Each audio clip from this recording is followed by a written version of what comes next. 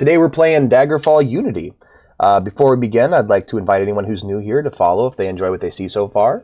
If you want to see more from me or just want to hang out, be sure to join the Discord. And if you want to support the stream, help it grow, and help me achieve my goal of getting a new mouse and keyboard to replace my currently busted one, while having no ads on the stream and being able to join the special the special subscriber channels in the Discord and join me on the special subscriber streams whenever they go up. Be sure to subscribe. All right, all that being said, I love it when you join chat. It's the best. Holden Tudix, that's a cool name. All right, today we're playing Daggerfall Unity, and I got some shit done. I went ahead and did some grinding, as you can see, in Rep 66 in the Mages Guild, as it was. I talked to him once, and I got boosted up to the Warlock rank.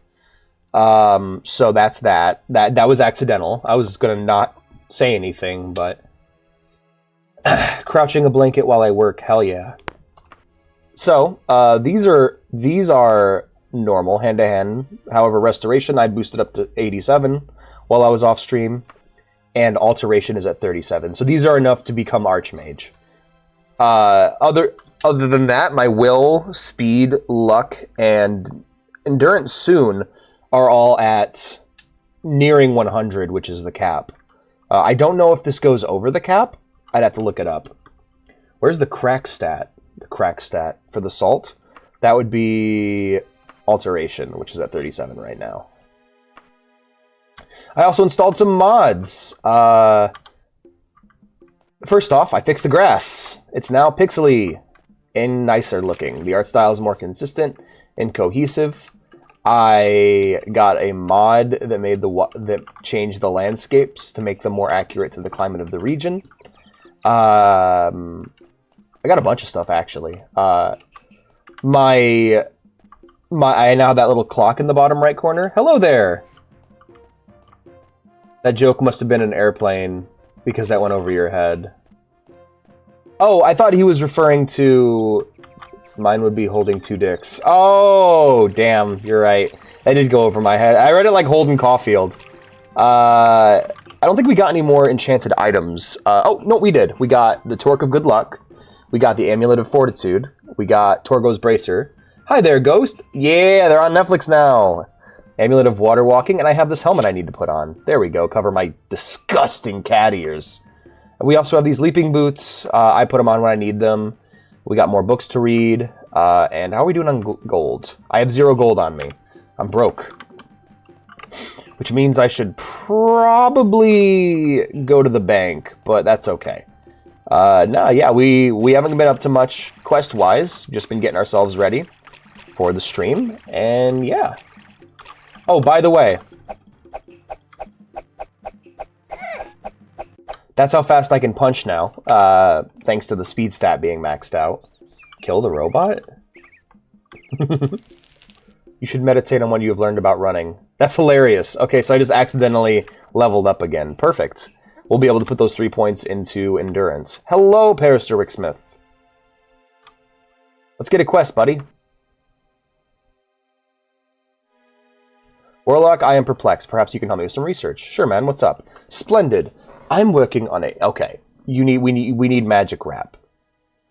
Okay. Splendid. You see, I'm working on a particularly thorny problem in theoretical applied magicka, and I need a particular magic wrap made by Alabaster Morton himself. But all reports... Oh, God. This is one of those, like, talk to 5 people things. What? No, I haven't. I haven't played Give Up Robot. No, kill me. Righty. So, we gotta go to... It's Azimuthal Vectors. So, once again, we're going to this dungeon. We gotta find a guy in the dungeon. Once we find the guy in the dungeon, he'll direct us to another dungeon. And yeah, that's how it be. Again, biggest issue with Daggerfall is that every single one of these quests is randomly generated, procedurally generated, except for very few. So you're not going to have the unique... That's one of the things I've been liking about Morrowind, and also things have been making me kind of sad, because I'm going to have to go back over them when I stream. But one of the things I'm liking about Morrowind is how every quest is somewhat unique.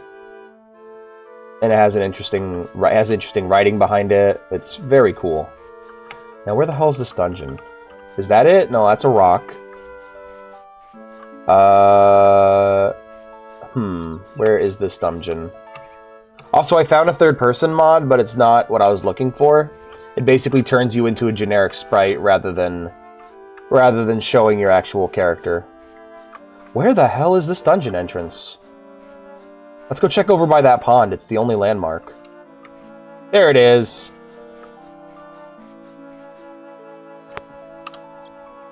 Ooh, okay. That sounds cool. I forgot the keybind for quick saving. Let's take a look. Quick save is F9. That's weird. That's usually not what that is, but that's okay. F9. Oh, by the way, you may notice there's a little hand in the bottom left corner. That will tell me what interaction mode I'm using, and I can swap between them with scroll wheel.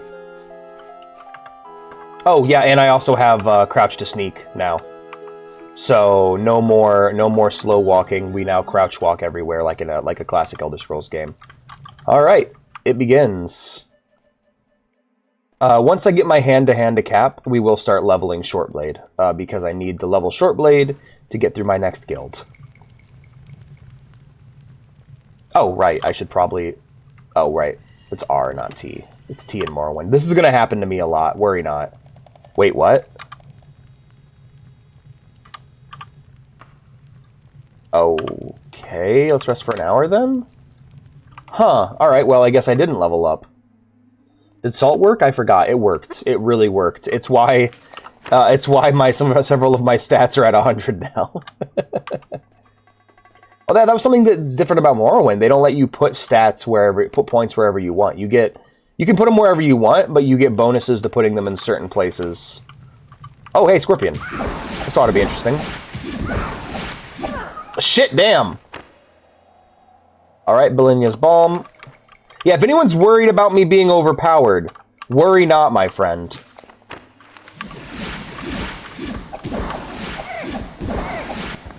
Jesus Christ.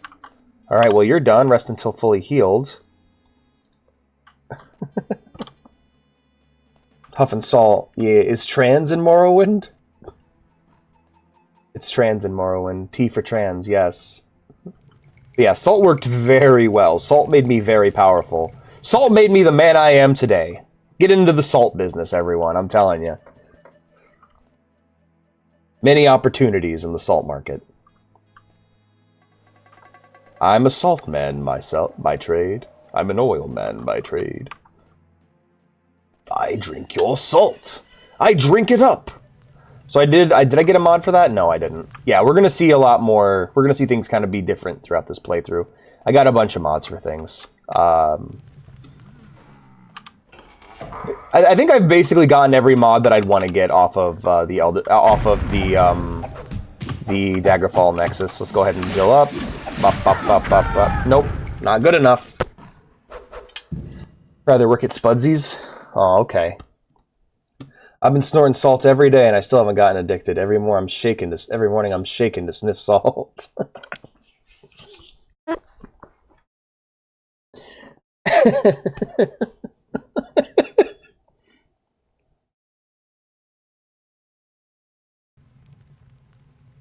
Man, that's by the way, that is an unpleasant sounding thing to do. Like, snorting salt sounds like one of those dumb things you'd get dared to do in school, and then you'd do it, and then you'd be in, like, horrible pain. It's like, oh, I'm just I'm gonna inhale the air from the mustard container. Ah! Every morning I'm shaking to sniff salt. Ah, I see. I didn't get the reference, but it's still funny. It's still funny to me. Everything's going over Alex's head this morning. I know, like, you guys can basically do whatever you want, and I'll be like, haha, yeah. It was amazing for me. How about for them? How'd they feel? For you. Mmm. Let's see if I missed any doors on the way here with my Metroid Prime map, as I like to call it. My Metroid Prime Mappo. She loved. Uh-oh. You started an addiction that lasted years. She lived. Oh, okay. Okay, good. Made her a more loving person.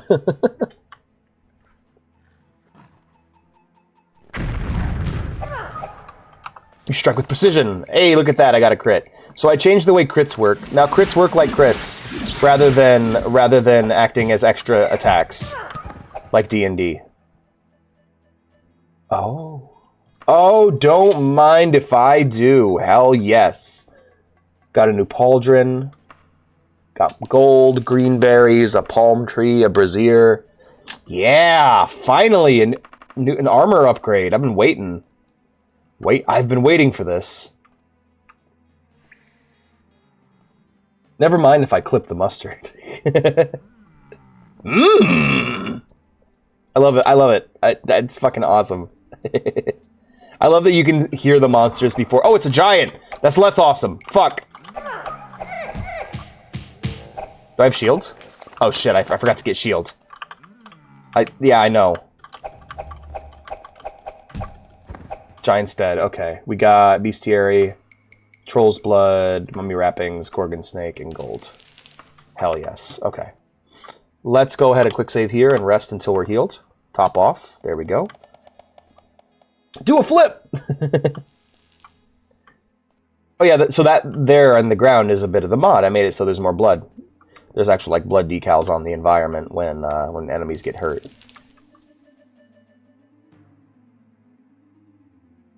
Okay. Why are you saying that I should rest, why should I meditate on what I learned about medical when you're not letting me do it? Like, I don't know what the game wants of me with that. That's really annoying. Actually, can I see how close I am to level up?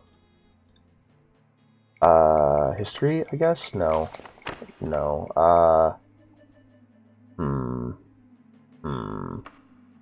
Getting worried. I'm getting really worried I might have bugged out the game. Do a flip!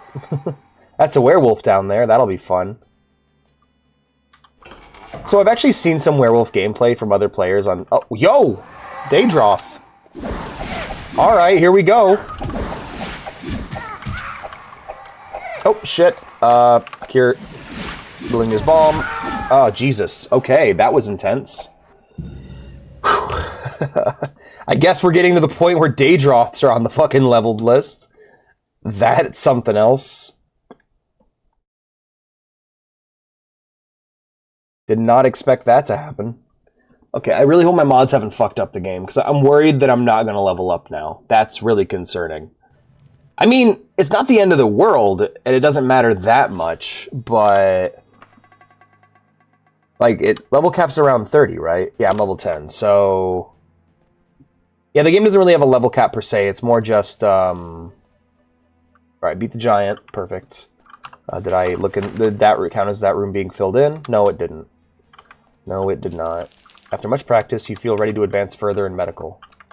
Oh, it's telling me what skills I need to grind to level up. Okay.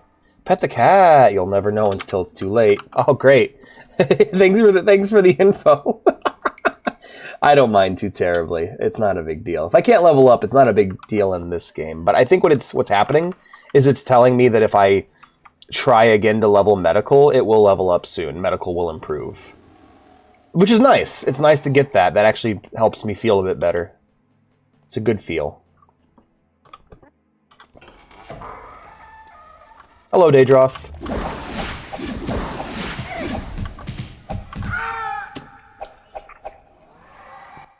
Yeah, I can't just stand there. I gotta actually move. If I just stand there, he'll kill me. My goal is to try to get dodging leveled up high enough to where I don't need to physically dodge, where you can hear the whoo, whoo, whoo of my character just dodging them, basically just ducking him.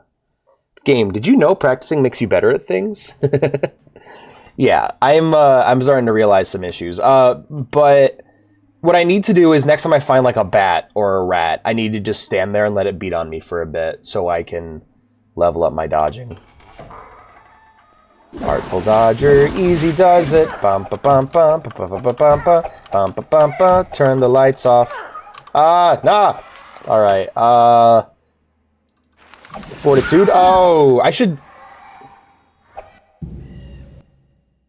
Oh, no, not at all. I don't know why. Apparently I've just been swearing less lately. People have been pointing it out to me. Apparently the Metroid Prime stream was really cringe because I kept not swearing.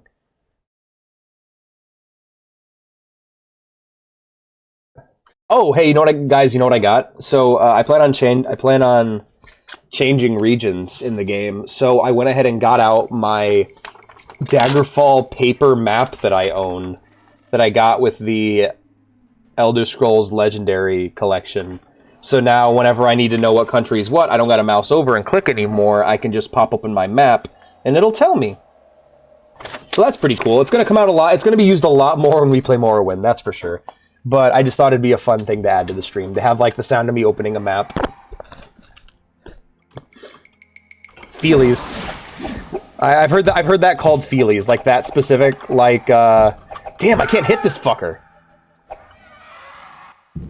I'm gonna have to be creative with this shit.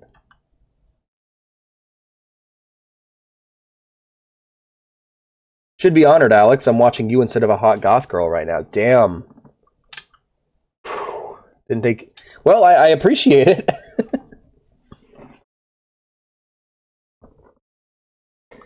Do you guys ever, like, think of your words like a dialogue tree? Like, when someone says something to you, you can see your responses listed out before you, and you can feel the hurt when you pick the wrong one? Or you, like, cancel into a different response? I'll try me best. We might, if we find another, I hope we find another book of erotic fiction in this game. Because I'm reading that shit. Valinia's Balm.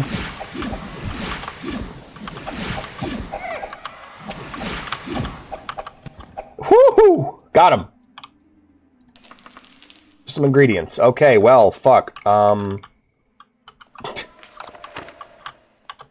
lost. Okay, no, I was going this way. Okay. Yes. Yeah, I'm hoping I find more of the real Baron Zaya. We'll read more of that on stream. That'll be fun. Alright, we'll go ahead and rest over here in the corner until we're topped off. And my medical skill's bound to shoot up soon. Yep, so here we go. Your medical and your hand-to-hand skill is improved. Perfect. Let's take a look at my hand-to-hand right now. We're at 74. We're getting pretty good on these. I know medical's in my minor skills, so that's fine. The reason why the main reason why I'm focused on these skills so much is I have skills that I actually want to use, and I have skills that I need for advancement in guilds. Why, hello there. Punch them in the face. Hello, glad to see you. You must be the Belmont.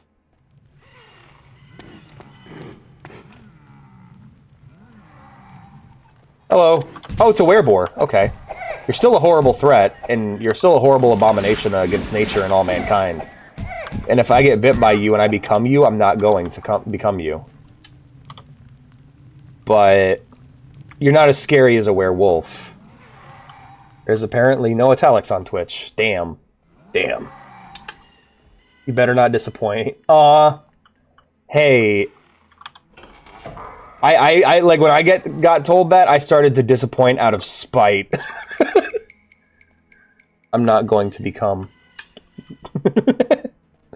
I already was. That era of my life is over. That's the past. Come Alex is in the past. I'm now physically formed adult Alex. Like my fetus age, that's behind me, man. I'm a different person now.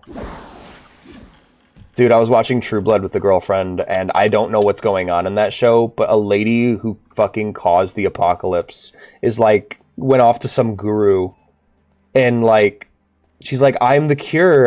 No, she's not, I'm not the cure. She does say that, but like, she's like, I'm a changed person now. I'm a better person. It's like, you destroyed the world, you bitch!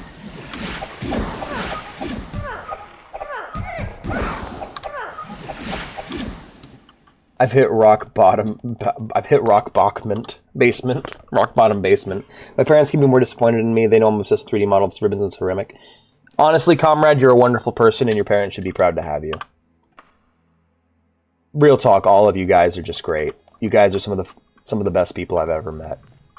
Genuinely, I'm being real with you guys. I have dealt with so many people who are cruel to me for seemingly no reason, and that seemed like, and it's just like, oh wow, the bar's low, and it's like, it is, but like, you guys still topped it, you know? I just wish I liked real people. I'm not. No, hey, I'm real. I'm really real. No, but I am real. I'm still a real person, even though I'm represented by like an avatar and everything. I'm still real. Hugs, hugs, hugs. Thank you. I appreciate it. No, you guys are awesome. I really enjoy having you guys as company, and you guys have done a lot to help me with my mental health. After I kind of let go of all that shit, where like that sounds like I let go of all the trauma from my past, and it wasn't that. It was just letting go of the shit I put myself through because I'm trying to be a better streamer. When I finally let go of all that shit, I started to have way more fun. Ironically enough, it's what people have been telling me to do the whole fucking time, and I just didn't listen. But the second I did, I immediately felt better. Hey, Mr. Blue, it's good to see you. I looked over your shit. I think it's really awesome and creative. I'll look it over, and I'll let you know if we can tie it into any actual lore, because I'm kind of a Star Wars lore nut. So, and I'm thinking that we're going to have a very short mini-campaign in May for that, because I've kind of built it to be very episodic. And I think that'll be a lot of fun. Oh shit, what? Yeah. I'll look over your thing and see what... Oh, that scorpion killed the entire room. That scorpion's dead. Alright, loot pile. We got... Ooh, that's a nice weapon. Steel Wakizashi. I'll take that. Info. Is a Wakizashi a short blade or a long blade? Info. Yeah, hold on. Let me look it up real quick. Oh, computer froze. Computer freezed. Unfreezed it. Yay. Oh yeah, sure. I don't know if Sonic was going to tag along because he doesn't really like Star Wars stuff, but I figured like Vea and the new guy are definitely going to be interested. And I can probably start putting it together and actually making a campaign out of it soon. Dagger, Tanto, short sword, Wakizashi, broadsword. So a Wakizashi is a short blade. I'm holding on to the Wakizashi then. That will be my short blade. This Mithril Battle Axe, though, I'm probably going to toss that back in the wagon because that's worth a lot. And with no cap on Merchant Gold in this game, it's probably worth it.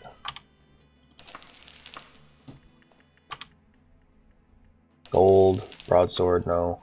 Oh, I don't want the stick. I don't want that. Take the blood, take the dragon sails. Alright, let's go ahead and head back to the door.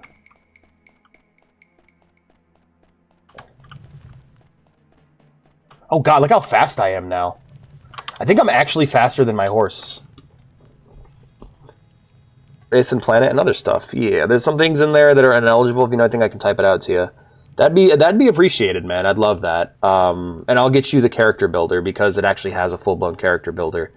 You might want to... there might be a race that fits what you made that we can use instead. That way we don't got to homebrew it. But if you really want it to be something unique, then I'm all for it. All right, put that battle axe away. I'm going to hold on to that. I'll go ahead and put the scarab away, and all these ingredients, put them away as well. Fair enough. I mean, I love what I saw. Very cool. Let's go ahead and take a look at our map here and see what we missed. So, because we're back at the door now, so let's see. All right, that room's empty. We followed this path down here, and that leads there. Is there any places I branched? Oh, there we go. That little spot right there. So what we'll do is we will... Jesus Christ. All right. We'll hug the left wall, and hug the left wall, and hug the left wall, until we get to this. And then once we get to the room where the Daedroth was, we'll go ahead and head into this room here and start hugging the left wall there. That's so weird. I didn't tell you were online. Like, even followed channel area. Damn. Luco, that's why you... not to just be a horrible shill. Also, I'm really happy to see you, man. You were great. You were great yesterday. You were awesome to have on stream. Thank you for being here. But go ahead and join the Discord down below. It's a lot easier to keep track of me there than it is via just through Twitch notifications.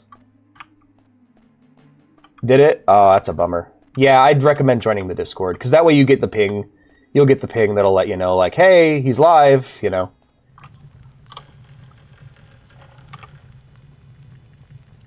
Yo, I totally didn't notice Nevaeh was Heaven spelled backwards. Yes, and her name is pronounced incorrectly, but, you know, that's a whole other thing. She gets so mad whenever I say that, and I get it. I get why she gets mad, because she's probably caught shit for it her whole life, and her parents are, like, cringe, so I get. No, meeting her parents, when you meet her parents, it's like you're the kind of people who name your kid Heaven spelled backwards. Not to be mean. Others flipping Twitch. Yeah, what the hey? That's messed up. Join us. Ooh, that's awesome. That's very Samus. That's very Samus Aran-esque.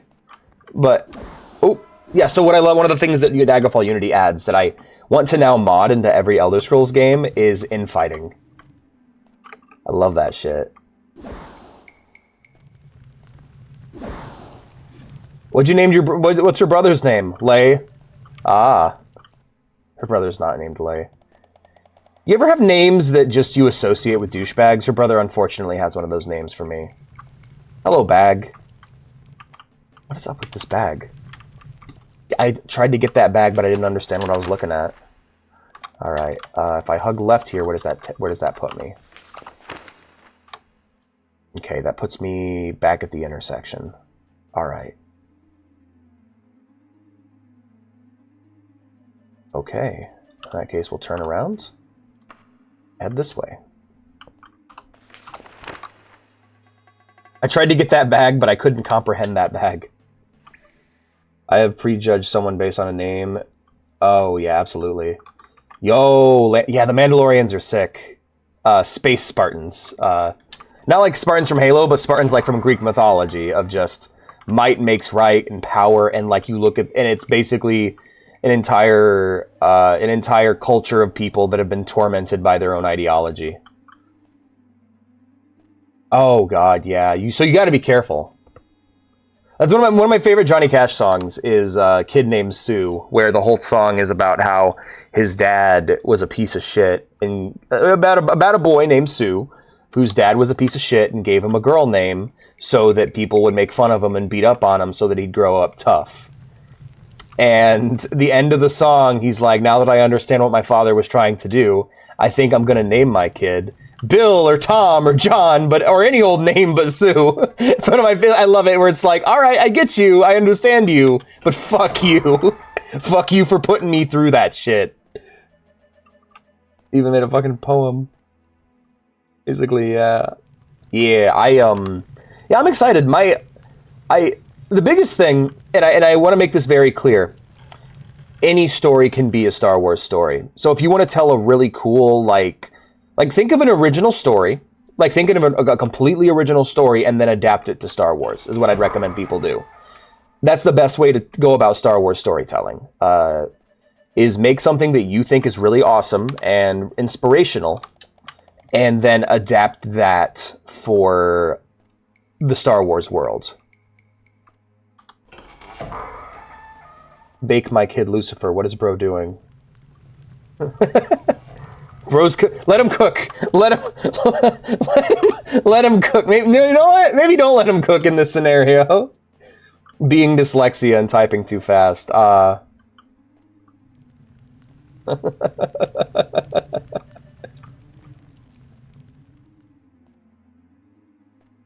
keep cooking him. If you want to have a fun time, look up The Tragedy of Little Baby Karen, and about this lady who's just like trying her best to like. Okay, so basically, this lady's sister, they had a baby and was going to have a baby, and they were going to name the baby Karen, and then she's like, don't call her that. That name means something different now. You can't call your kid Karen. They're gonna have a rough time. Years later, the kid is being bullied so bad in elementary school that they have to be taken and put into alternative schooling. And the entire family is pissed at her because she didn't warn them hard enough. Ironically enough, they turned out to be a family of Karens. Hey, Vintage, good to see you. Hola, Fox. How's it going? Good to see you. Oh, fuck me! This is bullshit! Ow! Jesus!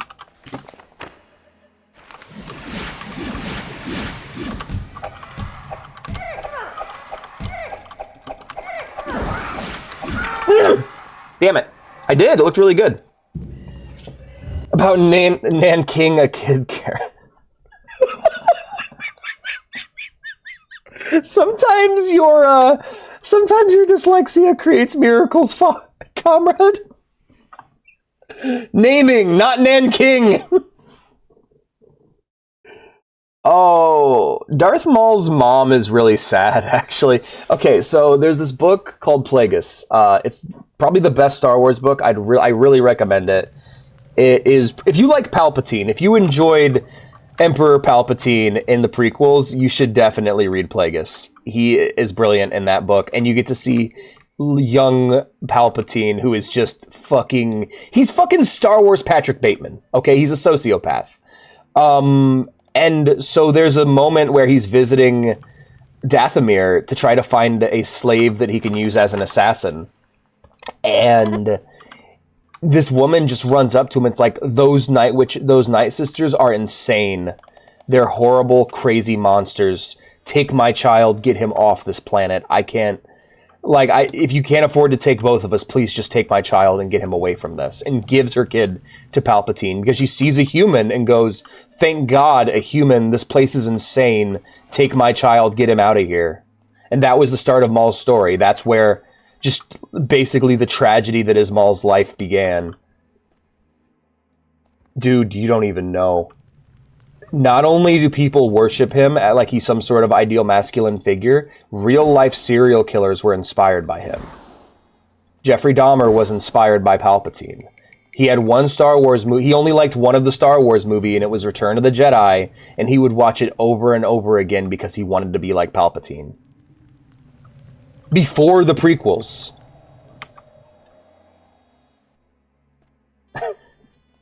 See, I like Palpatine because he's crazy and silly, but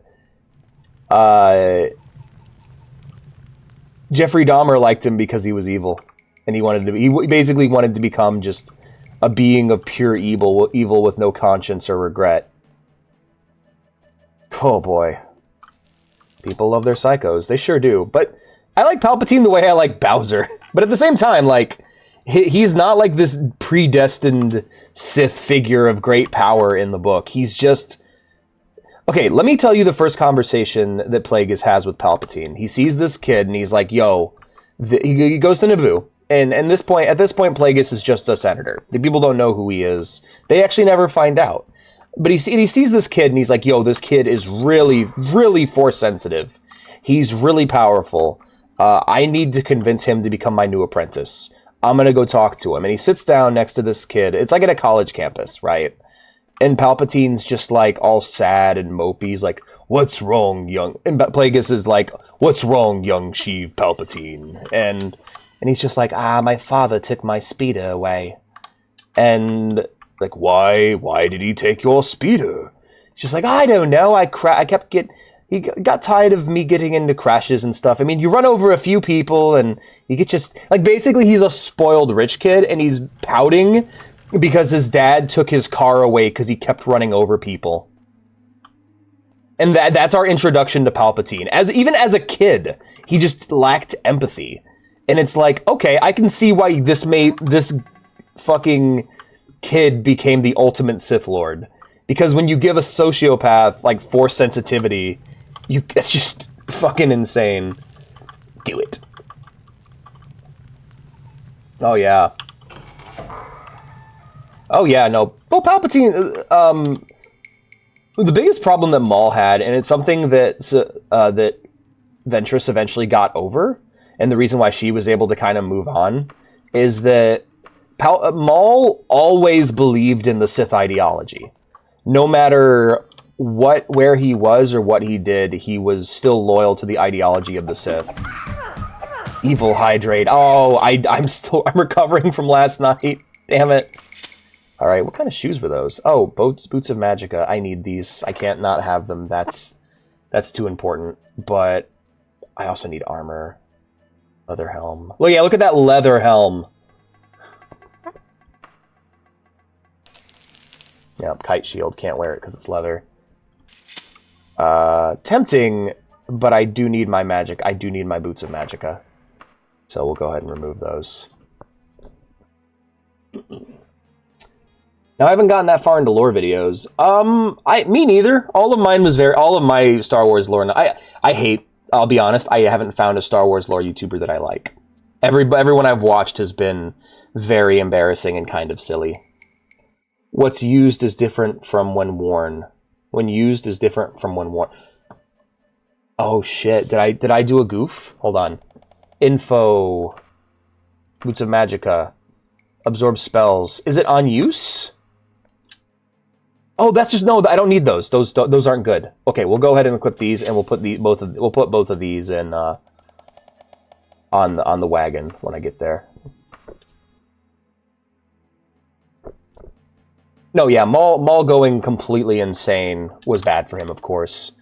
The biggest hurt he did, and that's the problem, is that he never got to heal or recover. For Asajj, her relationship with the Sith was her relationship with the Force as a whole was symbolized by abusive men.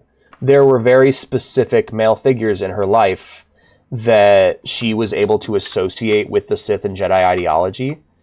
And because of that, her healing process of overcoming her abusers was naturally able to be tied in with her rejection of those men. Like, basically, when she rejected those men, she rejected the Force, she rejected the Jedi and the Sith, and was able to kind of live her life as a person. That's kind of the long-running character arc for a lot of characters, is learning that both the light side and both the Jedi and Sith ideologies are bullshit and are just like a horrible net negative for the galaxy. Whereas Maul was never able to reach that point because every time he got any sort of power, he was like, yes, now I will use my power to take over the galaxy. Kenobi! And just like, he couldn't get over it. He would never allow himself to heal because he was like, I was destined for something greater. And like, it gets to the point in Rebels where he is just like an old man. He's just a sad old man. Oh, fuck me.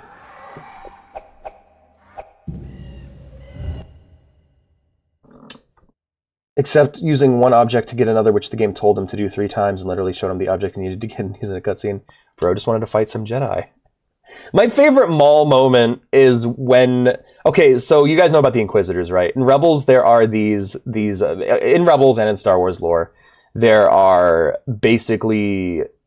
They took the surviving younglings of Order 66, the ones that they believed had potential. They instead kidnapped and used and trained them from birth to basically become Sith assassins, similar to what Asajj and Maul both were.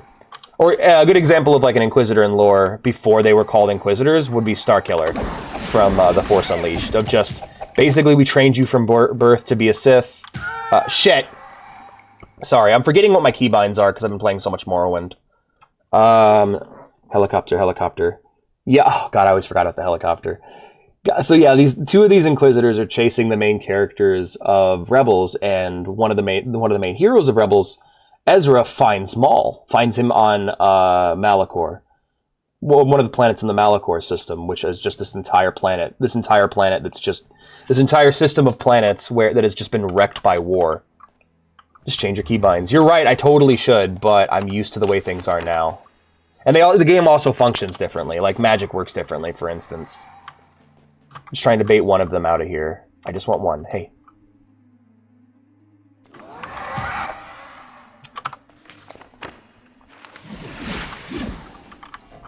What the hell? Did y'all just fucking return to your original spots? You returned to your marks? You're silenced. Eat a dick.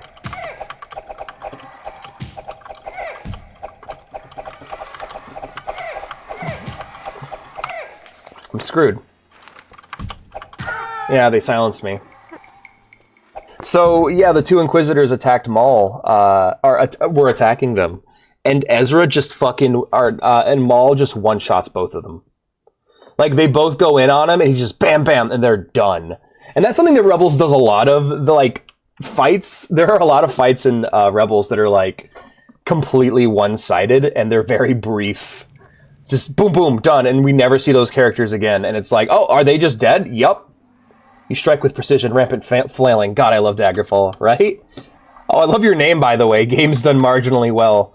There was some YouTubers I watched who had a series on Twitch called Shitty Games Done Slow. Rather than AGDQ, or rather than Awesome Games Done Quick, it was Shitty Games Done Slow, and that's what your name reminds me of. Ah, hell, damn.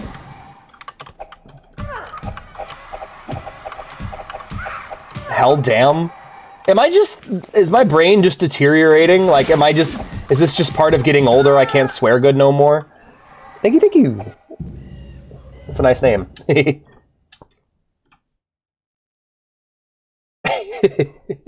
Yeah, I think they ended up only playing one game. They played, like, Mind Jack, and then that was it.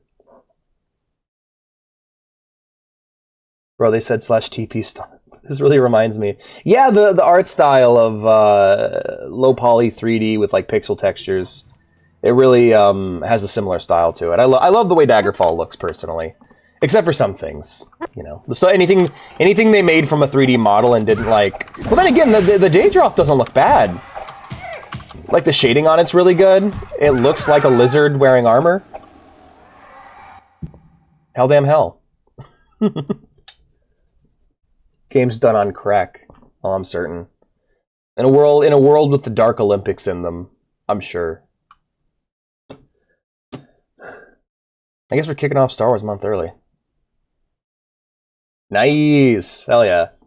Welcome back, Lucas. I have an evil hydrate to do, don't I, comrade? I'll be right back, friends. I'll just let people admire my character.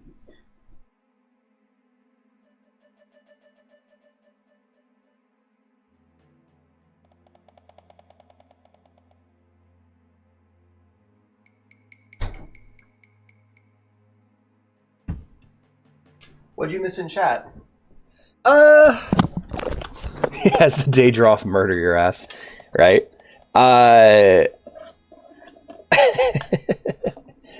My new favorite treat, I was going to say, yeah, you were just sitting, I'm like, oh, comrade's not talking. Uh-oh. My new favorite treat has become these old smoky Tennessee moonshine pickles. They have a kick to them. They're very strong. Basically, they're pickles that have been soaking in moonshine, and so I'm going to eat one of them now.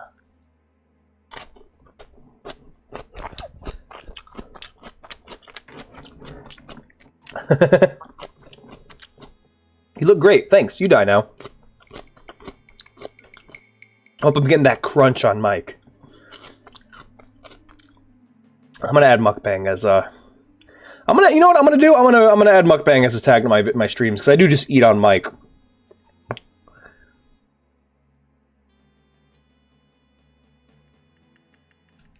Well, the reward for a 100 stream streak, because someone already got the 50 stream streak reward, is a commission from either Mystic or you, pretty much.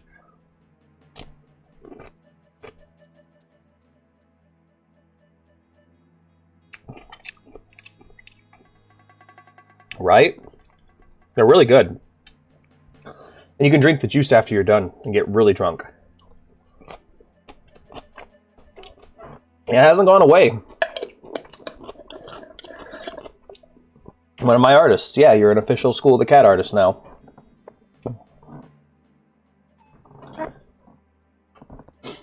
All right.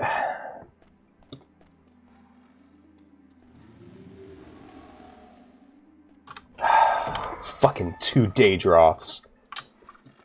What, does the game think I'm overpowered or something? I'm trying to get one of them. Come on, buddy. All right, cool. Now we run.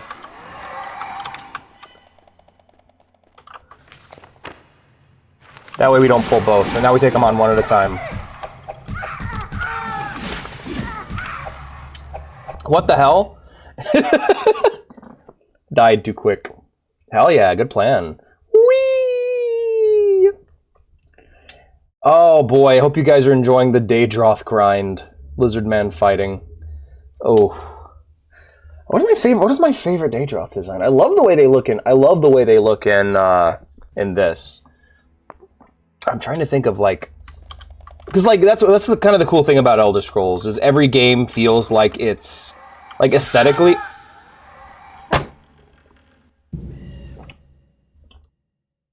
You know what? I don't think there's anything worth my time in that room. But a quick search has rid me of that disillusion. Yeah. Pop music stuck in my head. I've never heard it. Send it, post it in Jukebox. I'll give it a listen. Oh, excuse me. Sorry about the burp. That's gross. That's disgusting. I apologize. Boxing in a vat full of honey.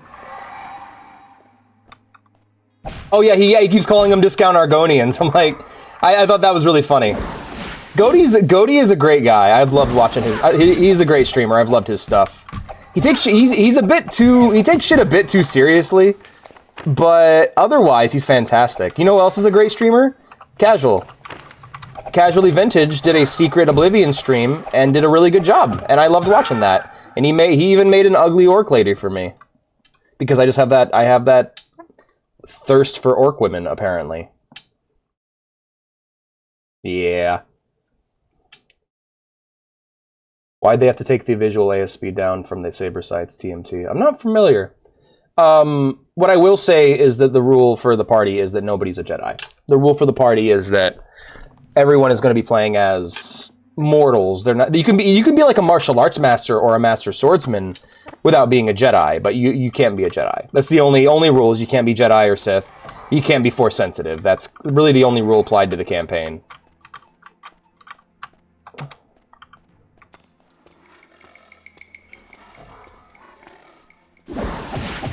You can't. I actually want to give Vea that challenge and see how she does. Like, I want you to use this character creator to make a good-looking orc lady. God damn!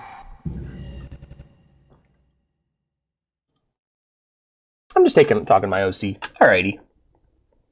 Alrighty, comrade. Got the green fever, huh? No, I love me orc ladies. They're awesome. I think people have made fun of me and was like, oh, what? Did you like Fiona and Shrek? And it's like, not really. I mean, I do think that Ogre Fiona is hotter than human Fiona, just because I'm into bigger ladies. But, like, it was mainly Warcraft, specifically the Warcraft movie. Duratan's wife, man, fucking awesome. And to be honest, I've always been into ladies with, like, you know, green or blue skin. Thank you, Star Wars, for doing that to me. Damn it! You could. Dude, I was about to say that. You know what you did putting that orc as Nora. Yeah, Nora's token. There's an orc, like a quiet, kind of shy orc lady in our campaign for D&D. She's an NPC. She's a bard. And I made her way too hot. I don't know what I was doing. I need to find a different picture. I think I know the exact picture I will use, too, and it's the one I use for... it's the one I use for my character in Baldur's Gate. In BG1. Specifically.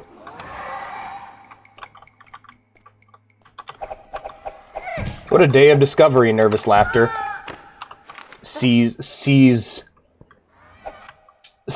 God damn! Sees orc with his pants off. I'm in danger.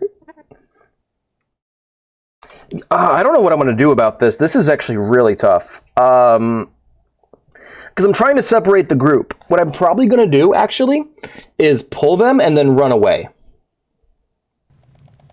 No, exactly. Yeah, that's kind of a 100%. Have you never had a character you wanted to put in something that's interesting? Because all it really takes is having something you want to exist. Because, yeah, OCs can be cringe, but they can also be really awesome. Every character that you love from anything started as an OC. Started as someone's original creation. All right, we're going to go ahead and drop a quick save here.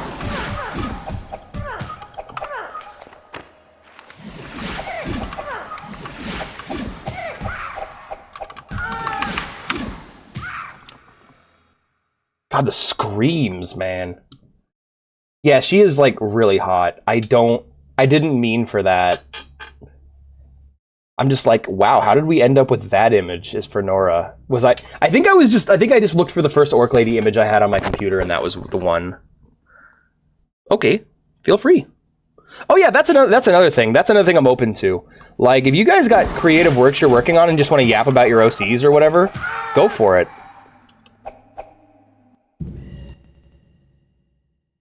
Mm-hmm.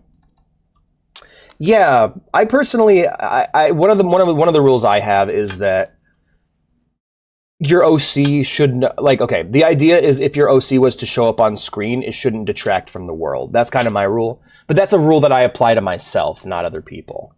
Like, if I made a Star Wars character, well, I have made Star Wars characters, and none of them are like, oh, they're best friends with Luke Skywalker and Darth Vader, and like, I don't do none of that shit. That's not how I do things. Sonico was all like, that's kind of jokes he made, but like, no, that's not what I want to do for my characters. Like, one of my characters is a battle. Actually, let's talk about him. Let's talk about Sir Shade. The entire reason why my Star Wars D&D exists is I wanted to make a battle droid samurai. I wanted to make a battle droid who had the aesthetics of a wandering Ronin. And I came up with one. And his whole thing because of that, that's why everything just blossomed out of him. Every little bit of backstory, every character he had crossed paths with got stories of their own, and eventually it just kind of blossomed into a world. I don't want to talk too much about him, other than the fact that he's Sir Shades. He is a battle droid who wears old, tattered Jedi robes and has a vibroblade slung across his back. Not a lightsaber, but a vibroblade, which is a kind of sword they use in Star Wars. Basically, it works like Raiden's sword from Metal Gear Rising. I didn't make it up. It's a very old piece of lore. And on his head is a solar panel that looks like almost like a samurai rice hat, but it's pitch black and has solar panels on it. And my Fallout characters are wacky as fuck. Yeah. Someone sure as hell did not take any inspiration from Kenshi. Shh! Shut up! Don't tell them! Yeah, so Sir Beeps, but Sir Shade is he's a battle droid who is a master swordsman. And he has this crazy story about how he got to his point. He is a veteran of the Clone Wars. He survived, and he has a bug. He has a defect that made it so whenever his data is corrupted. He has corrupted data on his hard drive. And so whenever the Separatists went to wipe his data, that corrupted data would stay on the drive because sometimes when data gets to a certain level of corruption, you just can't do anything with it because your computer doesn't recognize it as anything. And so basically that junk data began to build up, and what that data actually was memories. And so what was happening is while all the other battle droids were getting wiped and they would start fresh with every battle, he was able to build up experience, and he ended up there was other battle droids like him, and they ended up in their own like elite squad of basically veteran battle droids who were all like really good at what they did. They were usually used for like assassinations and for things like that. God, it felt like I was in a saw trap, right? I love interest OCs are cute and I love them all. Yeah. Kenshi's super fucking cool. I need to play more. I'm excited to play. I'm excited to play that next. Yeah, no, I love. When I learned that Star Wars 5th edition existed, when I learned that someone had just ported a bunch of Star Wars shit into D&D 5e, which is a system I'm already somewhat familiar with, I was able to just be like, all right, let's go. Let's fucking go. Because I don't have this, because the reason why I'm okay with that and why I'm not like using Fallout 5e is because Fallout has very specific mechanics that are tied to its identity. Whereas all the Star Wars RPGs, Knights of the Old Republic specifically, was just built off of AD&D 2.0. Like, it was just an evolution of Baldur's Gate's mechanics. Now, if I can equip that... Okay, I can't equip that. I can only use it as an item in my inventory, so I don't know if I want to use that. Fairy Dragon. Oh, I can't pick up all the gold. Alright, we'll grab the other stuff then.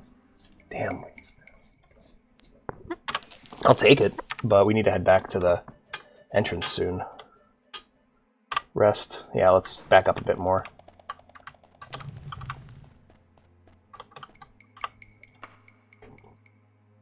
Because, like, yeah, with KOTOR, I'm okay with just using D&D rules, because the best Star Wars RPGs just used D&D rules, so I don't even mind. Boots of Magicka, Leaping Boots. And enchanted items are stupidly valuable, so I don't know if I want to throw them away yet. You know what I'll do? Here's what we'll do. Tele to exit. There we go. Teleport to the exit.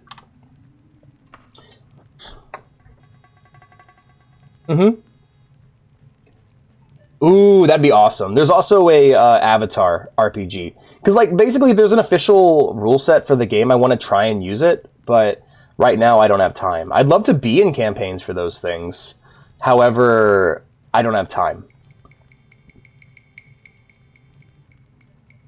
Because mine is broken. Aw, okay. You should definitely do that. That's a good idea. I'm holding on to my book, because we're going to read this book later. We always read a book on... We always read books during the Daggerfall streams. And I don't want to use those anymore. Let's just put those away. And blah, blah, blah, blah, blah, blah, blah, blah, blah, blah.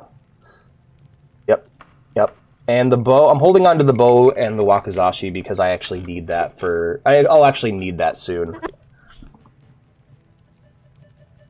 Oh, that's cool! But yeah, no, But yeah, I'm excited to do D&D stuff with Star Wars. That'll be a lot of fun. I'm excited to do more D&D stuff with D&D. Especially after last week's campaign. That was fucking awesome. We had a lot of fun with that. Okay, let me read what you wrote here. Shut up at the door to below house and have fire and plan of heat on time 853. Harakara. Taken in by the Heathens. Shining the way of the forge, they taught him simple things, how to make blades and such. For some reason, his little grubby baby hands couldn't keep himself off the rarities box the parents kept in their room. Ah, okay. Cool. Yeah, themed dice based off your characters. There's a guy who's a gunner in my D&D group who uses all of his dice are shaped like bullets, and he holds them in a cylinder. It's really cool. And I'm like, did you just name your character Percy? I remember when he was playing, I was just like, are you just making Percy from Critical Role? And he's like, no, but basically the kit for the gunner in D&D 5e, for the gunner subclass, is just Percy. And I'm like, okay, I got you. Where the hell am I going? Where are any of us going, really? If you think about it. Okay, I remember where I need to go now. Yeah, he wasn't just ripping off someone else's OC, it's just the kit, and the default kit for Gunner in 5e is just Percy from Critical Role. Right, hug the right side then. We did the left side, let's do the right. Alex at age 16. Bloodstained dice, glorious, hell yeah. One from the dream, nice. Yeah, I like to color code my dice. Whenever I buy my miniature for my character, I'll also buy dice for them. I was like, okay, these very sparkly purple dice are for Amontillado, my gay tiefling sorcerer. Because I just feel like he's first off, his skin is purple and he's gay, so he's naturally very sparkly, so he's a very sparkly purple gay boy. And it works out. It all works out. It all comes together. Yeah, whenever I make a new character for an in-person campaign, I like to buy a new set of dice for them, just to kind of, like, you know, tie their identity to it. I'm sure I think that's normal practice at this point. I think that's what everybody does. I don't think that Smaller Dungeons mod's working. Alright, let's deal with the next Daedroth. Valenia's Balm, load up, heal up, there we go. Oh, hello. So you're hanging out. What were you doing with the 2 Daedroths, lady?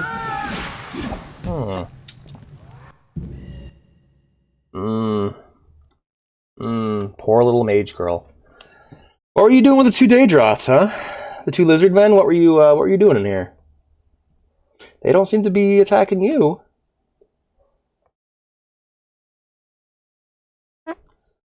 Stug is too good to stay in WoW Classic forever. Don't worry, you can bring him back soon. We'll be returning to Azeroth once we finish Realm Reborn, which is not going to take as long as you might think. That game gets booking after a certain point. Sing a song of dawn. Die! Ah, fuck me. What that woman does to those lizard men in her free time. Okay. Basically just, he sees evidence of a wider universe. He sees exotic items that are representative of different cultures and ideas that this family has gathered up over time. I actually really like that idea, Blue.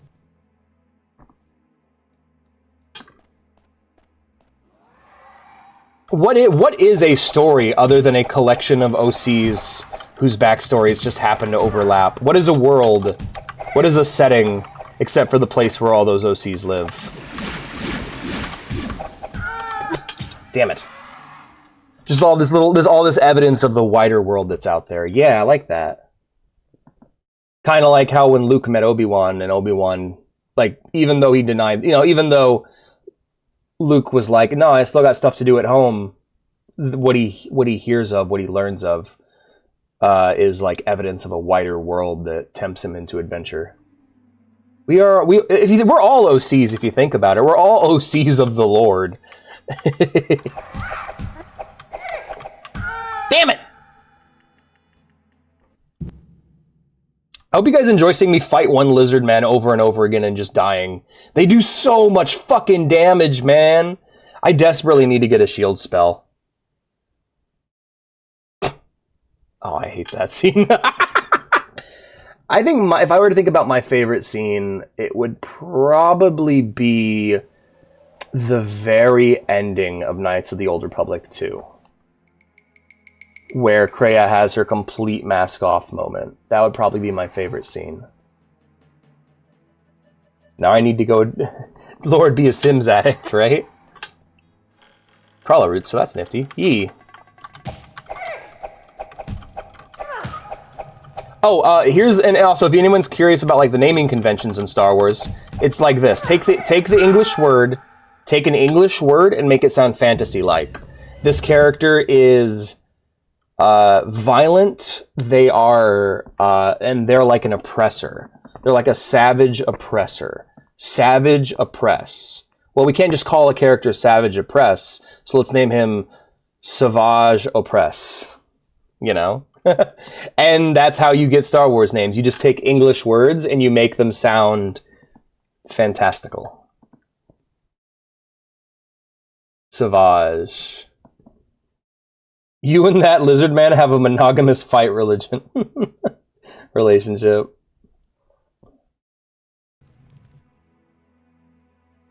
Damn.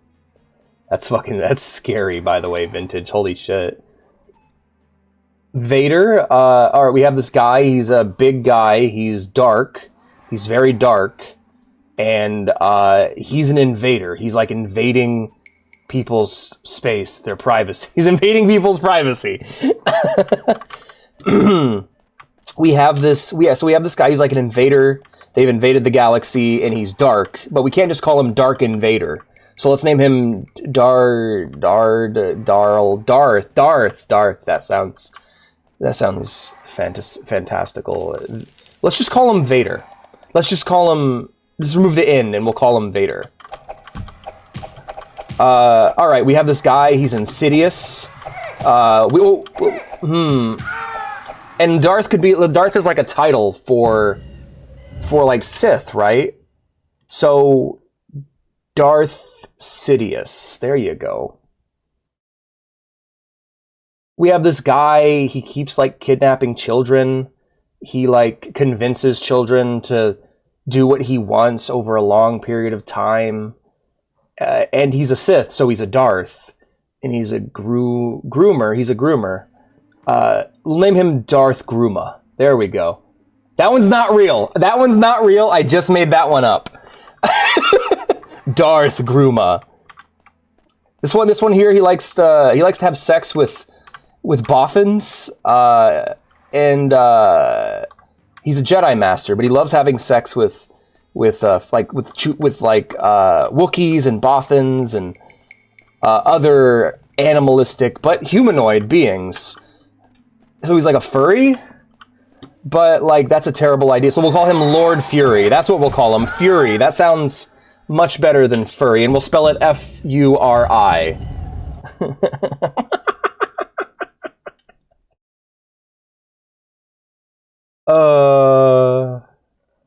Yo, Bolfin. What's a Bolfin? It is like, I just love Darths are the dark side. They're dark. There's more Darths though. Right, but when Star Wars came out and was just a single movie titled Star Wars, Vader was the only one. His name, the reason why Obi-Wan says, okay, so the in-lore reason why, so in the fight between Obi-Wan and Darth Vader at the end of the first movie, Obi-Wan refers to Darth Vader as just Darth. And people read that, that's been reinterpreted over the years as him like insulting him and trying to, distance him from who Anakin is. And that's a really cool little story. But we gotta all understand that when that movie was made, that backstory didn't exist yet, and Vader's first name was Darth. His parents actually named him Darth.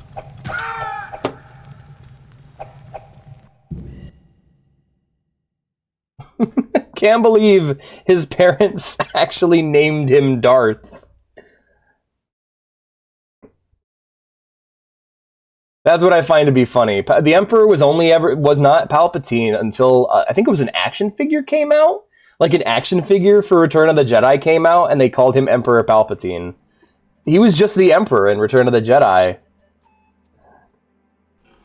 Yeah, exactly. Sir Shades is like a nickname given by a child. That's why his name's different. I didn't even think about the Kenshi connection, to be honest. My real inspiration was a battle droid with a rice hat model I saw in VR chat that I use sometimes.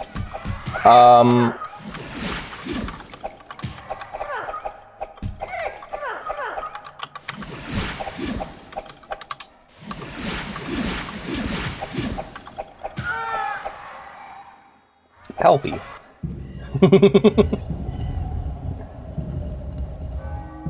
Hifa, yeah. You can also, like, 40k does similar things, but with 40k, like, 40k is interesting because its naming conventions range so much wilder. But ultimately what 40k does is the exact same thing, but with Latin. They just use Latin words. Corvus Corax's name translates to Crow Raven. I like your pony emotes. I always thought MLP was super cute. Never really got into it, but I always thought the style was super cute. Round 5, here we go. Trying to fist fight a lizard monster. Like Captain Kirk.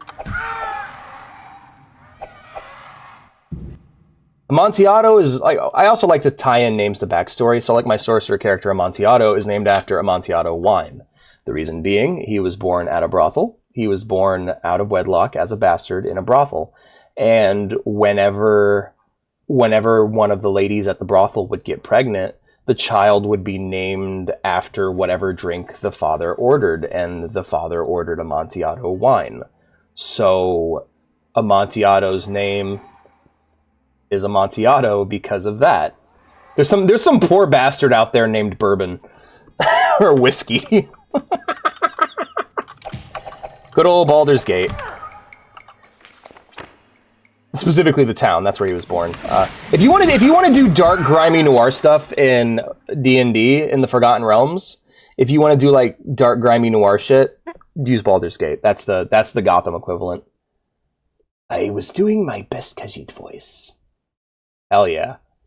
Mine was as well. Mine was my ESO character, Neeble. They are Reindeer from Vixen. She's another VTuber. Hell yeah. Oh, absolutely. Yeah, that was really good. No, that was I like, people like to praise Adventure Time and Gravity Falls and Steven Universe for being like this renaissance of good kids shows. But MLP was first. It was the first one to do it, and it really led the charge. See, but I wasn't very good at it. Same here. I'm not great at voices. I try, but I'm very inconsistent with it. I used to be better, but then I played a bunch of games with voice acting back to back, and that skill just went away. There we go. Good lord, that was a nightmare. Luckily, my objective's in this room. Don't mind if I fucking do. Let's go. Daedric's short sword, hell yes. Loot pile, giant dead, loot pile. We have a leather helm. I don't want that. Take the snake, though. Right. Ass juice. What? He ordered ass juice? I think too much angles fuck on my head. Hell yeah.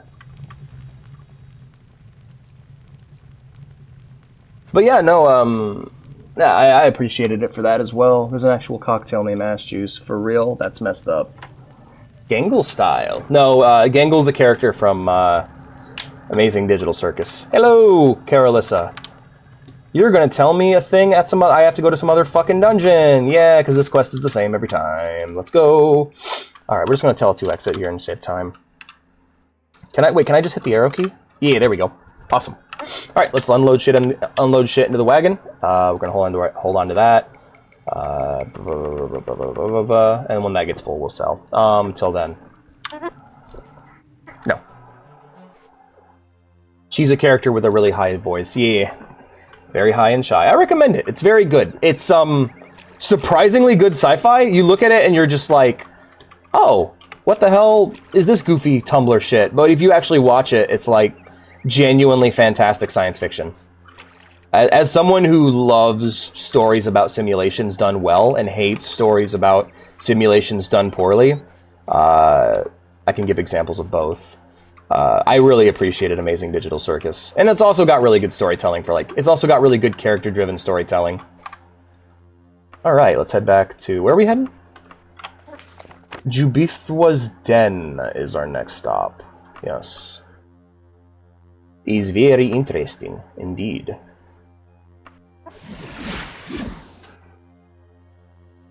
I haven't seen 4 yet. I'm excited. Yeah, we're watching 4 on Sunday. Yep, we'll do a web fishing stream. We'll wait till we get back to the halfway point, and then we'll that one will be on our YouTube. That's on. I like to do the subscriber streams on YouTube. Yeah, it's very good and it's worth it. I strongly recommend it. It's also a very easy show to watch. Like, it's not super intense. It's got, it's dark. It's got dark elements, but like, what I love about it is how relaxed the pacing is. It's very... It feels like the kind of thing you'd catch on, like, Cartoon Network, you know? F9. Let's go.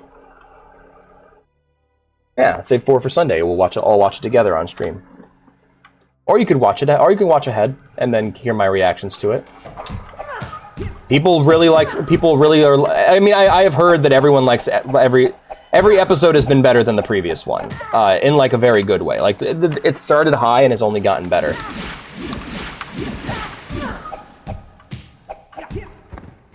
Bye, Knight. I quit. Oh, Elvin! Oh, fuck you! Unequip that. Remove. I mean, I can't carry any more stuff. Eat a dick. Look at that! Elven armor! I look terrible! Let's go! That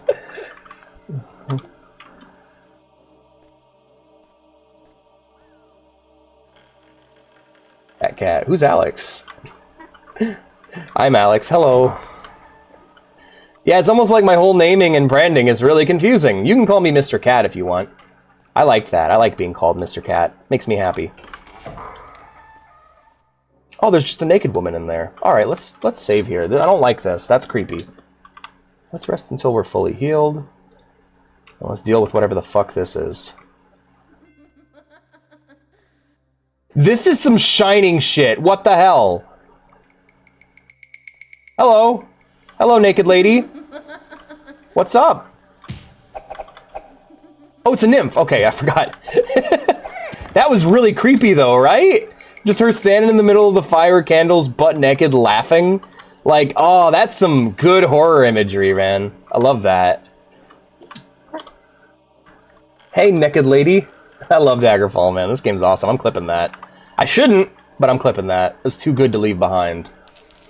Because I like to fucking live dangerously, apparently. Let's crouch and sneak around this cave. Me and my friends get no respect. Oh, God, that song's the shit. Alex, 4 is the best episode because it's about my wife. Yay. Me and my friends get no respect. Well, what Beatles song do you have stuck in your head, my friend? Just a band, you know? Well done, lad. The Beatles are all dead. Alright, this room's clear. Let's run around like crazy people. God, I'm fast. Yeah. Yeah, at first I was worried about Ragatha and Pomni. I was like, what's going on? Like, I was worried that she was like not creeping, but like she wanted to hurt Pomni. I was worried she wanted to hurt her, especially after the events of the first episode, but now that we've spent more time with her, it's like, okay, that's not what it's like. I also love how, because like, she fucking like nearly abandoned, like Pomni just abandons her in that first episode. So I've always been kind of nervous around Ragatha. My name, or Gummy Goo.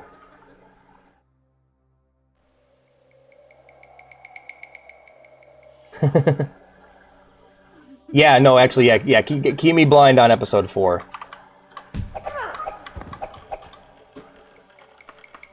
Alright, that's another nymph. I guess this dungeon's just full of naked women. That's what we're doing today. We read a really good book last week about nymphs, actually. Very sweet little book. I haven't even seen the show. How can I spoil it? Wait, yeah, that's not what Luca was talking about. Luca was talking about South Park. Wrong person, sorry.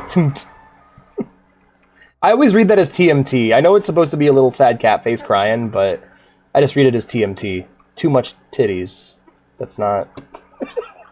I'm confuzzled now. He replied to the wrong person. He was trying to reply to someone else. Yeah, don't spoil Alex on South Park. Alright, we'll rest until we're healed. There we go. No, I know. So what? Who cares? I'm singing it. Hell yeah, I get too much titties. God, it's so creepy. Love it. Alright, let's go. Me and my friends get no respect. What does Scooby do that we neglect? We putting all our foes in check, but me and my friends get no respect. So what? Who cares? I'm singing it. I'm doing it how I like. I'm singing it through my mic. A special underwater mic. Who's gonna save the world? Who's gonna save the day? I like the gray cloak better. By the way, this game has good fashion. All of your clothes can be layered. So like, the blue cloak I'm wearing is like a choice. It's also not like. It's also doesn't give me any bonuses. It's purely cosmetic. That is, of course, until I find myself an enchanted cloak, and then I'll wear that. The shirt I'm wearing right now is enchanted. There we go. It is. Jabberjaw is fucking such a banger. I love it. Please help, I'm drowning in titties. I just thought TMNT was coming back in popularity. Yeah, we just had to keep reminding people. Teenage Mutant Turtles. Like, okay. What about Ninja? No time for that. The ninja's implied. The N is silent. Ooh. Oh. Look at that. Yes. Yes, I will.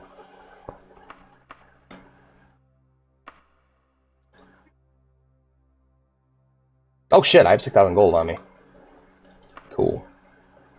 Just, do do do do do do do do do do do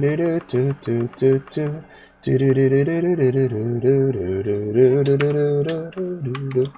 Yeah, I don't trust leaving gold on the ground. All right, well now that we've finished hugging the left side, we'll hug the right side. Bump, bump, bump, bump. Oh, rest till fully healed. There we go. We are healed. Yay! There we go. I'm like, what's going on? 1, 2, 3 points into endurance. 1, 2, 3, and then what else are we adding to? Could always use more int, as always. Need more intelligence. It's always helpful. Level 11! Being smart doesn't hurt, and little luck now and then is nice. But the key is patience and hard work. And when it pays off, it's sweet. My Sonet karaoke boss singing. That's awesome, Lucas! That's great! There's mods for that. Hell yeah. So what? Who cares? As Sona's wearing a shark mascot suit. That's great. Oh man, yeah, I don't know anything about Jabberjaw, but like they just fucking like let's make like the best ska song ever about this cartoon that nobody fucking remembers. Like, that's awesome. There's a mod for everything. Exactly. Got someone you can't stand? There's a mod for that. Oh, Sorcerer just died. That's great. Sediment water lanes. I will never date you because you smell like bait. So that's a mod I got, by the way. It adds a wind sound to secret doors. Don't know if I like it, I'm not gonna lie. It's a bit loud. It's a bit much. Sandals, no. No, no, no, no, no. Ironright Pauldron? Yep, no, I already got a better one. I will never date you because you smell like bait. There's a mod for adding cat ears. There sure is. There sure is. Of course I did. Because of course I did. I wanted my Khajiit to still look Khajiit-y. No respect. No respect. No respect. Me and my friends get no respect. Thank you, Rebel Taxi, for introducing me to that shit. That is, okay, like, I don't really know what other people's opinions on Rebel Taxi are, but that has probably got to be the most one of the most stylish YouTube channels. Just, like, you can feel that it's made by an artist, you know? Or, like, whoever did it, like, relied heavily upon a single artist with a unique style. That's kind of why I love working with Mystic, is because she has a very unique style that vibes with what I'm doing. And, like, while I'm still like, as much as I love the layout Blue made for me, I'm probably eventually going to swap it for one that Mystic makes, because I want my channel to have this single cohesive style. Do you listen to every song on Jukebox? No way, but I do listen occasionally. As a Khajiit, I take offense to the word Khajiit. Well, that's a bummer, because there's an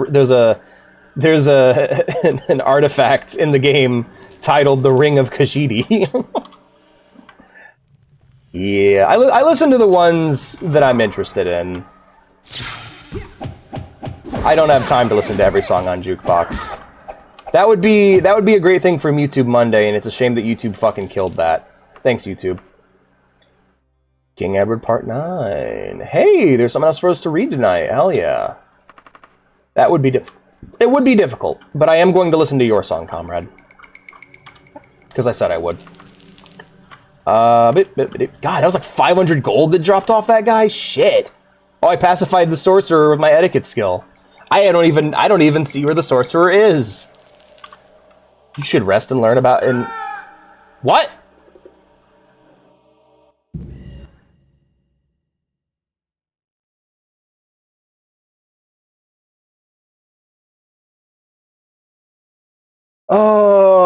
Okay. Reminder to me, reminder, don't let me forget next time in town. Buy a fucking cure poison spell Poison again, huh? Yeah. Which means we gotta turn God mode on until I get out of here. That's great. That's just wonderful. Alright, well, you guys know the drill. Let's just fucking basically hit the fast forward button on this quest. So, Daggerfall, Unity, God mode, God mod.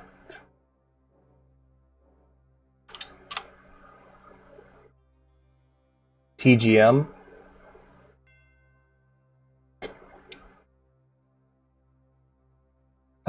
Serious poison. Hate when that happens, for real. It's what, like, that's, again, this game has issues. There are things that old RPGs do that I love, and there are things they do that I don't like. And there's a reason why I still play newer ones. TGM, okay. TGM. Tele to Q marker. And I'm not going to kill anything. I'm just going to grab what I need and get out. Wrap. There we go. This is undoubtedly Alabaster Morton's wrap. Thank you. You know what? I'm not grabbing. I'm gonna grab anything either. I'm just gonna tell it to exit. There we go. Let's get out of here. Because sometimes that shit happens. All right, later, comrade. Take care, my friend. Have a good one. You feel a little bad, my conscience, when I do literally anything. All right, bye-bye. Okay, so when we get back to town... Oh, that's what it was. That's what it was. Okay, info. Don't know, but we got to go turn it in. We can't keep it for ourselves. So let's go ahead and travel back to Gothway Garden.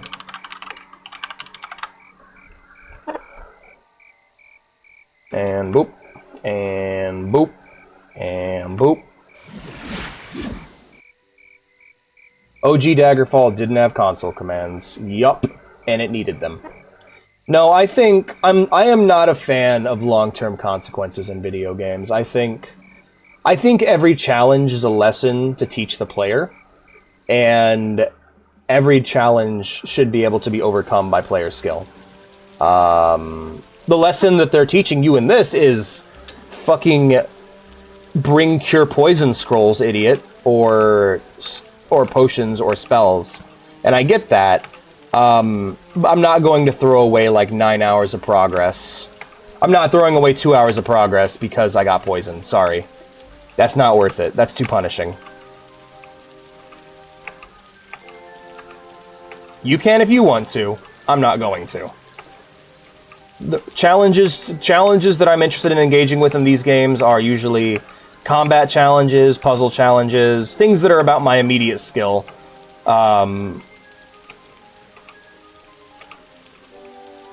Preparation is a skill, absolutely, but that's because of this game's nature as a simulator more so than an RPG. Here you go.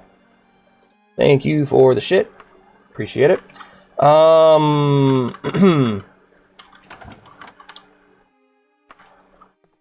can also make your own spells in this game, which is pretty rad. Bad magic items. I'll check with you in a minute, because I love my enchanted items by spells. All right.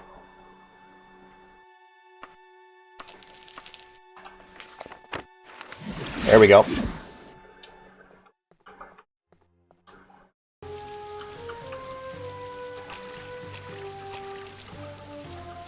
Sounds fun. The book mentions that.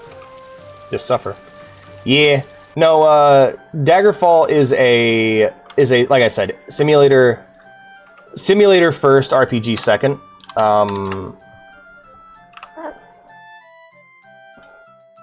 Just keep going, but if you're not cool like that, you can just reload the save. Yeah, that's kind of how it is. And I'm like, no, I'm good. I'm just gonna keep rolling forward because I don't think one enemy landing a lucky hit on me that makes me die is not, like, I don't think that's a fair challenge, personally, so I just deal with it that way. Well, now I have the Cure Poison, so I don't gotta worry about it ever again. In fact, let me go grab that Cure Disease as well. Like, let's go spell shopping, because I need magic, good magic. Buy spells. We also got a Cure Disease. I'll take that too. Buy. Yes. Buoyancy is useful if I want to swim faster, but I already have that one. Chameleon would be useful. We're going to be doing... Charisma. We'll come back here whenever we need something new. But... Oh, Levitate. Take that as well. Always use some Levitate. Yep. Open's good. But I need to level up my... I do need to level up my... Oh, shield. Buy that as well, yes. Okay, let's take a look at my spell list.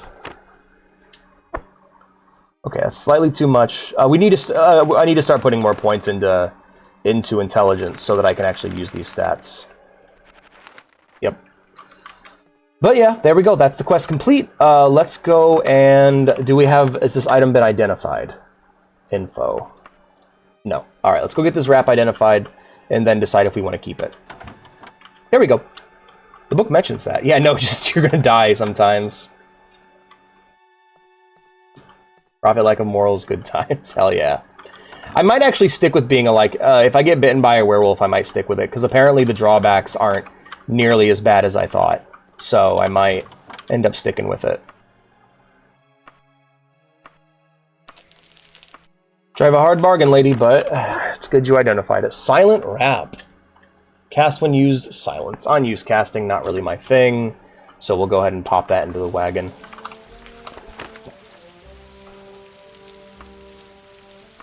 There we go. Pop that into the wagon, head back inside. Let's go magic item shopping and see what we can find. I want it right now. I want to find, well, no, actually, I'm good right now. Enchanted clothing would be really nice. Like, right away, it's maddening. I feel that. Oh, damn, dude really improved. Yo! Of the Orc Lord? Orc Strength, cast when held? Fuck yeah! Gimme that. Gimme. I want that one, and we got leather tower shields. Yeah, the Khajiit suit I wear under my clothing. That's... Ooh, holy dagger! Shining ring.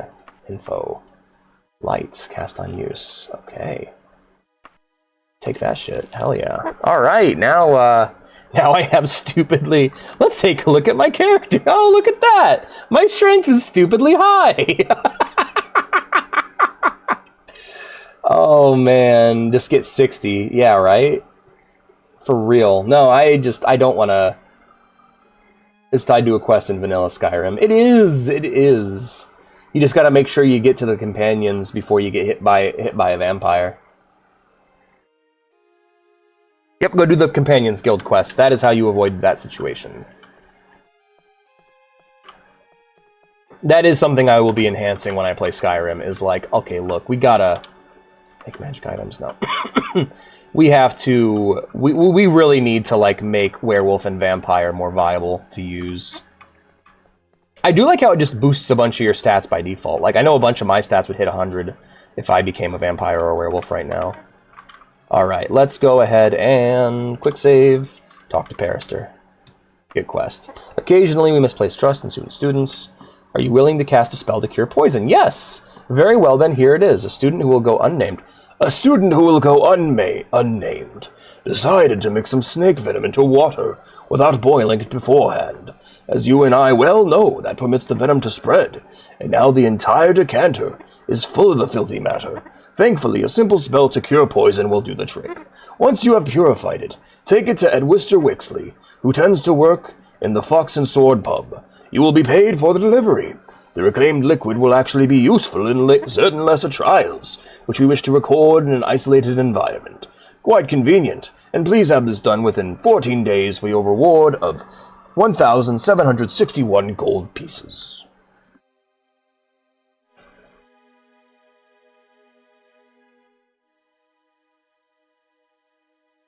And your Skyrim copy's fucked up. I'm out of here. Let's get to the Gothway Garden, and that's the other thing that happens with these games, is like things may happen to you and you might not even notice until hours later. It's like, wait, what? What's going on with me?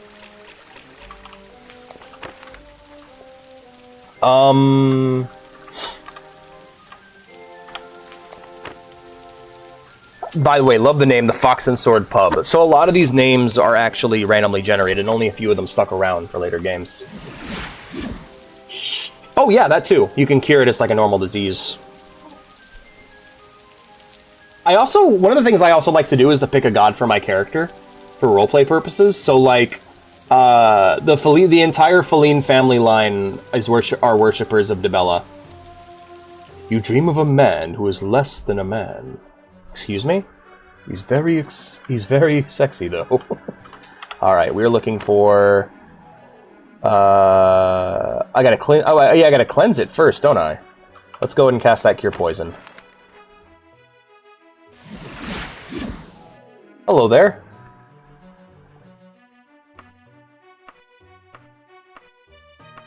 Alright, so they're probably at the local tavern. Let's go ahead and take a look at the map. There we go. Oh yeah, the map is still 3D, by the way. It's just your camera's locked in a top-down position. It's the same style of map, it's just locked in a top-down position because there's no reason for it to be 3D here. Boing, boing. Yeah, I think I'm faster than my horse. Alright, here we go. Let's do something. Let's count it down. Alright, 9, 10. Alright. Okay, that was 2 seconds. Let's start it up at 20 and see how long it takes me to get to the end of the same building. Yes, the horse is still slightly faster, but only a little bit. Edwinster Wickley is who we're looking for. We're looking for Edwinster Wickley. Wixley. Apologies. Alright, you're Whitcroft. Oh yeah, by the way, I got a mod that increased the game's diversity. So, Lizard Lady! Look at that, an Argonian. The fucking barkeep's a fat Dunmer. Isn't that awesome? I love it. I love it. There was a video I saw that inspired me. I'm like, yo, I gotta get that mod. That's fucking awesome. Oh man. So yeah, now Elders, now it actually feels like a multicultural world and shit. Oh, I too hot that mod, right? that Dunmer, fat Dunmer. Wow, rude. No, you don't understand. Dunmer are like super lanky and emaciated. So when you see when you see a fat one, it's really awesome. Dunmer are usually like portrayed as like super skinny. And so when you see a chubby Dunmer, it's like, yeah! It's like a shooting star. It's very rare. Alright, well, you're not who I'm looking for. Jesus Christ. It's in layout. Good lord. Are you it? No, you're Yeoming. Edward Hawking. Jeez, where is this lady? Who am I looking for again? Edwister Wixley of the Fox and Sword Pub. Well, I'm in the pub right now. Let's go ahead and hug this wall and see where it takes us. It's always a dungeon crawl. No matter where you are, you're doing a dungeon crawl in Daggerfall. Isn't that awesome? Look at their face, too. Talk. Why would I help a complete stranger, especially one with your reputation? Motherfucker, I'm kicking ass. I'm a hero. You shut up. But yeah, sadly, these walking NPCs, there's only so much diversity they can be given. I did get a mod to make them into orcs, though, for orcs.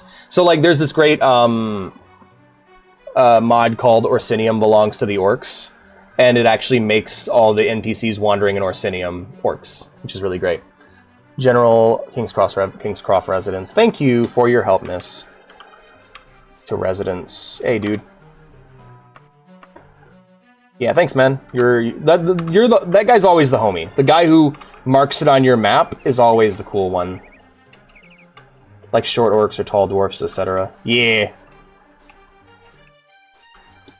We have someone in our D&D campaign who is a human who was raised by dwarves, and so he behaves like a dwarf and believes he's a dwarf. There you are, I think.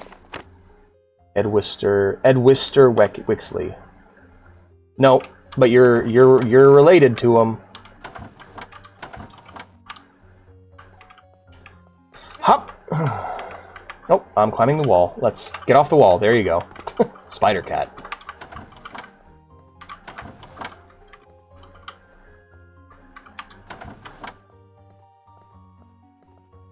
Oh, there you are. You look awesome.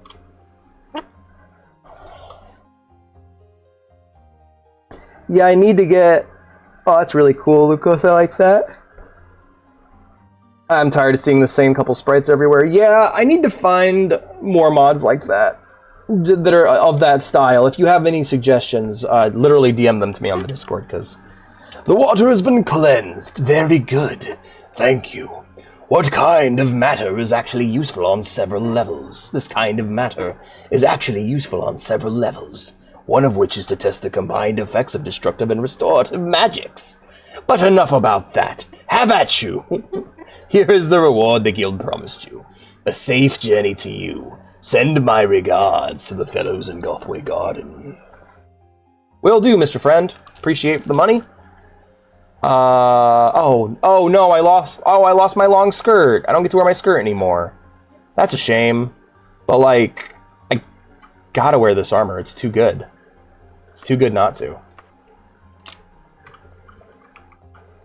The same can be said of all religions. Alright, let's go home. Back to Gothway Garden. Oh, by the way, if you guys are getting tired of Gothway Garden, don't worry. I will be doing my other guilds in completely different cities. We're currently in the Gothway Garden arc. We're in the Daggerfall arc. Right now, I am literally going to go to a different country and join the next guild there. Problem is, it's the Thieves Guild, so it's tough to find that one. I just need to know. I'll just need to. You know what I should do? I should join it here and then go to a different city. Because once you join, it'll mark it on your map.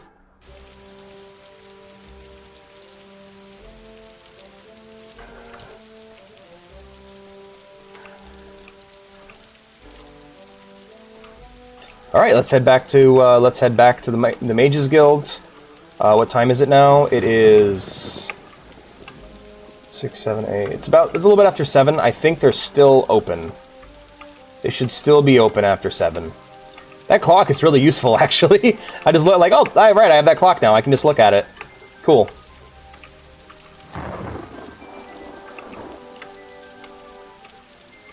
Doesn't matter as much in Morrowind. All the businesses are open all day long and are very static. It's interesting, because, like, once you play Daggerfall and Morrowind, you realize that, like, Skyrim and Oblivion are kind of like cool fusions of both games. Like, playing both of these kind of makes those games look cooler to me. Parister Wicksmith, my friend. Quests. My dear Feline, we often tell our... Oh, I think we've read this one.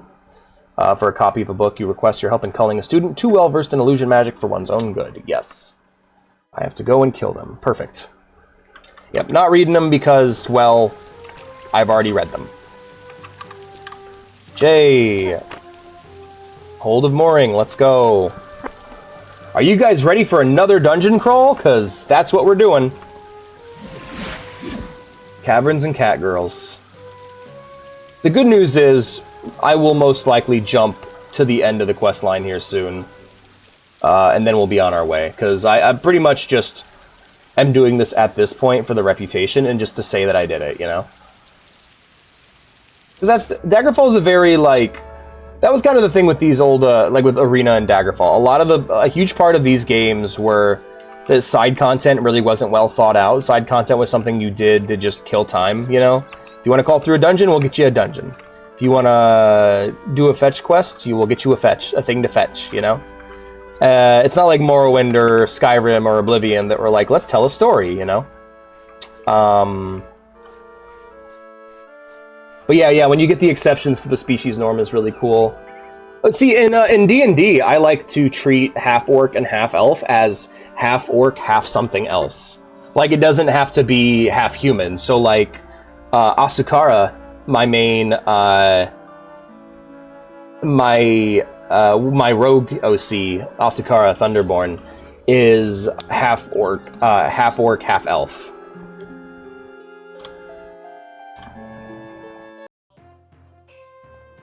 Oh, I love them. Oh, I love this track. This track's awesome. Hello, sir. What the hell was that over there? That was creepy looking. Belina's Balm. There we go. Strike with precision. That's me critting. That was a wraith I saw. I see. Knight just died. Perfect. Iron buckler. I don't think I can use bucklers. I cannot. Get out of here. Yep. Can't use chain, can't use leather, and I can't use bucklers, so I'm still waiting on that full set of armor.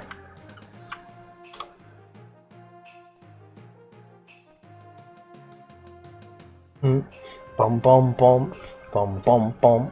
Bum, bum, bum, bum, bum, bum, bum, bum, bum. I am hunting... Just basically it'll show up like a random animal or monster, probably. So it's basically a student who's gotten way too into illusion magic and is like fully taken on the personality and instincts of the creature that they're transforming into. Which I honestly really like as a concept. Oh, hey, Giant! Oh, by the way, bit of fun Elder Scrolls lore. If you want to know why... If you've ever wondered why the Dunmer... Or, not the Dunmer. The dwarves. Why the dwarves are called the dwarves when they're not dwarves. They're in fact just elves that are just, like, normal-sized. Because, yeah, you see ghosts of them in Daggerfall.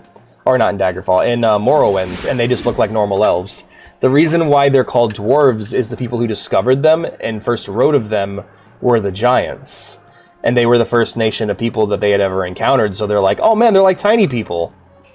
That's why they're called the dwarves, because the people who discovered them were giants. I just think that's a really fun bit of lore. Oh, hey, secret door. You hear that? Alright, okay, I think I like that mod, actually. It's really helpful. There's one down here, too.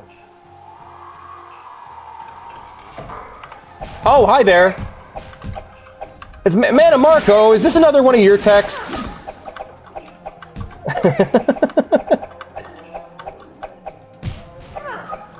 Oh, whoa, someone's trying to beat its way out of that room. That's scary. Okay.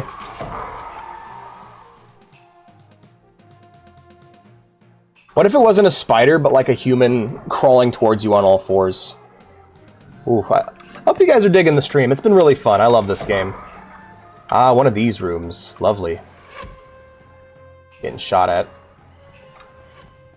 Oh, that's a werebore. Alright, let's get in there.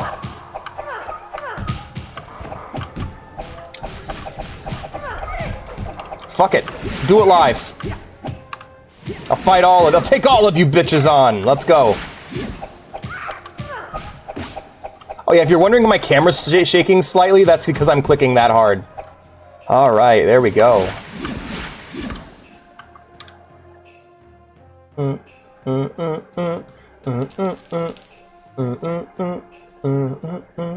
How's the yellow cloak look on me? I don't want to wear the pea cloak. Bum bum bum bum bum bum bum bum bum bum bum. I know you guys just move on and stuff, and it's something I gotta deal with. But like every now and again, when the chat goes quiet, I'm just like, people got tired of me not responding to their messages. I fucked up, you know. But it's not that. I'm sure you guys are just busy with shit. Just letting you a little bit of a oh god, a wraith. Yeah, I'll fist fight a ghost. Took my magic, that bitch. Die, die, die, die, die. Oh my god, that was scary. Okay, perfect. Also, look at my fucking carry weight now. God damn, alright, I'm gonna need to actually retreat, because... Oh, hold on, actually. Let's get you down. Let's knock you into the pit and kill you. Oh, shit! So close. That's why I'm so, like, you gotta keep up with those rests and those saves, man. You never know. You never know when you're just gonna rest one time too few, you know? Like, you think you're tough and you can take it all on, but you never know when you're just going to get screwed. Oh, by the way, that giant strength also increases my hand-to-hand damage, which is nice. Let's take a look at my hand-to-hand damage real quick. Hand-to-hand, yeah. 8 to 16, yeah. So it goes up based on my strength stat. Yeah, we're almost to 111. That's... And almost to 100 on the agility, on the hand-to-hand. You think it'd be based off its derived stat, but nope, based off strength.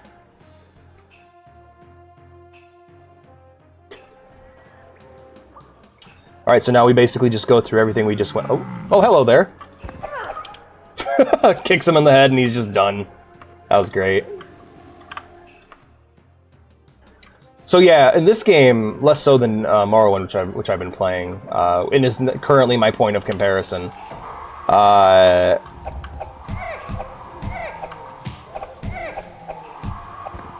Your skills actually go up when you rest in this game, which I think is really awesome. It really ties into the whole dungeon cycle of fight, rest, fight, you know? Belina's Balm, Belina's Balm will go ahead and...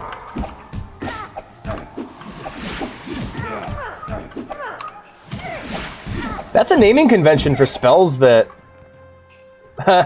that's a naming convention for spells that they took from D&D that just really never came back. Like, blank name of a character's... This is her balm. This is her balming spell. Another one? Another one? Forever, ever? Is this thing on? It is. Hello, Casual. Hello. I just called you Casual. I'm sorry. Hey, Vintage. How you doing, man? What's up? I don't know what was that up? Huh? Did the stream go down? Hold on. Did the stream go down? It might have totally just went out and I didn't even know. Alright, I'll just go ahead and put a little @ here on the server to let people know. Streams back up. What happened? Yeah, because all you guys just immediately went silent, and I'm like, alright, guess I... Oh, what the fuck? That's weird. Thanks, Twitch. Alright, we're gonna go ahead and save here, and then we'll... I can hear the secret door. I'm aware of it. It can stop going... There we go. Had to restart the app. Damn, alright. Alright, can I save here? Alright, if I hide in this room in the very back corner, can I rest? No. Alright, we'll go ahead and top up our health then. Door? Is there a door here? Alright, let's take a look at the map and find out what's going on. Alright, there's a door there. Alright, there's not. Okay, we're moving on.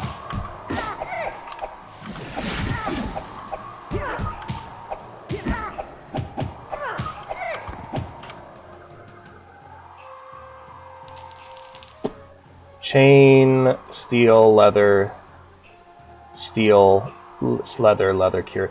I need to start... Ooh, Orcish. Can't use that, but damn. Been doing that to me as well. Oh, damn, another one.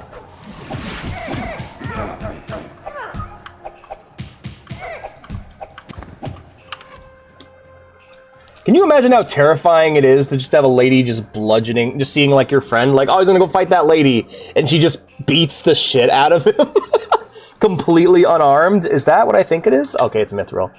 What is the materials in Daggerfall? 1 second, I gotta see what armor materials are better. Materials. Oh, we're having fish for dinner. I'm excited. Material. So silver is under Elven. Okay. But Mithril's... Okay, I got you. Alrighty. Madness of Pelagius. That was a very sad book. That plus the Asylum Ball. Heartbreaking story. More King Edward storytelling. Gotcha. Someone wants my clothes tonight, which is all well and good. Then I'm only going on 1 shift this week until on Sunday. Damn. Alright.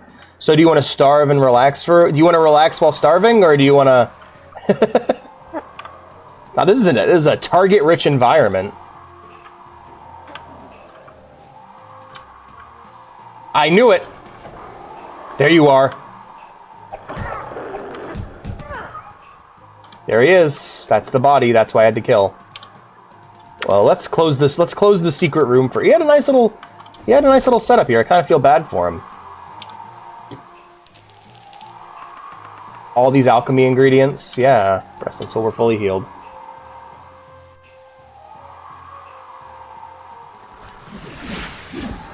Sin! Hello, friends! How are we doing today? It's good to see everyone! How are we doing? What were you guys playing? Quick shout-outs to the True Sin, who is a regular, actually. Oh, thank you! Thank you, Blue, my friend. Everyone, go ahead and give Sin a follow. They are fan-fucking-tastic. They are a delightful little streamer. How are you guys doing? What did you play? What were you playing? We're playing some Daggerfall Unity. This is the second game in the Elder Scrolls series. So it's 3 games before Skyrim. The one everyone knows. Raid-a-roo! Hell yeah, it caused a lot of chaos. Hey, Portal, good to see you, man. So that's where you've been. Hello, Giant. Oh, shit! Yo, thank you for the bits, Sin. I appreciate that. Hell yeah. That's really gonna help. Thank you, man. That is awesome. Am I going the right way? I think I am. Yes, I am. Perfect. Alright, we'll just keep hugging the right wall. I hear a werebore, but I ain't fighting that shit. I'm getting out of here. Bits paid entirely by Portal, lol. Thank you, Portal. You kind gentleman. Alright, we're out of here. Let's go ahead and drop off all of our things. But yeah, for those of you who don't know me, I'm School of the Cat. I'm a cat who loves crime and old video games. I basically just play whatever I like and whatever comes to mind, and yeah. That's kind of how it be. We aim for full playthroughs here, so unless a game totally goes to shit, we tend not to drop it. I hope you guys enjoy your stay. Tell me about something creative you're working on. That's kind of what our topic of today is. We're talking about OCs. We're talking about stories we're working on. Tell me all about it. All right, let's get out of here and let's head back to Gothway Garden now that our quest is complete. Right now we are just grinding rep with the Mages Guild so that we can eventually become Archmage. We currently have the skill for it, so if we can get the rep where we need it to be, we will automatically... I am Sin's wallet, lol. I do like... I love that idea. The whoosh is too... when there's... It's too loud, though. I should see if there's a way to tweak how loud it is. Because it's very overbearing. That's kind of the issue with modding a game as I go on stream, because I can't play off stream. What's a wallet? Kiwi. Ooh, with one of my mods, and switch to Superliminal. Superliminal is one of those games that I really want to play, but things from it really creep me out. Aw. It's a Kiwi co-op puzzle game. That's awesome. But yeah, Superliminal is one of those things that gives me, like, that fucks with my vertigo, and also creeps me out in a lot of ways, makes me uncomfortable, but I still want to play it, because I love myself a good first-person puzzle game. Hell yeah, man. Might have to check that out. Celebration of second planting is in full glory this day, and it is a holiday with traditions similar to first planting. Improvements on the first seeding symbolically to suggest improvements on the soul. Free clinics at the temples are open for the second and last time this year, offering cures for those suffering from any kind of disease or affliction, because peace and not conflict is stressed at this time. Battle injuries are healed only at full price. Ooh, I see. Yo, I'll check it out. That's awesome. Owl. Oh yeah, you're off tomorrow? Nice. I mean, oh, whoa. Whoa? One of the cool things about Daggerfall, and probably something I'm going to mod into Oblivion and Skyrim, is the holiday system. I love how there's like actual holidays in the game that people celebrate. Now, of course, because of the art style and the graphical limitations, there's only so much you can show with that. You should meditate on what you've learned about jumping. I will do. Wait, that exists? Yeah. He's, Portal is Sin's jingle. Boing, boing, boing, boing, boing, boing, boing, boing, boing. I like bee hopping. It's fun. Hello, sir. 1,000 thanks for saving our poor pupil from a worse fate. Those who fail to control power become slaves to it in time. Have your book. Thank you for another book that we're going to read on stream today. You posted it? Hell yeah, I'll check it out. I love that idea of just like designing little planets and stories about them. Actually puts up Christmas decorations. Oh, does it? Feline, it honors me to bestow upon you the rank of Master Wizard. By deed and word, you have proven yourself to be an exceptional guild member worthy of the penultimate position that the Mages Guild recognizes as full Master Wizard. You may call upon the services of the Travelers League, who guard the guild's most treasured and secret room, the Teleportation Chamber. From there, you may travel to any settlement in the bay in but a twinkling. As your time is most valuable, the chamber should aid you.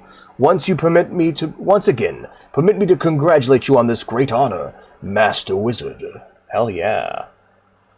And confirm. That's awesome. I must be off. Friend told me to come over after my stream. Will do. Have fun. You too, Sen. Have fun, man. Let's check something real quick. I want to make sure that that's the final ranking. We might be done with the Mages Guild. Daggerfall, Mages Guild. Beep, beep, beep, beep, beep, beep, beep, beep, beep, beep, beep, beep, beep, beep. Beep, beep, beep, beep, beep, beep, beep, beep, beep, beep, beep, beep, beep, beep, beep, beep. All right, we have one more to go. We have one more rank. Yes. We have one more rank to go. By the way, there are also bits. If you guys want to donate bits, but want to get something for your donation, you can actually do our legacy sound alerts, ones that we don't have on the channel anymore, for bits. They're much cheaper, and of course they're much lower in price. Give the cat weed. Hell yeah, man! I'll smoke up. Fuck yeah, let's go. Let's go. Let's smoke up. My lighter's missing. God damn. All right, BRB guys, gotta put my lighter. There it is. Yay!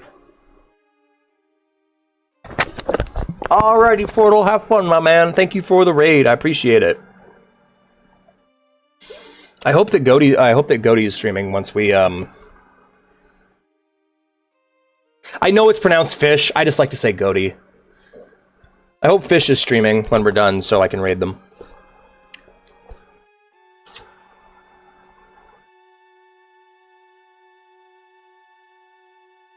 If not Vintage, you might have to stream and I might have to raid you. Or someone else. Thank you for the raid. Thank you for the weed, my dude. I forgot how fun it is to stream RPGs, because just there's so much downtime that you can just yap. Oh, you're at work right now? Ah, I see. Understandable. Very well. Let's not drop my cigarette onto the desk. Instead, put it in the ashtray where it belongs. And we'll take a look at our rep real quick. Affiliations, Mage Guild, rep 81. We need to get to rep 90, so we got more quests to do. And then we got time to pass. But first, let's see what new magical items Dunyak has on sale. Okay, we have an Iron Healing Buckler, can't use irons. Casual Cloak of Good Luck. I might actually swap that because a cloak does not take up a amulet slot. We might do that instead. So let's grab that cloak, and we'll go ahead and buy that shit. Yes, thank you. Alright, let's equip that cloak. Casual Cloak of Good Luck. Now, we're all gray now and not colorful, which is sad, but, you know, the trade-off is really worth it. Amulet of Fortitude, Amulet Torque of Good Luck. Let's unequip that, and then remove that into our wagon. Alright, well, while we're here, before we head out, let's go ahead and go get some repair done. Well, first off, let's go sleep in our inn-room, and maybe re-up it if we need to. Oh yeah, I forgot about the Archmage. Hey, no, Lucas, I'm really happy to have any of you guys here. I love, as long as there's one of you constantly talking to me, I will be very happy. I have not rented a room here. Sir! Room, please! Another 30 days. Oh. Thank you. Rooms are so cheap in this game, you might as well grab them for, like, a long time. Rest until fully healed. There we go. Alright, so... yeah, we're doing good. Let's check out our affiliation real quick. Yep, so we got more quests to do for the Mages Guild. But before we do that, what time is it right now? It is about 8 a.m., so we'll go sleep until about noon.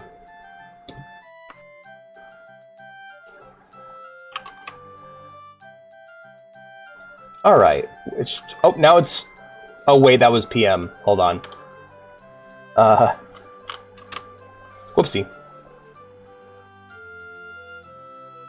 That's fair. I understand that. Use your energy when you have it. Take the time like this to recharge. Think of your shift from manic to depressive as energy. You've basically spent all your energy, which is why you're probably in a more depressive state. And so what you want to do is let it charge up while you're in manic. And while you're in your manic stage, you want to kind of hold yourself back and not overdo it. Try to stay humble, try to stay temperate, so to speak.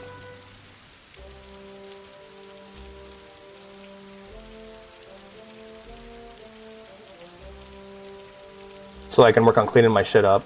Yeah. It's what I've been trying to practice lately.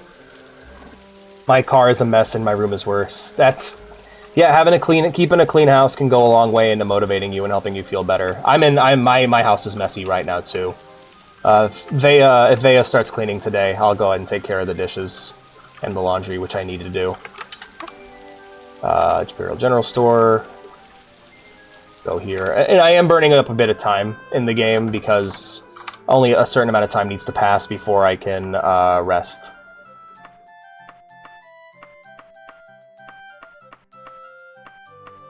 Beep, beep, beep, beep, beep, beep, beep, beep. Beep, beep, beep, beep, beep, beep, beep, beep, beep.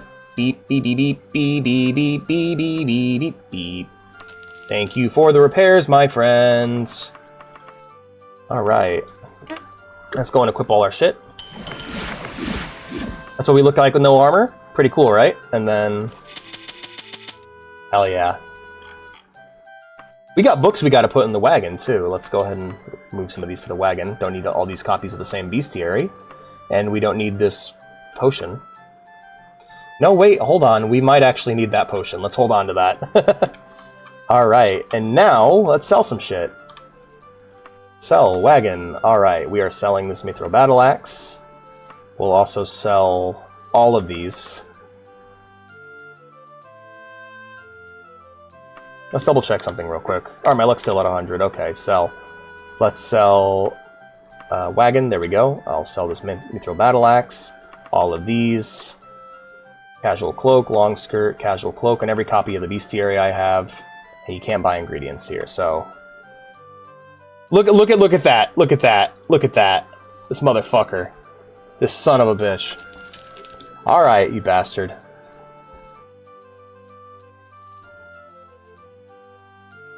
Hell yeah. Good idea. Hi, Obi. How's it going, man? My character looks like shit. She has no fashion, but what are you gonna do? I get dinner, then I be back. Okie dokie.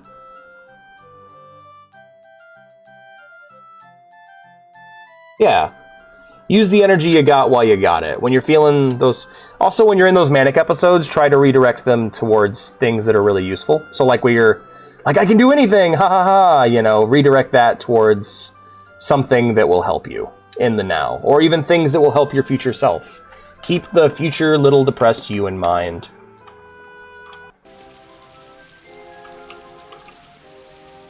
Yeah, she looks very modern. She looks very modern fantasy with all the color just drained out of her. Yeah, absolutely. Let's, I think, I gotta get to an alchemist and sell all these ingredients. Hello, sir. I am looking for... Alchemist. Arkford. Thank you, sir.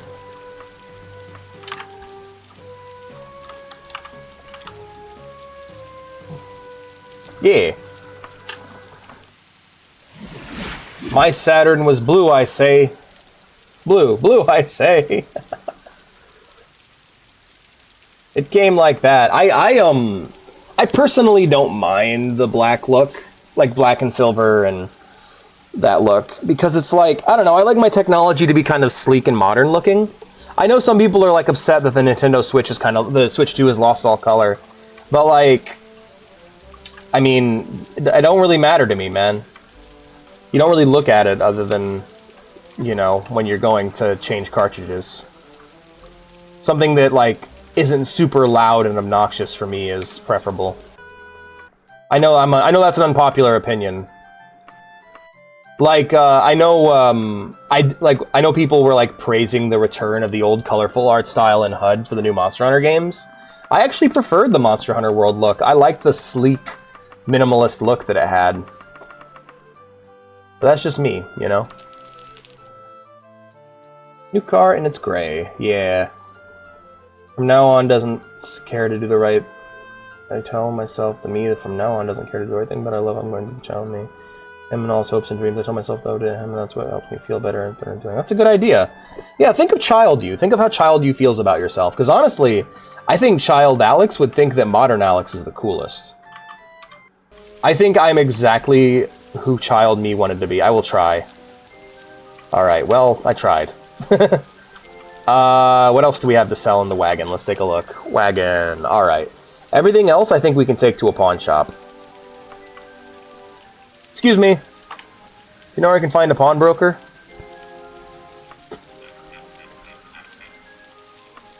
Knightstown. Thank you.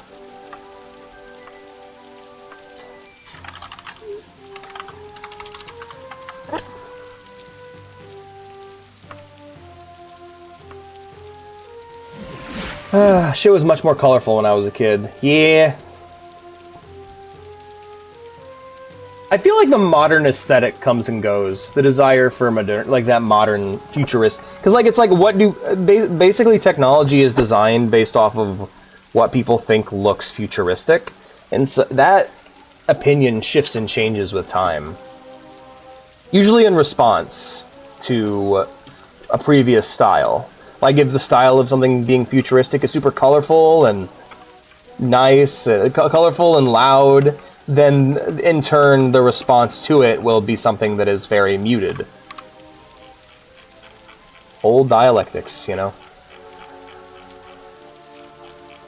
Let's talk to this person here. Hello, sir.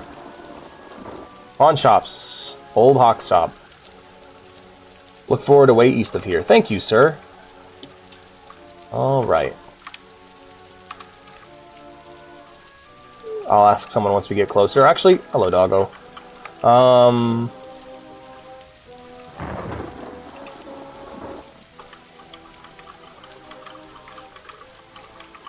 Right? Yeah, Lucas, totally. Kid, you would be really happy with you. Oh, yeah, for real. 2030 is going to be Katy Perry's Sweet Treats.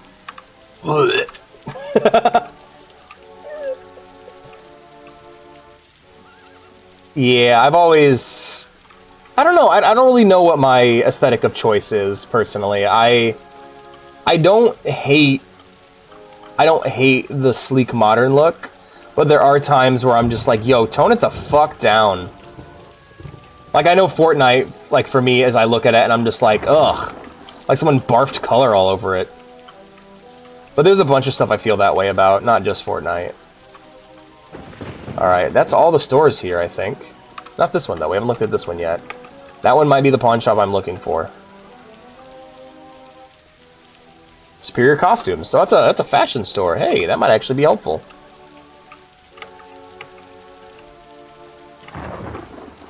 Alright, well, we are looking for...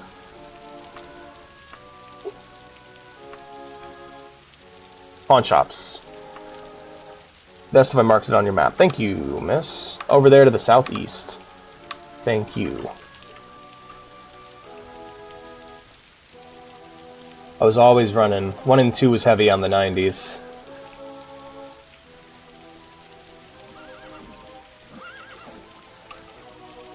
Ooh, I never thought of that. That's really cool, Lucas. Yeah, 90s and early 2000s were very gray. 2010s were super loud and colorful and obnoxious.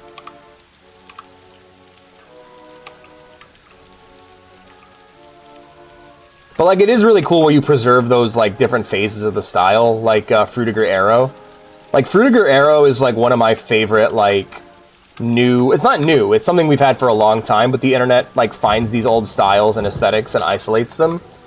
Like, Fruitiger Arrow is so fucking cool. I have this really cool anime Fruitiger Arrow wallpaper that I'm super fond of.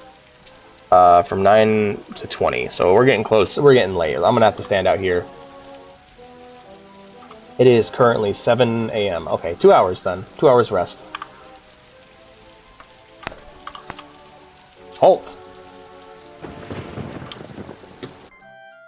Dee dee dee dee. Hello, sir. Da da da da da da da da da da do do do do do do. Yep, thank you for the money, bitch. All right, let's head back to Daggerfall. I want more 80s wood grain appliances. That's 60s. That's like 70s shit, man. Trying to offset the eye blasting white. Yeah. Well, then there was, like, I always felt like there are certain series that took minimalism too far. Like, fucking... I mean, like modern Rockstar games really overdid it on the minimalism. Like, I can't tell when I'm being damaged. It's hard to tell what my health is at in Red Dead because it's this little bubble in the bottom left corner of the screen.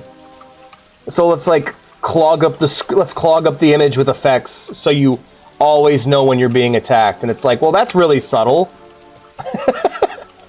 I mean, it's a lot better at letting you know when you've taken damage than old GTA games when you're like, am I doing okay? And you look up at the heart and it just drops to 0 and you die and you're like, nope.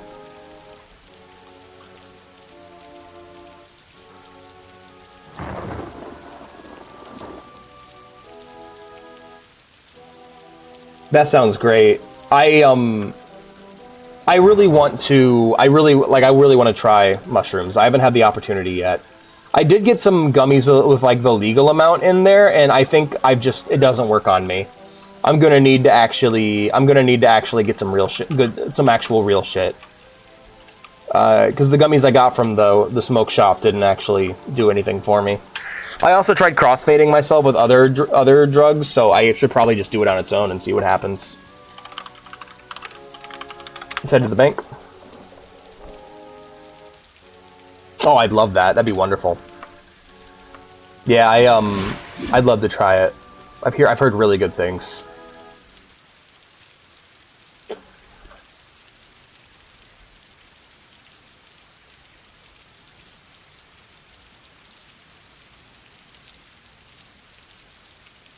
I mean, that's fair.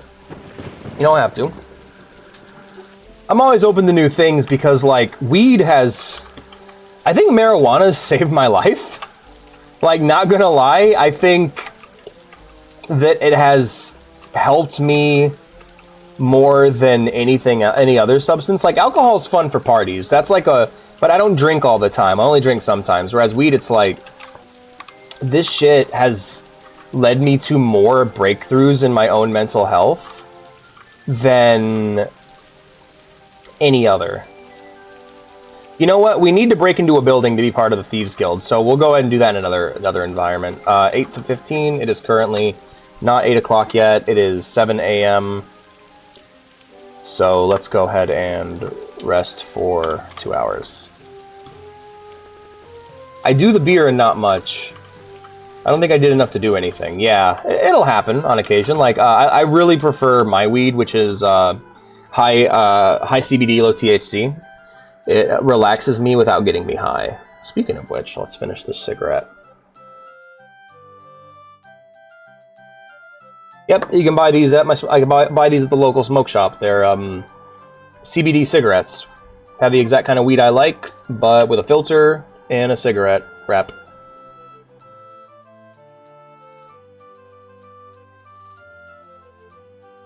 This guy looking at me like you don't like the way my dick smell. I don't like that. I don't like him. Yeah. I mean, I don't really do tobacco, but I like smoke a cigar every now and again for like special occasions. How are we doing on? We got okay. 400 in our account. I don't want to carry that much on me, but let's go ahead and see if we can get a 300 gold letter of credit. There we go. Let's try if we can get a 100 gold letter of credit. All right, and we'll just withdraw the rest.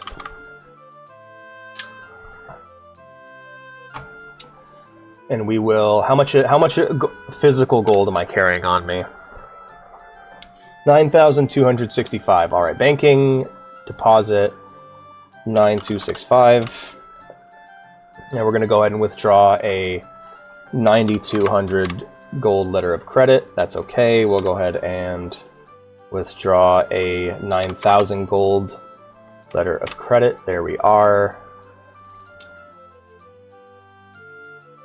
Am I fucking this up? Do I not understand how this works? Oh, it was 900. Okay. All right, so we talk to you again. Banking. We'll deposit all of our letters of credit. Yes. All right, and then we'll withdraw a $15,000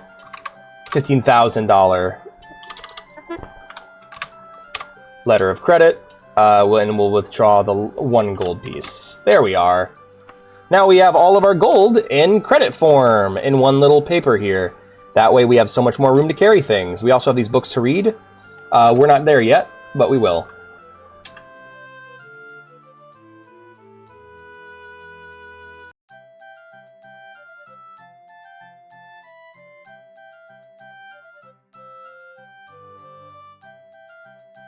Damn. That's awful, Lucas. They just cut you off? Damn. Right? Yeah, it's good to have a lighter. A lighter's just a good thing to have.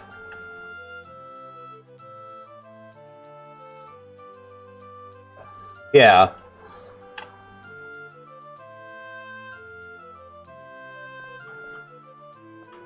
Cigarette smell anymore. That's fair. No, it's... Weed's benefited me in a lot of ways. Like, I can't exactly smoke and get high all the time, or else I get sick. Because THC makes me anxious. And if I'm hanging out with a bad crowd, aka anyone who isn't nice to me all the time like my girlfriend is, it's not pleasant. It is not pleasant being high around other people besides my girlfriend. There are very few people I can comfortably smoke with, and she's one of them. I just get really sensitive and scared. And then eventually I'll just go hide and cry. But like with her lately I've been smoking and it's been really nice. I've been smoking with her every night and it's been really cool. Last night was just the perfect amount of high. We watched The Dark Knight Returns, which is a really great animated Batman movie. Fucking awesome shit, man. Really great. Yeah. Let's get a quest. Hey, what you got for me? My name is Perister Wicksmith, and you need someone to kill a rogue imp for us. Are you interested? The job does pay 2,401 gold. Absolutely. Fine attitude, Feline.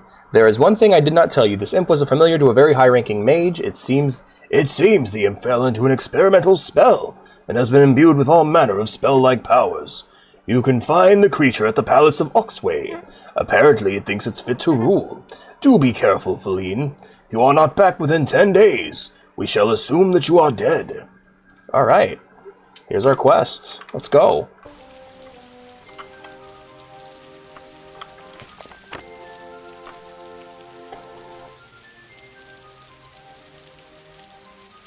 Hell yeah, Oxway, let's go!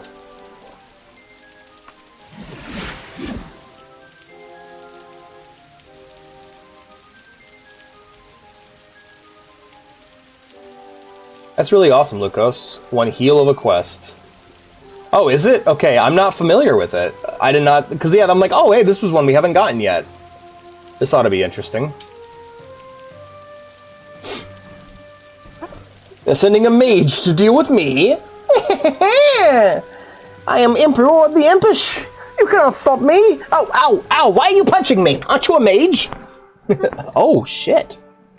Wait a minute, this isn't a dungeon. Alright, shit just got interesting. You notice a trio of hooded figures walking out, planning some sort of mayhem under the guise of fog. Before they can get far, a ranger approaches them. Stop! There will be no mischief here. Surrender your weapons or I'll be forced to take your lives. They ready their arms in defiance. Do you intervene to help the ranger or keep out of this? I'm going to intervene to help the ranger. You ready for battle and signal to the ranger that you'll help as well. Thank you, friend, the ranger shouts, and the battle begins.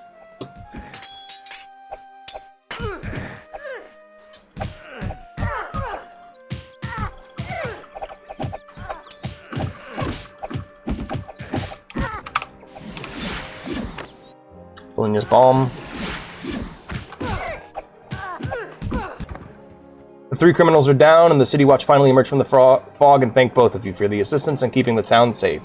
The ranger also thanks you profusely and disappears into the fog. Well, that was badass. I like that. That was cool. That was a cool little encounter. Other than my mate. Yeah, I feel ya. I get super emotional sometimes when I'm high because my walls are down more and I usually let them and I just feel scared around others. Yes. The idea of I am opening myself to you and you are not treating me well is deeply concerning. Okay, hold on. Let's zoom this out. I need to know what the hell I'm looking at here. Okay. Alright, we'll hit the wall, run over to the palace, go into the palace, ask about the imp, and see what's going on.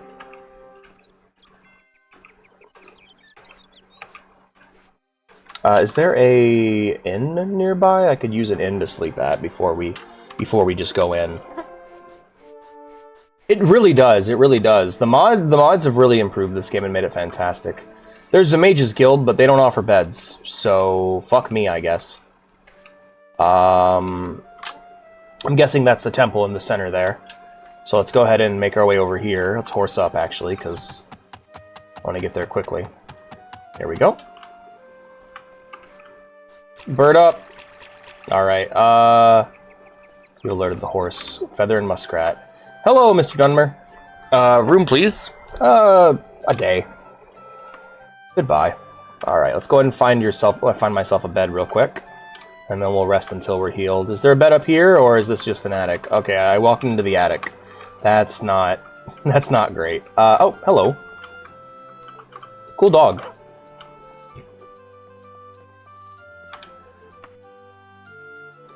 Alright, let's get over there. But no, yeah, this game's beloved. They're doing a really good job taking care of it. And no, like, when I smoke with people, it's like, I am trusting you to be kind and accepting and sweet to me, because I am very sensitive and vulnerable right now. Just a little bit of anxiety, if left untouched, can sprout into a full-blown panic attack. I mean, I don't think I've ever had a panic attack, to be honest. But it's still very uncomfortable. Alright, let's head on in. Hello? Hello there. I gotta ask you, man. What's going on with this imp? Previous list. General. Palace. You have found the palace. You are in it. Okay, well, in that case, we just gotta find the imp. Once we find the imp, we'll deal with it and get out. I found the imp!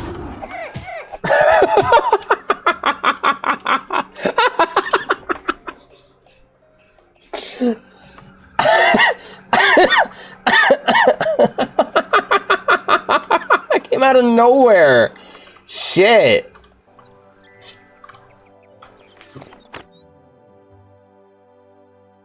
Okay, apparently that wasn't the imp. Or there's another imp? Some manner of imperfection.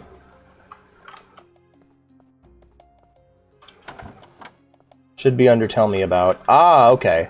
Alright, alright. I'll check it after I kill the imp. Next person I talk to, I'll check it. Hey, yo.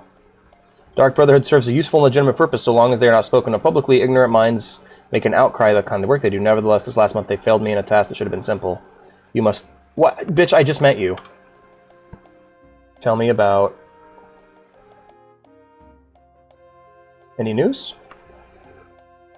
Okay, well, that doesn't help me at all.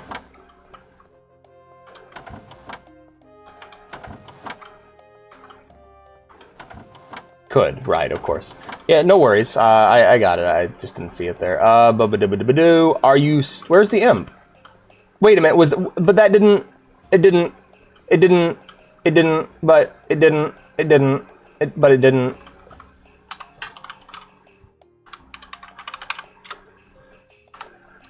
Yeah, that was him. Okay. Let's read the quest. Destroying the rogue imp. I did it. Yeah, that was him. So let's get out of here. It didn't give me a message or anything for it, but the job's done. That was interesting. Fancies himself a ruler, I guess. Oxway. Alright, let's go ahead and teleport to Gothway. You know what? We have a Mages Guild in town. Why don't we use the teleport service now that we have access to it?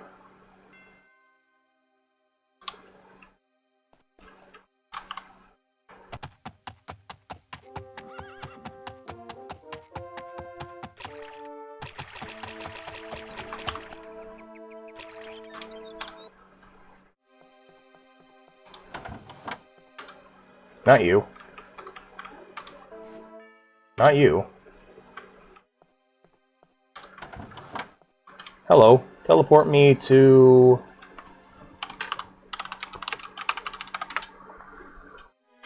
Because that way it'll just do it instantly. Yeah. That way we're not going to burn up any time or risk running out.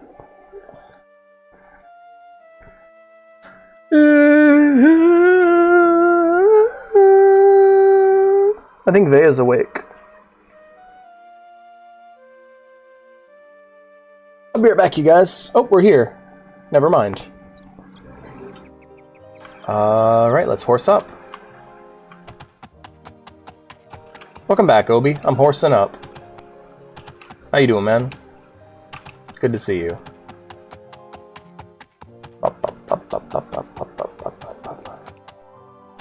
Oh, are they? That's awesome.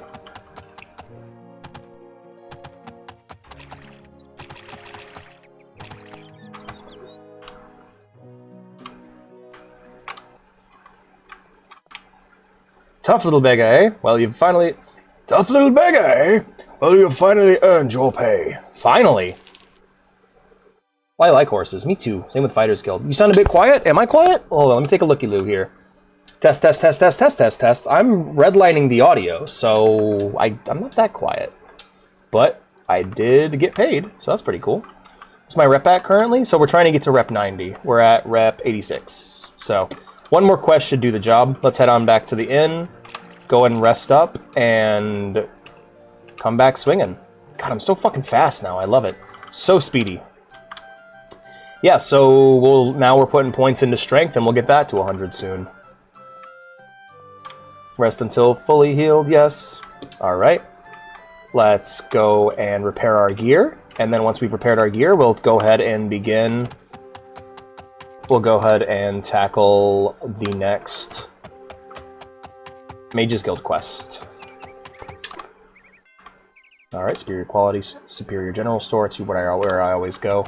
I don't know if it actually is a good thing or not, but like, other RPGs have given me the mindset of you always go to the same place when you... Like, if you have a blacksmith in town you like to use, you always use that blacksmith so that you can build up reputation with them. Alright, so, Peric, let's repair some shit, buddy. Oh, I have arrows! Oh yeah, because I've been shot! What am I repairing that you need to... Alright, bop, bop, bop, bop, bop, bop, bop, bop, bop. Repair all of that, please.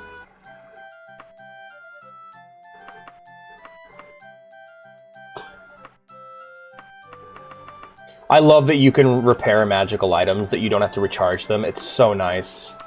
Thank you, sir. Oh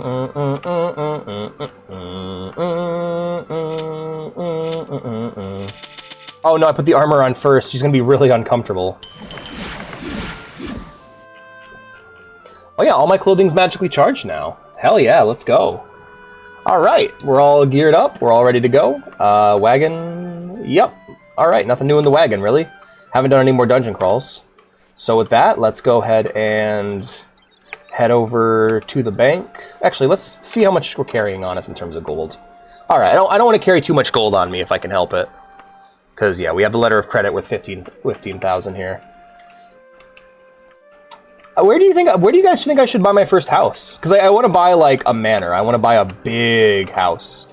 Where do you guys think I should buy my first house? I was thinking somewhere kind of scenic and pretty, you know? Because right now, all we've really seen is Daggerfall. And a bit of Wayrest. But I actually, in my adventuring, I want to focus on, like, what areas I like the atmosphere of the most. I think I might even go Orsinium, because I love the orcs. That'd be fun. But I'm not sure yet. Print out the map and throw a dartboard. I don't need... Well, what's cool, Vintage, is I have an actual physical map of Daggerfall right here that came with the Elder Scrolls Anthology collection you used to be able to get. That was the first game I ever got purchased on Steam, by the way, was I got a code from that. And yeah, so right here I have an actual map of the Iliac Bay region. It's really cool. I also have one. I have one for every game in the series, except for, of course, Daggerfall. Except for, of course, Redguard and Battlespire and ESO. But everything else, I have this map here I can use. But don't throw a dart at the collector's map. Of course, that's true. I also got one for Morrowind, which I'm excited to. That one's good. I'm gonna get a lot more use out of that one. We need you to get a rare ingredient that is hidden away in a... Yes. Hi, Mr. Blue. Nearby dungeon. You will get a finder's fee of 2,602 gold pieces. Are you interested? By the way, shout-outs to the AI voice mod for Morrowind for being the first AI voice mod that I've used that isn't terrible. It's good. Thumbs up. Of course, I would prefer real voice acting any day, but for now, it's the best we can get. An excellent attitude, Feline. You are looking for Saint's hair, which can be found in Woodfield's guard. You have 28 days to bring it back. Been lurking, been writing a bit of OST stuff down, drawing. Hell yeah, that's awesome. I do wanna hang up all the maps when I'm done with them, though. Before I go, though, let's see what our boys got here. Okay, we have a katana of undeniable access. We have a robe, dead man's casual dress. What the hell? Firestorm, cool. Fireballs, silent scarab. Really, none of these are unrestrainable amber, free action, on use. Okay, and none of these are quite what I'm looking for. I don't really like on use casting. I want items that just passively make me better. I see. Alrighty, let's get going to our destination. We're going to be heading to Woodfield's Guard on the Daggerfall in Daggerfall province. Right, here we go. Also, Obi, a bit about your offer last night. I think I pretty much said everything that I wanted to say on last night's stream. We could try it and see how it goes. I do want to record it and listen to it. I don't want to stream it. I do want to record it and see how it goes. But I think that's not even it's not a terrible idea, and I'd be willing to give it a try.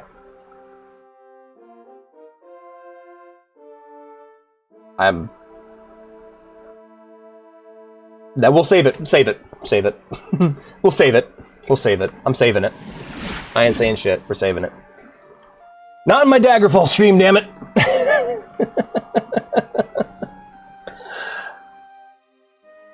God, I love Daggerfall's music. It's so charming and quaint and cute. Like, Jeremy Sewell's awesome, but like playing Morrowind has been like, man, yeah, I miss this music. Was that like a swamp? That's awesome. Hood dueling problem? I didn't even know that was a thing.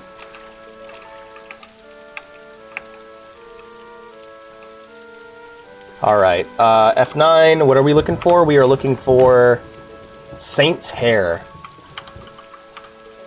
Here we fucking go. It's dungeon time, boys. Let's go. It's time for caverns and cat girls. Let's. Oh, I hear a werebore. Yeah, I'd want a gun for sport shooting. If I had a gun for self-defense, it would be a shotgun with beanbag rounds because I would like to not kill people. But I think there are better options for home defense, such as leaving the home. Because if any, I don't know. I don't think guns are very effective for home defense if you're storing them safely. Either you or... Not necessarily! Not necessarily.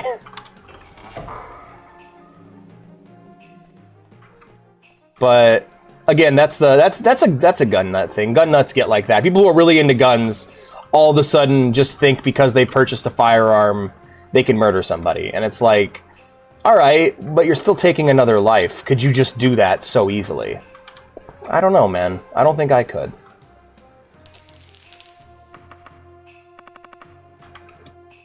I would like to start carrying mace on me, though. Because I can tell you, as someone who recently had to fight off a group of teenagers who were trying to hurt me and my girlfriend, I would have really liked to spray them in the face with pepper spray at the time and get them to fuck right off. That would have been really nice.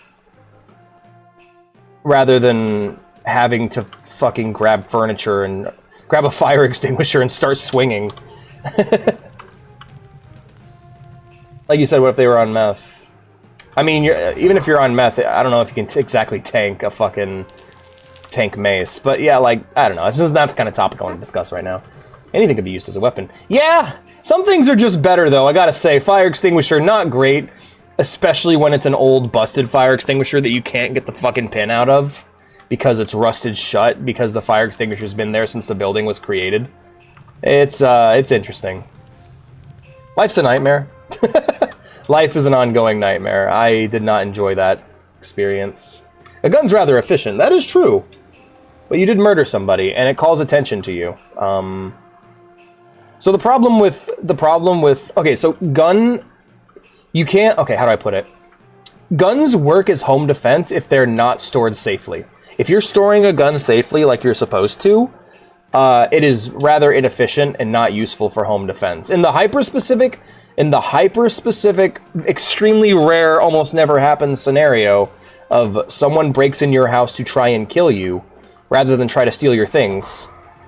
Because if someone's trying to steal your things, that ain't worth a human life. Just get out of the house, man.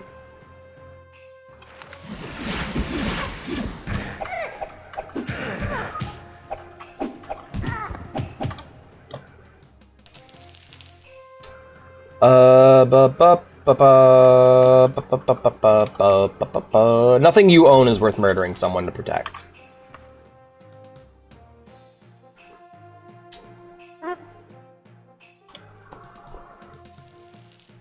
Oh yeah, guns rather efficient, yeah.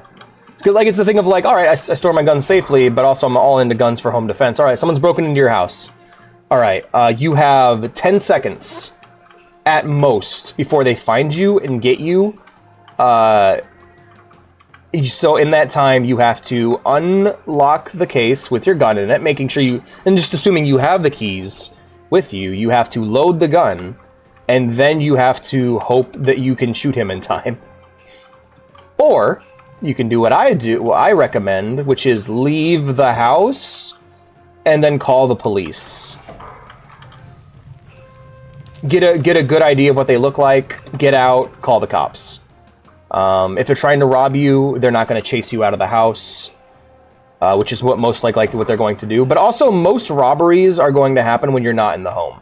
So it'll be a smash and grab. I read an entire book on this, actually. It was really interesting. But basically, burglars IRL they don't use like lockpicks. They don't climb into windows. They don't stealth. They go to a window with a hammer or a rock or their fists. They bust that shit. They climb in. They grab whatever's valuable and they leave. It's yeah. Give me a second. Got to put in the password. My Wi-Fi compatible gun case isn't connecting. See, honestly, I think a simple lock. Honestly, you can do a lot. Like, just keep your keys near your bed, and one of the keys on your keychain should just be for your gun. Put your gun under your bed in a lockbox, maybe a little handgun, Glock or a pistol, you know, or a Glock or a pistol, as if a Glock isn't a pistol. But yeah, put your Glock under your bed. Uh-oh, someone's breaking into the house. Get your keys, unlock the little lockbox. There's your gun. Grab it. Perfect. Easy. But again, then there's the problem of like, do you really want to kill a man and possibly endure a manslaughter charge when someone's breaking into your house? Because like, some states will let that go. My state will not.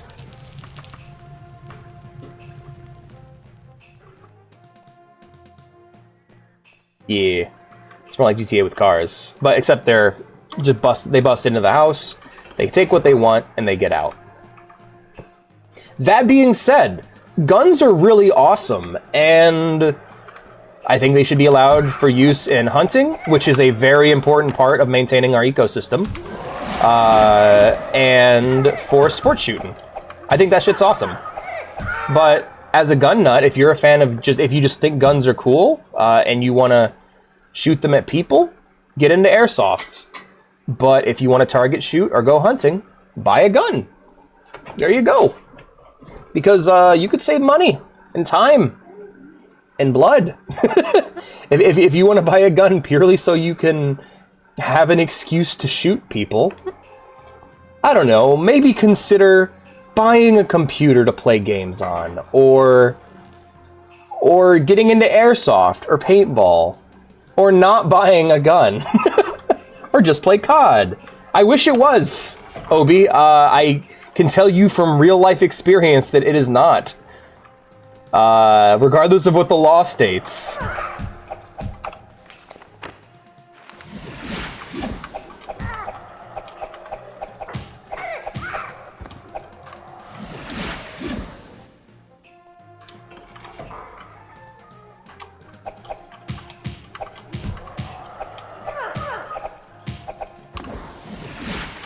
I remember there was a kid who kept trying to fight me when I was younger. And he wouldn't leave me alone. He kept following me around. He came to my yard. I left my yard with a knife and basically threatened to shank him if he didn't leave. He then left and called the police on me. I then had to endure a year of trials plus community service plus what was it? Trials plus community service plus fines that I had to pay. And I remember the funny moment is when I sat down and got to tell the judge the whole story. My attorney advised me to plead guilty, and so then I talked to the judge and we spoke, and I explained the whole situation to him, and he's like, "Huh, kind of sounds like he started the whole thing." I remember the judge saying that to me, and I was like, "Yeah, it kind of does, sir."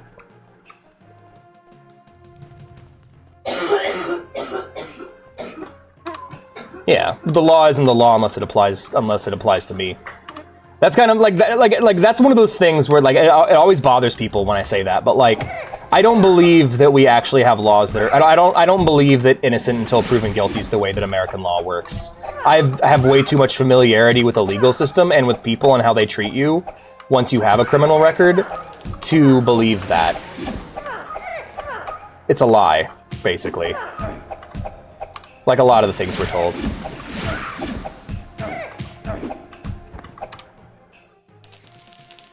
Because, like, people can say it's one way, but when I've experienced it the other way, there's nothing more to be said. It's just...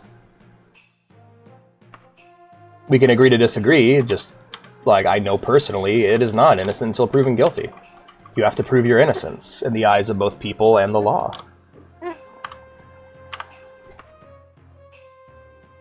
Bless your partner. Yeah, and just because the law doesn't apply to students, I'd take that as a meaning that it's a lie. Like, I don't think we have a right to an education. I think we have a requirement to an education. You know what would be really fun? You know what would be a fun political video? I would like to sit down with the Universal Declaration of Human Rights, and I will tell you whether or not we actually have those rights. Because most of them we do not. It is! EPO's rad. I'm glad you're enjoying it so much. I need to actually watch it myself. Last time I tried to watch it was on, like, bad translations that I downloaded on my PSP or my Vita back in, like, 2014 or so. Right to work. Alright. Because if a right is not defended by those in power, it is not a right. If a right is enforced as if it's something you have to do, it is not a right. Our right to an education is not a right. It is something forced upon us. It's a rule we have to follow. If you don't go to school, you get in trouble with the law.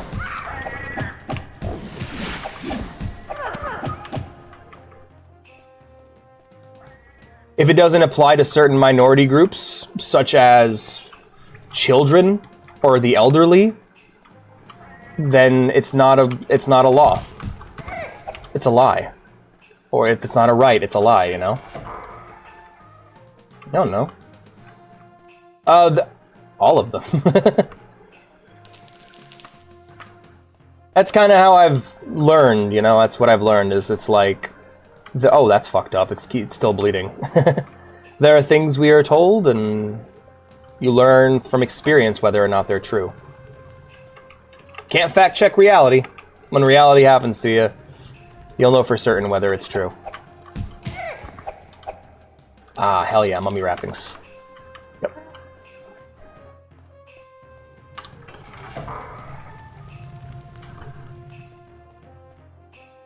Hey, hon.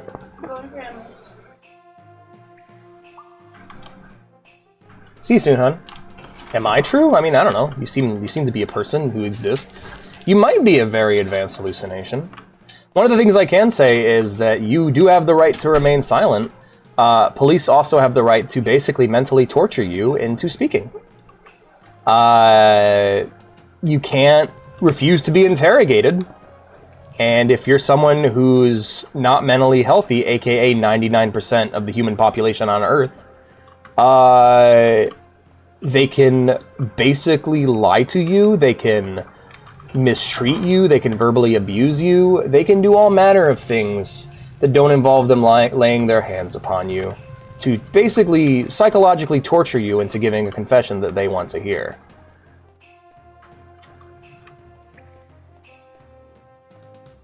All right. Oh, you work 2 jobs? Damn, I'm sorry, man. Right. Enjoy your shower, dude. Sorry we're getting so cynical, but it got brought up, so, yeah. Point is, don't talk to the cops. Don't get arrested. If you get arrested, keep your mouth shut. Try for as long as you can. It is going to be one of the hardest things you've ever done because they are trained to get you to talk. You work 3 jobs. Shit. I only work this. This is my only job. I've been trying to get another one. Why don't you stop streaming and get a real job? I've tried. I'm trying. It's not working. This is America. Guns in your area. I got a strap. I'm gonna carry them. Yeah, that's true. Yes, they can force you to give a false confession. And that is something that has happened very commonly. He's not wrong though. That's the thing. Like I don't know how Denmark law works. I'm not a Denmarkian, but like it's the way it is here in the States is that's how it is. They can basically say whatever they want to you. That doesn't mean all cops are bad, and of course I do appreciate that when it's to get a real confession out of somebody who's, you know, somebody who's actually guilty. That being said, if guilty people are getting away with it, maybe we need to change the way we do things in the law. Because that's the thing, the law is basically the science of reaching the truth. It's basically a form of debate. The law is applied so that everyone can reach the conclusion that the most people find the most fair and accurate, you know. It's a kind of democratic in that way. So trying to apply it like a cudgel that you always have to follow no matter what doesn't exactly work. Like, I'm a big fan of civil disobedience. I think politely disobeying the law is the responsibility of a citizen, of our citizens. People should disobey laws they disagree with, because we won't know if the laws still need to be laws unless people do that. There's so many dumb fucking laws we have that need to be challenged regularly.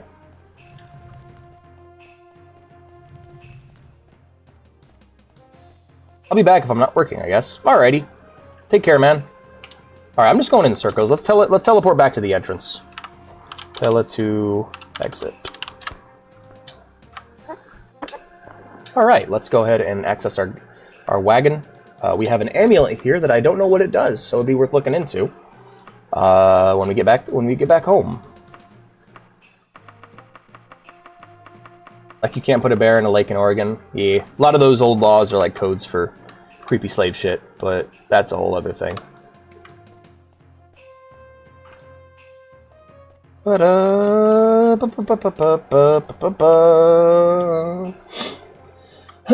Denmarkist.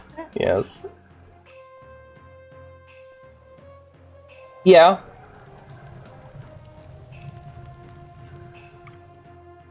That's the other thing people got to kind of get their heads around when it comes to history. No, just because that is not Solid Snake. Just because there was slavery doesn't mean it was legal slavery. We have slavery today. It's not legal slavery, but it's still slavery. Anyone who works and doesn't get paid for it is a slave. Sorry, anyone who is forced to work and not get paid for it is a slave. Just because they didn't have slave laws on paper doesn't mean slavery didn't exist.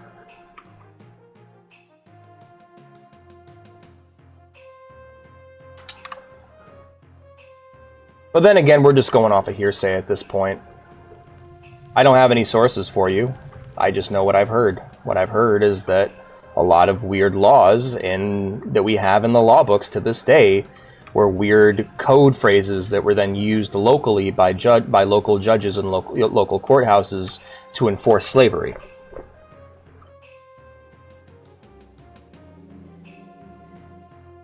Basically I just explained it. It's a thing that would then be applied in a very private courtroom.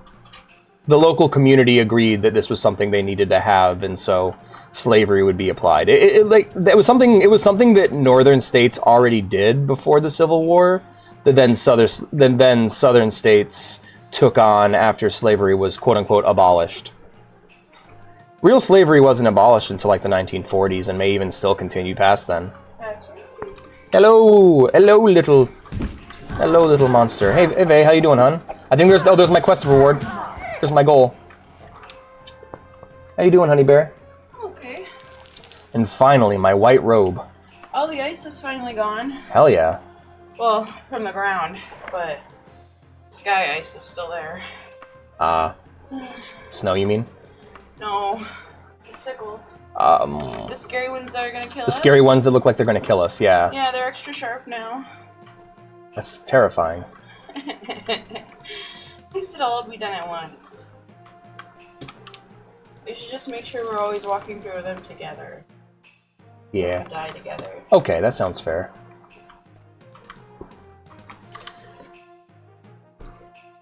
I'm very unfashionable, but I'm very overpowered. I look like Moon Knight. I like your little kangaroo tail. Thank you. Oh, did I show you the mod I got? Oh, I gotta equip that. That's important. Take a look. Oh yeah, she's yours. I gave her kitty ears because I wanted her to look more Khajiit. That's cute. That should just be a thing. Mm-hmm. No, I think the number one problem facing America in its entire, aside from the refusal to separate business and state, It's me. is Vea, and she's been a real terror. No, it's how we hide behind propaganda. There's a constant thing that I've had to deal with my entire life, which is just being told bullshit like it's true, and then having to going through real life shit that proves that it's not true, and then going and then explains it to people. Because, like, for example, a right. What is a right? A right to free speech? I don't have that. No one has that. Holy shit, could you imagine actually trying to go up those as a person? Right? We should be able to change laws if it's stupid and servers nothing by Yu-Gi-Oh! Yes, I agree. Or boxing matches. But no, it's you're constantly told this nonsense. You have a right to free speech, but here's a bunch of other stuff that basically completely negates that right to free speech, because every ground you stand upon is owned by somebody. You don't have a right to a forum. You have a right to bear arms unless we don't like the way you look, or if you're the wrong race or the wrong ethnicity. Like, basically just a million different ways that... Basically what I'm saying is that if rights are not enforced, similar to laws, if rights are not enforced by violence, they're not rights. A law that is enforced by... that is not enforced... A law that is not enforced is not a law. It doesn't necessarily have to be violence. It can be mutual agreement as well, but nobody can mutually agree on anything. That's the problem. A right isn't left. Yeah, and there's all kinds of quote-unquote rights we have. Right to religion? Well, unless the government considers your religion dangerous, then they come for your ass like Waco. You can find an example of every right being violated by the government throughout our entire history. And if it happened, that means it's not true. It means it can happen again. Unless action was taken to ensure that it didn't. And guess what? It wasn't.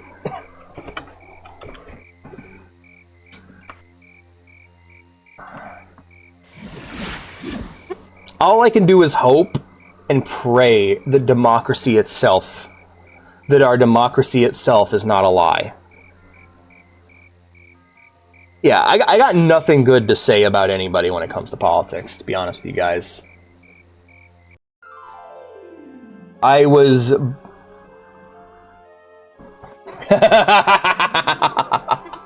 Fair enough.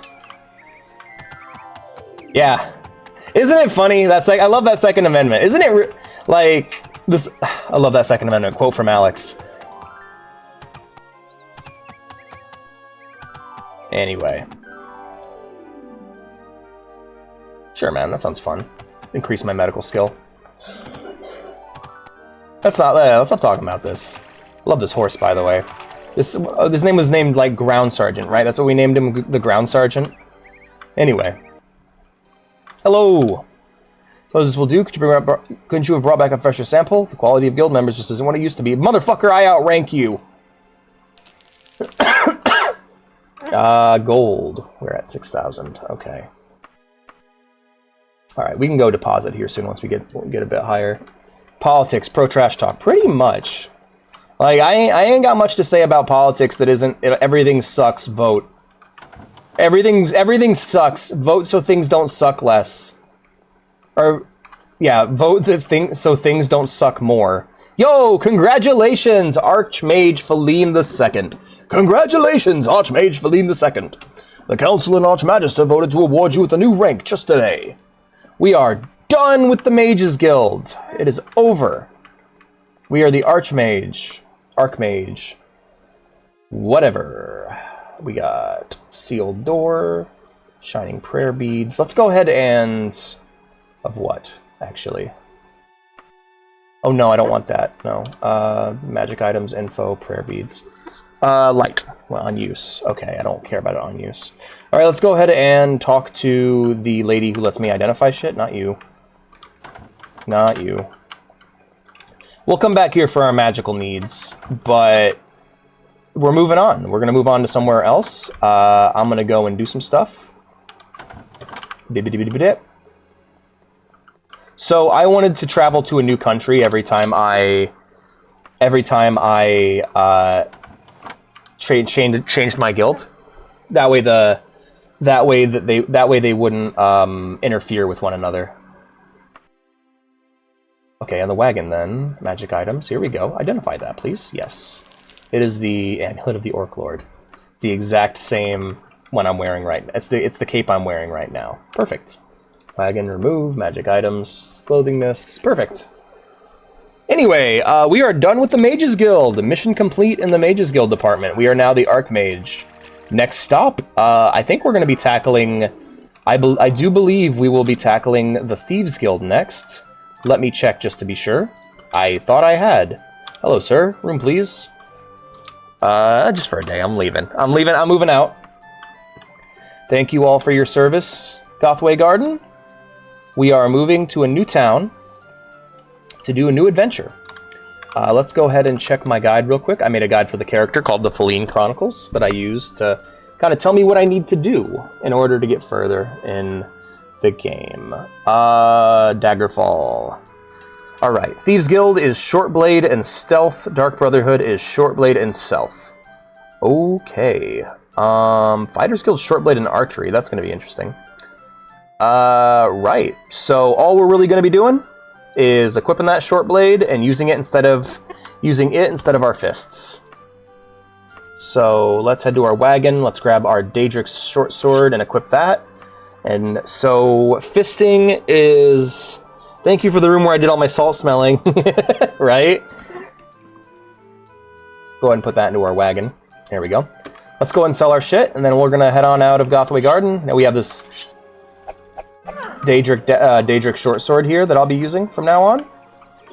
It is going to be very good, but it's going to miss mostly because my short blade skill is not high. So I'm actually going to be leveling my dodge quite a bit as well, because I'll be just standing there trying to do damage. Repair item. I like to think I'm all... You know what? We should do like a little bit of a repair right before we go, but let's go ahead and sell what we got here. Sell that shit. 800 golds. Perfect. We have our dagger here. The good news is we can just switch hands, and so now we have that. I will also equip a bow and arrow and start leveling that as well. So let's go ahead and head to my inventory, and we're going to go ahead and equip this in our offhand and remove these arrows. And I need to buy more arrows from him too. So let's go back into the superior quality store. Thank you for the room where I did all my salt smelling. I like that. Alright, let's repair our shit.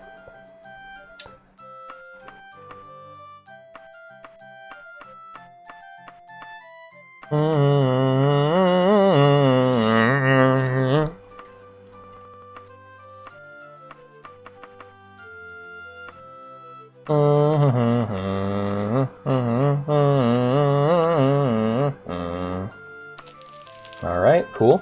All my shit's repaired. Perfect. Ah, okay.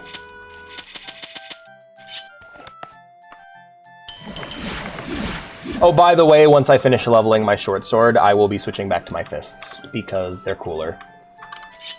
What'd you find out? What'd you find out, Obi? Oh, shit, I gotta go buy arrows from this guy.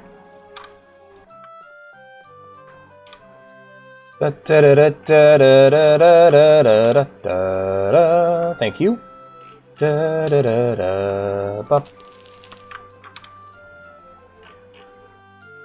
Alright.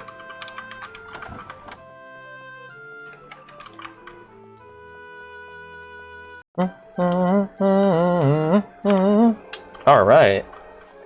Started the tail and then the head, unlike actual dogs. Weird. Okay. But yep, now we have a bow. We have a dagger and we have a bow.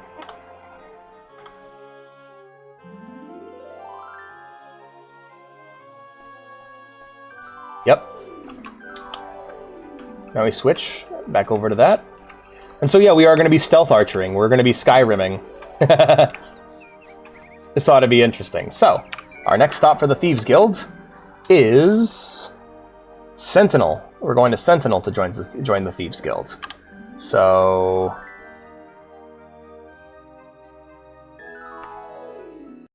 let's pull out my paper map. Find out where that is.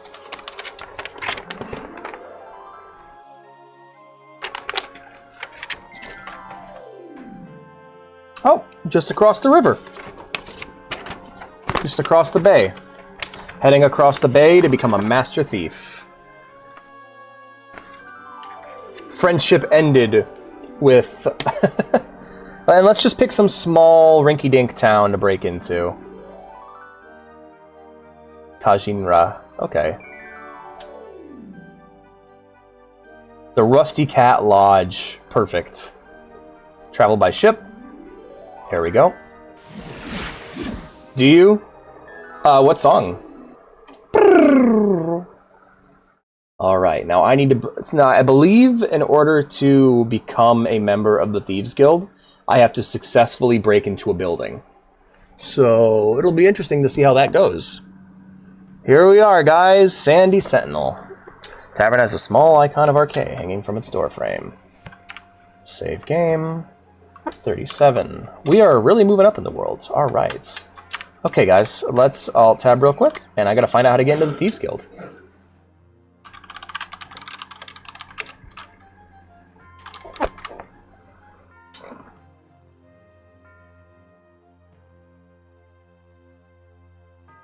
It's one of them. Is that the name of the song? I'm going to look it up and feel really silly. So I hope you're happy with what you've done. If it's not a real... If it's not it, then...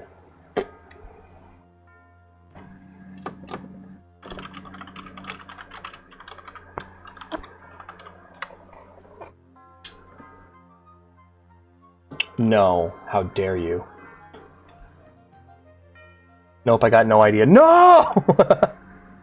Pick 10 or more pockets successfully, or break into a store without an open spell, and then wait for a letter. Okay.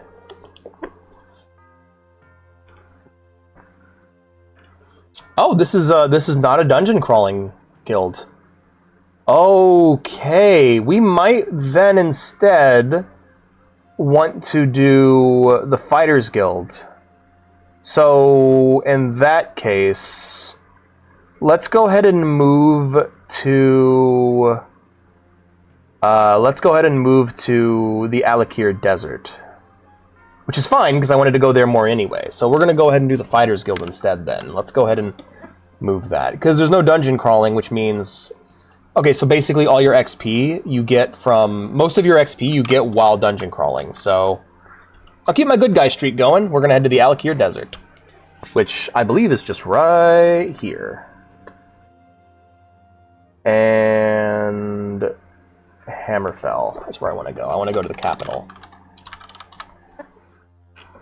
Okay, what is the capital of the Alakir Desert, then? Alakir Desert... Daggerfall. I don't know where it is, that's the problem.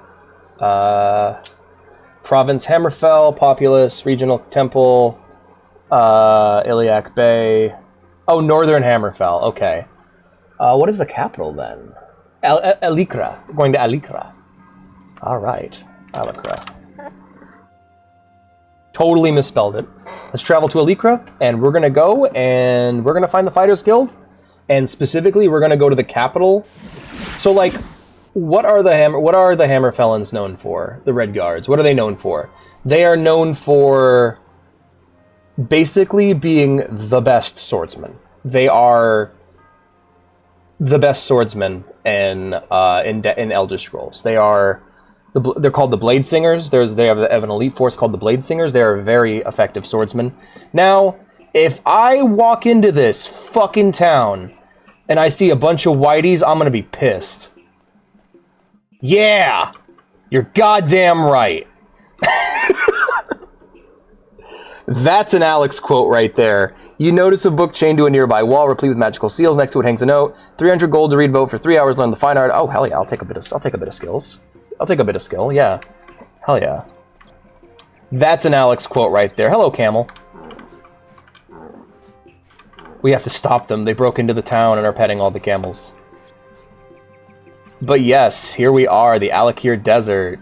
I love it. Ah! Yeah, so this is one of the coolest cultures in Elder Scrolls. I've always been really fond of the Red Guards. Alrighty. I love how no one's commenting on what I just said. Everyone's really scared, like, oh no, Twitch is gonna get them. Righty, so we have some guilds. I like to think at least one of these is a fighter's guild. You know what, let's talk to Fesh here. Hey man. I'm looking for, previous list, looking for...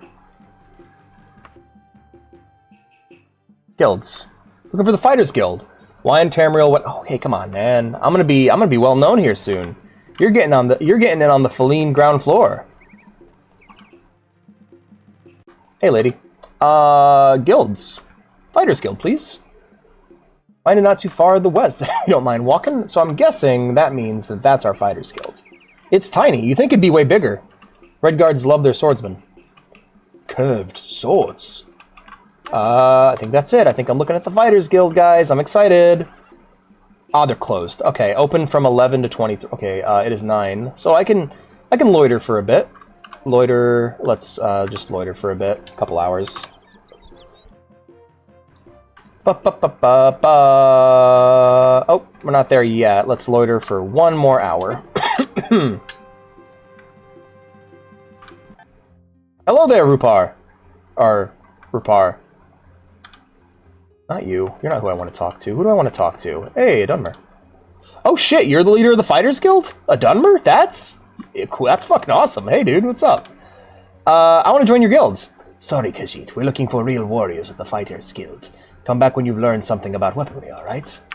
Alright, let's take a look at what the base requirement is for the Fighters Guild. We need... Our high skill needs to be 22, and our low skill needs to be 4. Now, for my high and low skills, I've picked Short Blade and Archery. Let's take a look at our character sheet real quick. So in our major skills, we're super close, actually. And then our minors is where we're going to find our Archery. There you go. Okay, so let's go ahead and get a quest. My name's Chird Kern. We only give jobs to guild members. However, from time to time, there are jobs that are too menial for fighters of the guild to accept. I have one such job if you take it. It will show that you really want to be on our good side. What do you say? Yeah. Giant rats have infested the Garehouse residents. There may be as many as half a dozen of them. Go there and kill them all, and I'll see what strings I can pull on your behalf. I can only give you 1 day. 1 day is all I need, my friend. Let's go and find the Garehouse residents. Hey, Rupar. Any idea where the Garehouse residents might be? That's easy, Feline. It's southwest of where we're standing. That's a good start. Thanks, man. Alright, so we're heading southwest. Gotta find the Gearhouse residence. That's just a residence. That's not it.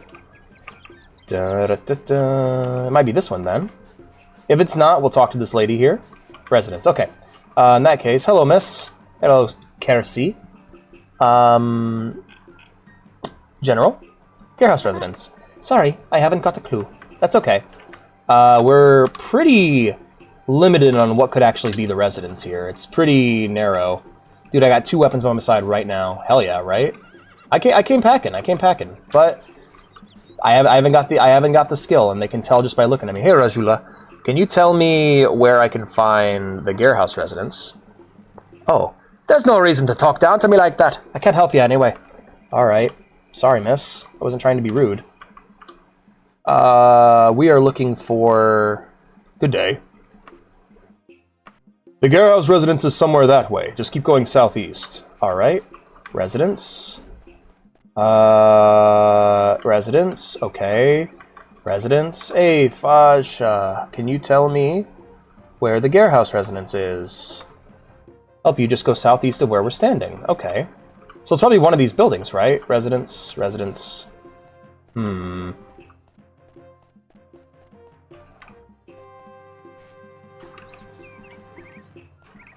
Hello, miss. Can you tell me where the...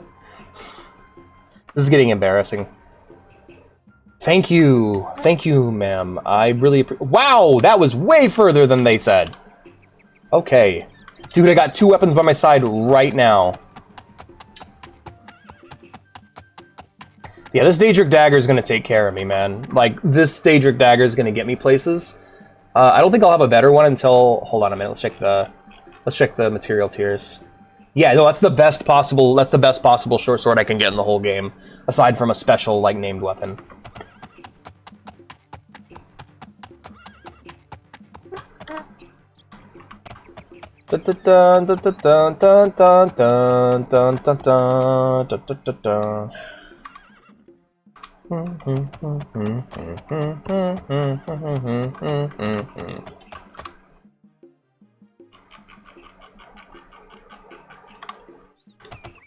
On foot, please.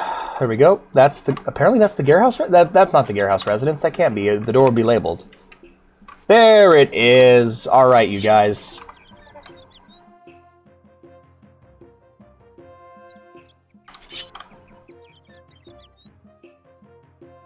Here we go. Let's get in there.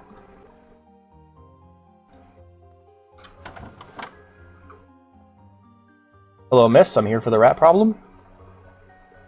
Obi.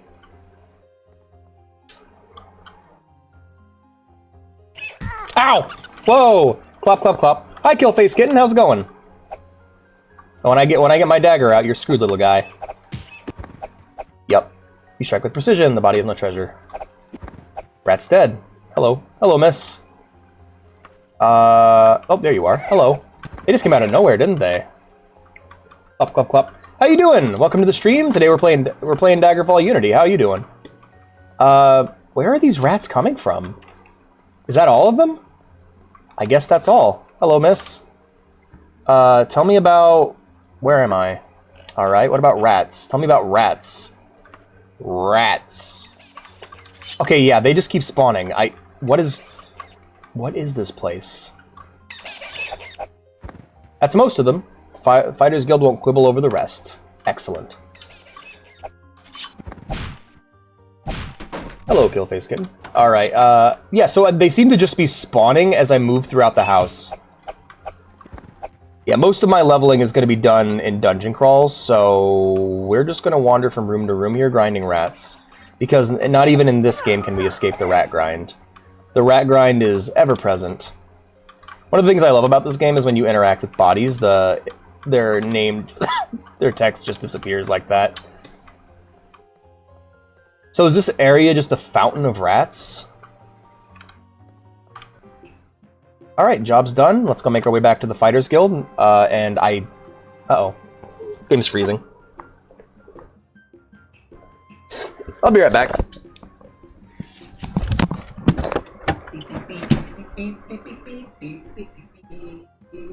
County Bear.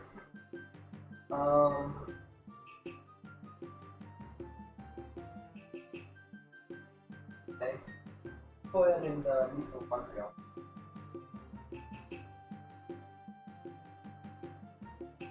Quite a while, so.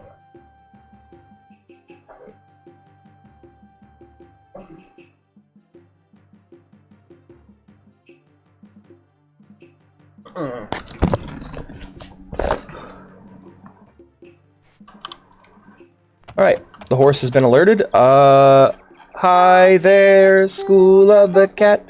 Hi TJ, how you doing, man? Good to see you. We are in a new town. We are in Elikra, the capital of the northern Alakir Desert. Northern Hammerfell. And right now, we're trying to earn our way into the Fighters Guild. We have already become the Archmage of the Mages Guild. Actually, that already implies that it didn't take 3 fucking streams. Eepy. I'm sorry you're sleepy, TJ. Get some coffee, my guy. You'll feel better. I know you don't like coffee, but you gotta start liking it. Yeah, honestly, after beating my caffeine addiction, I'm just like, alright, coffee is just a fact of life now. Caffeine is just a fact of life. It can't be beaten. This is bigger than me. Killing rats, even giant one, doesn't take much skill. It does put you in favor with us. Killing rats. You know, let's give him a more Dunmer-esque voice. Killing rats, even giant ones, doesn't take much skill. It does put you in favor with us, though. Good work. I'm glad I don't rely on coffee. It might help you. Because the only trade-off when you're not on caffeine is you're just tired. I'm sorry. It's a fact of life at this point. F9. Kick turn. Damn. TJ, did I upset the TJ? I'm sorry. Alright, can't join your guild yet. You can call me Kirtkern. Normally we only give jobs to guild members, but you show promise, Feline. I'll tell you what, I got a request to dispose of a giant scorpion. Do that, and I'll see if the guild will overlook your reputation. Is that a deal? Yes. Pop a couple no-dos. Right? Oh, is that from Cyberpunk? Hold on, is that a Cyberpunk reference? No-dos. Oh no, I think that's Outer Worlds. No, those are real. That's a real drug. Okay, never mind, I'm stupid. Alright. We gotta go kill a scorpion, hunt for a giant scorpion. Gotten into the Laughing Dragon, it's got to be done today. Alright, we'll gotta find the Laughing Dragon first and foremost. Hey, friend. General. Regional. What is the... Yeah, where's the Laughing Dragon? I'm guessing that is a... tavern. There it is. Laughing Dragon. Find it not too far to the south if you don't mind walking. Alright. That too. More mature, I don't feel like it. Oh. That's why? Really? Alright. I've been drinking coffee since age 10, so... Bunny hopping, bunny hopping, bunny hopping, bunny hopping. I think bunny hopping might actually be faster than my horse. That's the Green Skull. That's a cool name for a tavern, nonetheless. But we don't need to go to the Green Skull. Let's advance further in jumping. Oh, look at that building. That's awesome. Is that where I'm going? Oh, I hope that's where I'm going. I hope this is the Laughing Dragon. Look at it. It's badass. No, that's a weapon shop. Place next door is probably the Laughing Dragon. That's the Devil's Griffin. Okay. Alright, maybe this is the Laughing Dragon, then. There it is.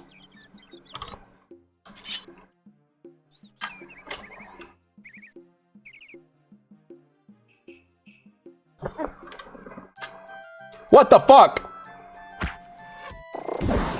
Alright, hold up, hold up, hold up, hold up, hold up, hold up.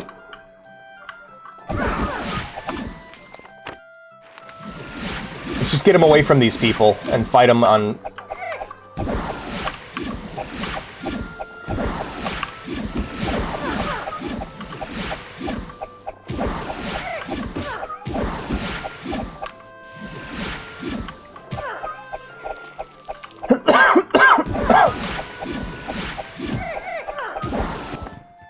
Oh, good lord. Hey, can I get a bed here? Yeah, thank you. Oh, wait, no. Yeah, we'll go ahead and just get a bed here for now. You know what? No, there's a better place in town to rest. Let's... First off, in case we've been poisoned, we're going to go ahead and not do that.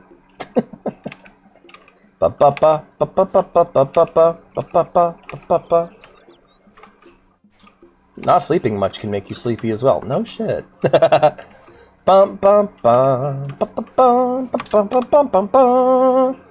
know what? Yeah, I think the Green Skull might be the place to rest. Before we return to the guild. We'll stop in at the Green Skull. Hopefully I didn't get poisoned. If I did, that's gonna suck. Hello. Oh, look at these walls! Oh, I love the mesa design. That's so fucking cool. Hey, Caufleet. Room. Oh, I'll take it for 30 days. I plan on staying here a while. Enough bargaining. My price is 114 gold pieces. Take it or leave it. Alright. Please tell me this leads to a room. Nope. Alright. That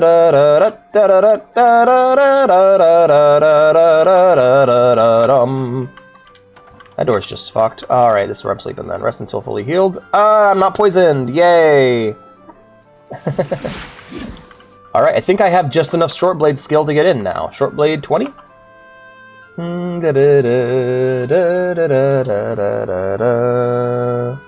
no, I need to level it up twice more. So the best way I have not to rely on coffee is to get the perfect amount of sleep. I agree. Before we go into the guild, however, I think we've reached about the halfway point of the stream. So let's head to the guild, and I will wait outside, and while she's waiting outside, she's gonna do some reading. We haven't read for a while, so let's go over here. We'll hang out with the horse. Hello, horse. We're gonna hang out with you. It is currently looking like it's approaching 9 p.m., so... Alright. 7, 8, 9... Alright, so before bed tonight, we're going to sleep out here with the horses, and we're going to go ahead and read ourselves some books, shall we? Alright, our first book of tonight is On Oblivion by Morian Zenas. Let me go ahead and grab myself a cough drop to keep my throat nice and healthy.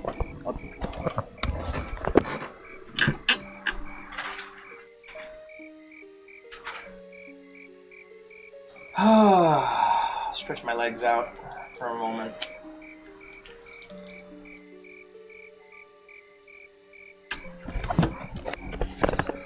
And we'll go ahead and read On Oblivion by Morian Zenas. On Oblivion. It is improper, though common, to refer to the denizens of the dimension of Oblivion as demons. This practice most probably dates to the Alessian doctrines of the prophet Maruk, which rather amusingly forbade traffic with daemons, and then neglected to explain what demons are. It is most probable that daemon is a misspelling of daedra, the old elvish word for the strange, powerful creatures of uncertain motivation who come from the dimension of Oblivion. In later tractates by King Hale the Pious of Skyrim, almost 1,000 years after the publication of the original doctrines, the evil of his political enemies is compared to the wickedness of the demons of Oblivion. Their depravity equals that of Sanguine itself. They are as cruel as Boethia, calculating as Molag Bal, and mad as Sheogorath. Hale the Pious thus long-windedly introduced 4 of the Daedra Lords into the written record. The written record is not, after all, the best way to research Oblivion and the Daedra that inhabit it. Those who, in the words of the Alessian doctrine, traffic with daemons, seldom wish it to be a matter of public record. Nevertheless, scattered throughout the literature of the First Era are diaries, journals, notices for witch burnings, and guides for Daedra slayers, which contain only a few contradictions. These I have used as my primary source material. Oh, cool. I look forward to seeing that. Their 3D work is phenomenal. I tried watching Watchmen Chapter 1 last night, but lost interest the second I saw it was all CG. Like, okay, I get it. Honestly, you know what? I don't fucking get it. I don't. Because, look, I don't know if 3D is just a cost-saving method or if it's a genuine artistic desire by people. But The standard for good CG animation on television is so fucking high right now. The standard is, and it's really sad, and it's good 3D animation. The best 3D animation looks like 2D animation. The best 3D animation can do is look half as good as a cartoon does, you know? Spider-Man Into the Spider-Verse, Arcane, The Clone Wars, Bad Batch as well, and, like, Amazing Digital Circus in terms of just, like, it moves like a fucking cartoon. Basically, look, if you don't animate it in 2D, and you're not blowing me away with your 3D animation, I'm gonna assume you're being cheap. They are at least as trustworthy as the Daedra Lords I have actually summoned and spoken with at length. Oblivion is a place composed of many lands, thus is the many names for Oblivion is synonymous. Cold Harbor, Quagmire, Moonshadow, and others. It may be supposed that each land of Oblivion is ruled by one prince. The princes whose name appears over and over, though this is not a sure test of their authenticity to be sure, are the aforementioned Sanguine, Boethia, Moloch Ball, Sheogorath, and Azura, Nephala, Clavicus Vile, Vermina, okay. Vermina and Malakath, Hermes or Hermaeus, Mora, Namira, Jugalag, Nocturnal, Mehrunes Dagon, and Perit. I don't know Perit, that's new to me. From my experience, Daedra are a very mixed lot. It is almost impossible to categorize them as a whole except for their immense power and their penchant for extremism. Mehrunes Dagon, Moloch Ball, Perit, Boethia, and Vernima are among the most consistently demonic of the Daedra, in the sense that their spheres seem to be destructive in nature. The other Daedra can, of course, be very dangerous, but seldom purely for the sake of destruction, as those five can. Hi, I'm back. Welcome back, Mr. Blue. I need sleep. Good night. Nope, I'm staying. Hi, Blue. Hi, Blue. Nor are those five aforementioned Daedra identical in their destruction. Mehrunes Dagon seems to prefer natural disasters, earthquakes and volcanoes, to vent his spleen. His spleen? My spleen! Mein Lieben! Let me check my calendar real quick. I might have to wrap this up early. Nope. Oh, actually, yeah, I'll probably have to wrap this up. We'll wrap this up after this. I'm gonna do some grinding off screen to get to where I need to for the Fighters Guild. Summoning Daedra is not a difficult proposition, but it is usually an expensive one. Oh, yeah, let's get back to it. Volcano Spleen, Moloch Ball prefers employing actual Daedralings, and Boethia inspires the arms of mortal warriors. Perit's spear seems to be Pestilence. Hey, Drudy, how you doing? Things are great, man! We're playing Daggerfall and Veramina's Torture. I mean, it's getting late, you guys. We can keep going. You know what? I'll do a 6-hour stream. We'll do a 6-hour. I'll settle on a 6-hour. Things are going great, Drudy. I'm playing some Daggerfall. We're reading some books. We've gotten to the reading portion of the stream, so kick back, relax, and enjoy some stories. Summoning a Daedra is not a difficult proposition, but it is usually an expensive one. Most Mages Guild have a summoning room, but this is most often reserved for the highest echelon of guild members. Witches' covens are much less class-sensitive, and the Necromancers, the Dark Brotherhood, and many secretive kings and queens of Tamriel have private summoning rooms. Daedric princes usually demand some sort of service of those who summon them, though I am not fortunate enough to have good relations with some and need not perform. In preparation for the second chapter of this series, I will be investigating two matters that have intrigued me since I began my career as a Daedric researcher. The first is one particular Daedric prince, referred to in multiple articles in the Inculaba as Hircine. Hircine has been called the huntsman of the princes and the father of man-beasts, but I have yet to find anyone who can summon him. The other, and more doubtful goal I have for the next chapter, is to find practical means for mortal man to pass through oblivion. It has always been my philosophy that we only need fear that which we do not understand, and with that thought in mind, I pursue my goal. It is late, but we can still party. It's the weekend. Alright. Our next book we're reading, I actually really like that. It was just a nice little listing. It feels like it's the opening to a bigger story, and I hope we find the other parts. Alright, so We have the King Edward Part 5 and King Edward Part 9. I read a previous entry in this series and did not like it because I couldn't tell what the hell was going on. So, I think of Third Echelon from Splinter Cell. So let's go ahead and read Part 5, and then we'll read Part 9 later. Chapter 5, in the Crystal Tower. Inside the tower, Edward's first impression was of whiteness. Floors, walls, ceilings, all were white and radiated light. Their footsteps made soft crunching noises on the rough floor surface. Except for that, it was very still, with occasional soft, unrecognizable, far-off sounds. Morlin moved confidently through the winding halls and long rooms. He seemed very black in all that white.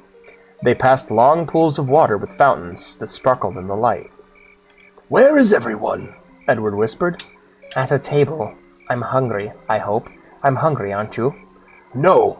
Abruptly, a big, broad, ugly shape appeared in front of them and roared a challenge. Edward grabbed for Morlin's arms. Moraylin's arms with both hands. Let me look up Moraylin real quick so I know what they look like. Because, they don't introduce the characters here. Moraylin. First era Witch King of Ebonheart. He's a Chimer. Oh, okay. In that case, I will give him a more nasally voice. "No." Abruptly, a big, broad, ugly shape appeared in front of them and roared a challenge. Edward grabbed for Moraylin's arm with both hands. Moraylin shook him off, irritably. "Gods, boy, don't grab my sword arm if ever you do spot a monster. Stay clear!" But Moraylin didn't reach for his blade. He stood still while the monster wrapped its long arms around him and pounded on his back. Still roaring, Moraylin roared back and pounded on the monster's chest. Then he introduced Edward to the captain of the Archmagister's guard. Oh, he's a friend. "Don't hug him," Morlin warned the troll, who grinned at Edward, showing pointy teeth. "He'll break." "I thought trolls were dangerous," Edward gasped as they ascended a long, winding stairway. "They are. I'll have bruises for a fortnight. I'd have shielded, but I didn't like to hurt his feelings." "He likes you?" "Oh, it can be done, you see." "Why does the Archmagister keep troll guards?" "They keep the rats down." More trolls, but these paid them little heed. Another long stairway, more corridors, a sort of guard room, where 3 trolls appeared to be gaming, with bones. Okay. One of them shambled to his feet and led them down a shadowy passage, a row of cages with huge rats, then some with small odd creatures that looked rather like elves seen in a badly distorted mirror. Though Edward kept this observation to himself, they gobbled and squeaked as the elfin boy paced quickly by. "Goblins," Moraylin said with distaste. They turned a corner and went past 2 cages that held only large stone statues. There seemed to be more cages off down other hallways. The troll unlocked them in a huge black metal door. It clanged shut behind them. A very large green and yellow hoofed creature sat man-like in one corner. Its unwinking eyes didn't flicker as they passed quickly and climbed still another stair. More white halls. These were patrolled by huge black dogs that sniffed at them as they passed. Edward stretched a hand to pet one, but it snarled at him. "I wouldn't," Moraylin said. "Yes, sir." So how old is Edward during all this? Like, is he like a boy king? Is that what we're dealing with here? Like a sword in the stone type deal?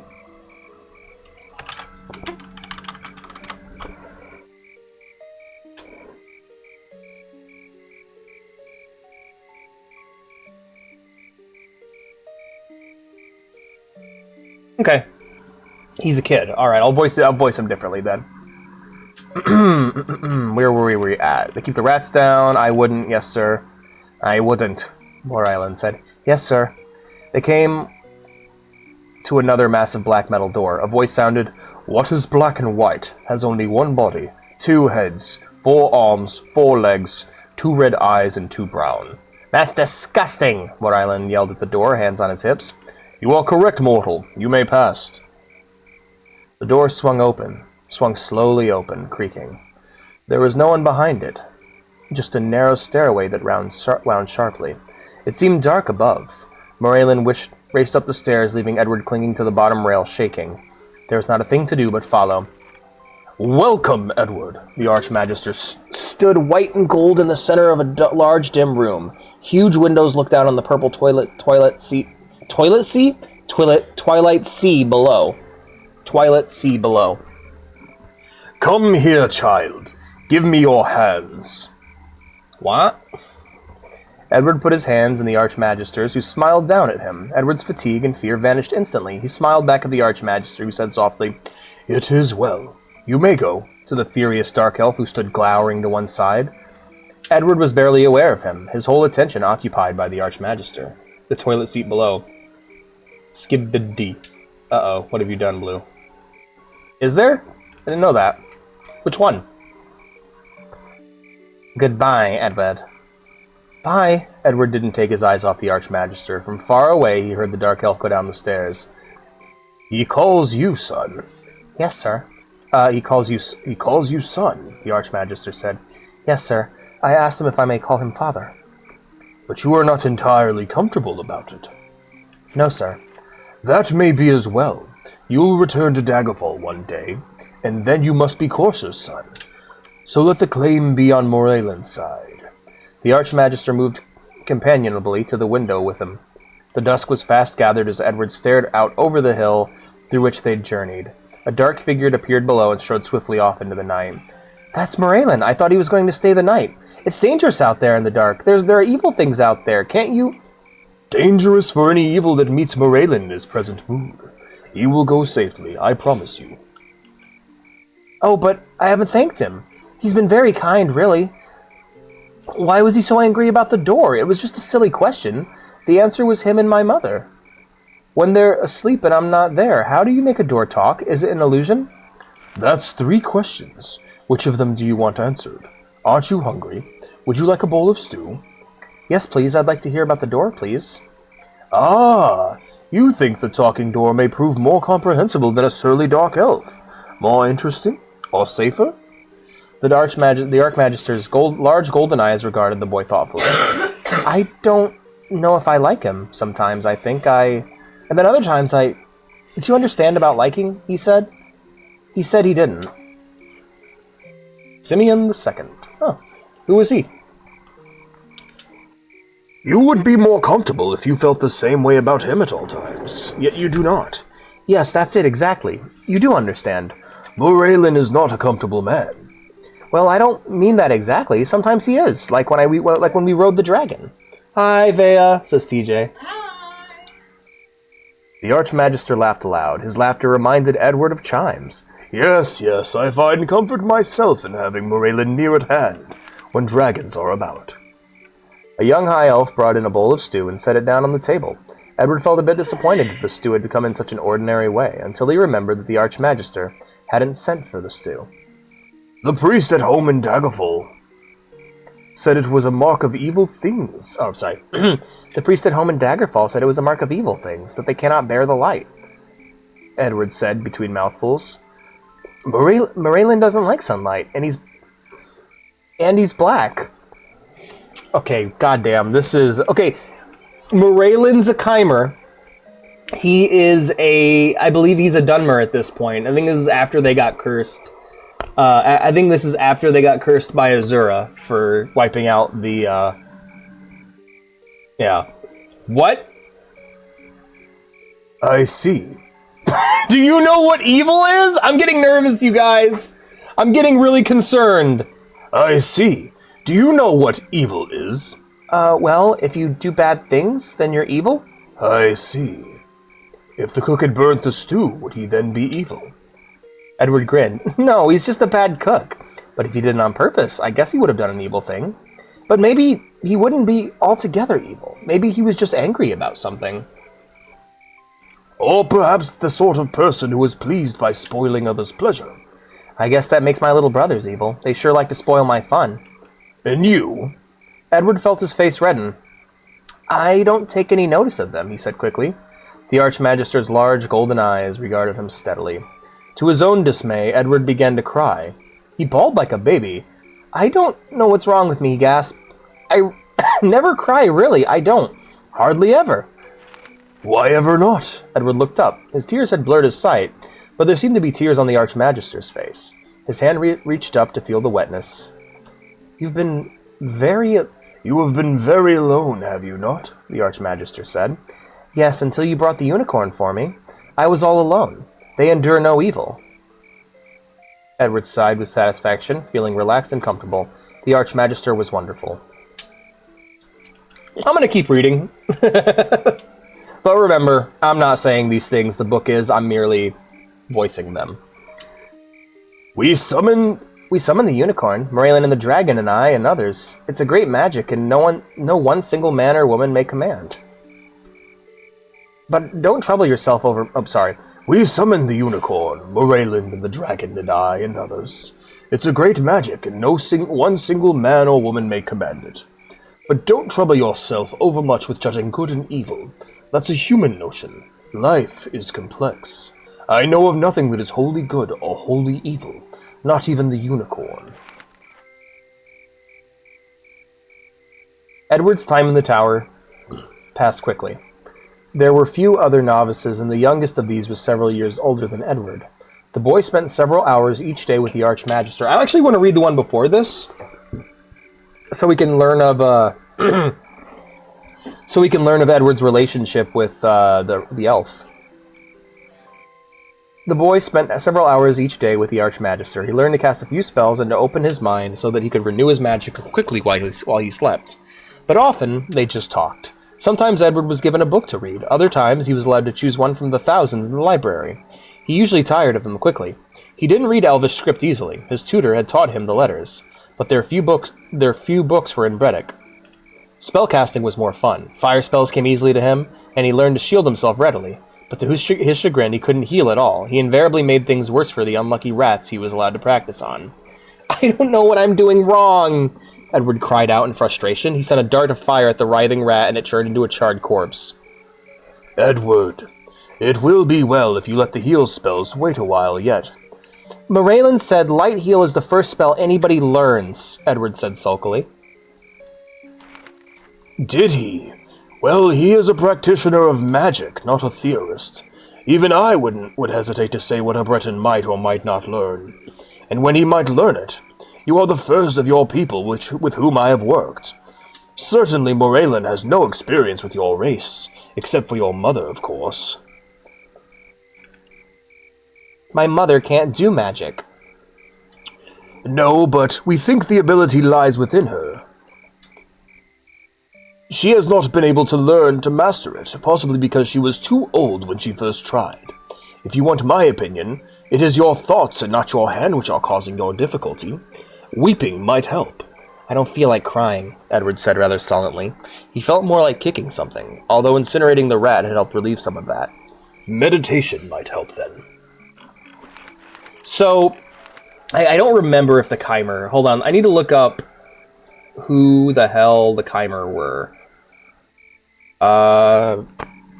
TES Chimer. There we go.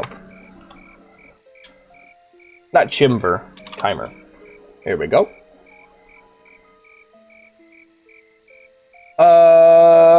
People of the North, they were the changed ones, the Meliake.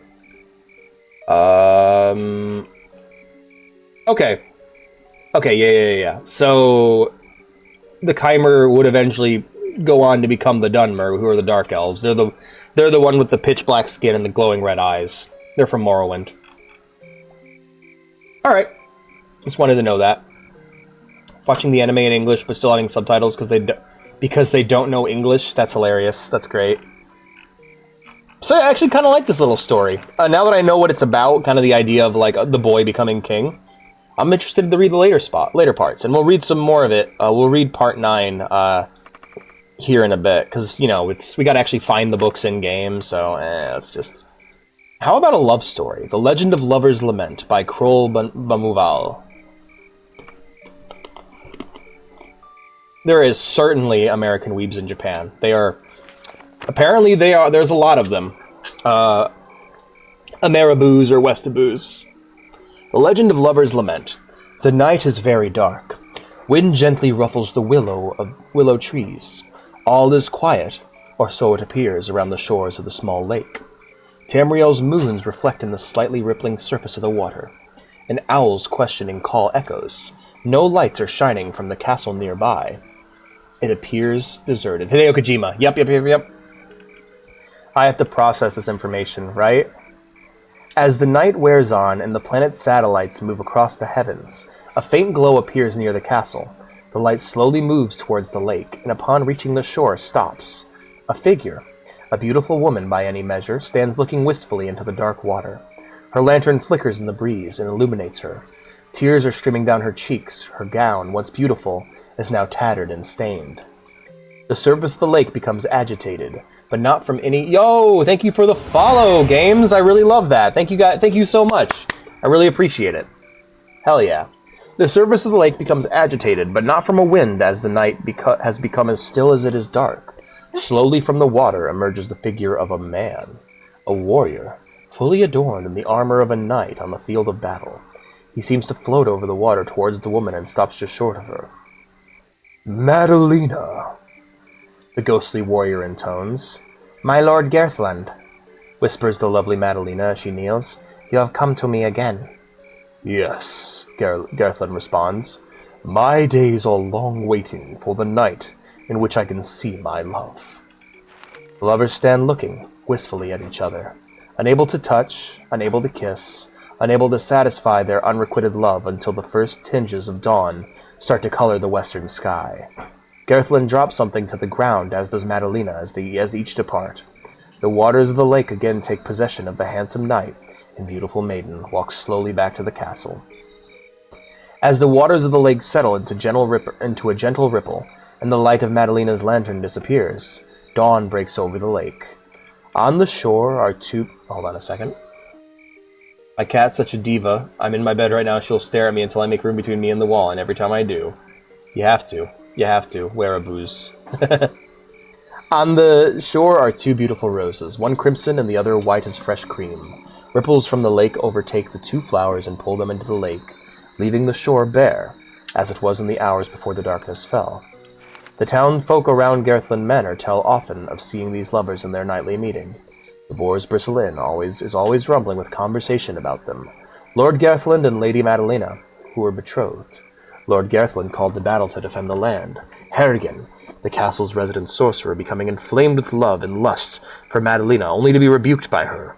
Lord Gerthland's death on the field of battle. Lady Madalena's death by her own hands at the news. Harrigan's curse on both their souls that will not allow them to rest until Madalena will agree to become Harrigan's consort even in death. Harrigan to this day wanders the deserted halls of Gerthland Manor, hoping that Madalena will agree to his demands, and the lovers continue to meet for a few moments each night on the shores of the... Jesus, that's really beautiful, actually. For a few moments each night on the shores of the lake, now known as Lover's Lament. That was fucking awesome! Wow, that was really good. Painted this really beautiful picture, and then kind of explained the lore behind the picture and what's going on with it, where it's just these two ghosts who are cursed to never meet with each other, but they would rather have these brief little interactions, these brief little rendezvous than agree to lift the curse. I really like that. When I was a kid, I thought, if one thing exists, the other must exist too. It was probably think about Minecraft, but it made me accepting of people. My brain tuned out the entire time, so, sorry. The name of the story is The Legend of Lover's Lament. If you want to find it on the internet, you can. That was great. I like that one. That might be one of the books I seek out to fill up my bookshelf once I get a house. Alright, we're going to read a future part of King Edward, Part 9. King Edward, Chapter 9. King Edward, Chapter 9, Luck. Edward knelt behind Morlin, leaning over his shoulder so that he could see the cards the elf held. He was sitting away from the fire, so it was dark for human eyes, but Morelin was the only one of the group who would allow Edward to see his hand. The other players, Beach, Meath, and Mats, said Edward brought them bad luck. Morelin said it was not really a question of luck, but that their hands were reflected in Edward's face, for those who had the eyes to see such images. It was too dark for Beach and Mats to see Edward now, and Morelin blocked him from Meath's view. And yet, the pile of coins in front of Morelin had grown smaller, since Edward had taken a place behind him. I'm going to check something real quick. 1, 2, 3, 4, 5, 6, 7, 8. Okay. I thought that each chapter would be based off of a stat. I just wanted to check.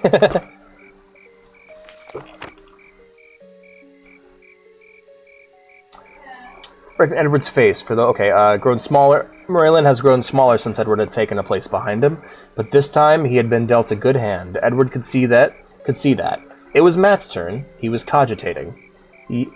You're shivering, son. Have you no warmer clothing? We must find something for you. Here, come, share my cloak then. You can hold the cards if you like. The wind was chill. There was a bite to it now, and they were farther north, and the year had grown older. Edward accepted the shelter of Moreland's arm and warmed for a cloak and sat close against his side. I think I'll just play the cards I hold. Matt said at last, and pushed a pile of coins into the pot. Then with a sudden resolve added a few more. There. Throw the hand down, Edward. We're through. But there aren't many better hands than what we've got, Edward protested. Edward! Well, how am I supposed to learn? Matt didn't have to show his cards unless they matched his bets. By watching. Silently. Oh, very well. No one ever told me that fatherhood came cheaply. He shoved most of his coins into the pot to match Matt's bet, and Edward laid the hand down.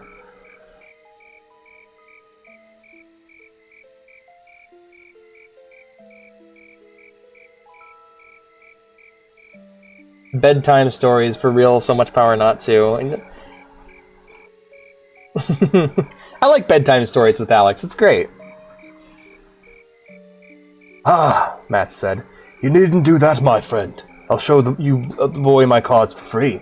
You filthy Nord, Moreland said in disgust. Put down your cards and take my gold. If you can beat my hand, let's see if I'm the one who needs educating on how to play this game. You don't. Except that you could have accepted my generous offer, instead of throwing an insult at me. Mats laid down a perfect hand called the ladies. A taunt like that rates an insult, Mats. That hand is almost worth the viewing price.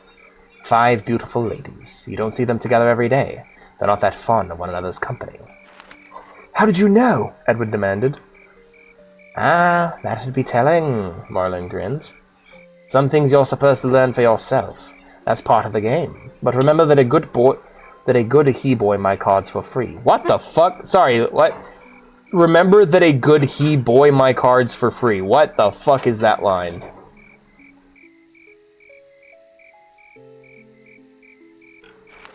I think this is bugged.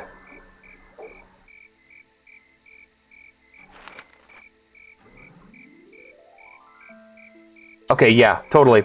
That'd be telling, but remember that a good hand's worthless if someone else holds a better.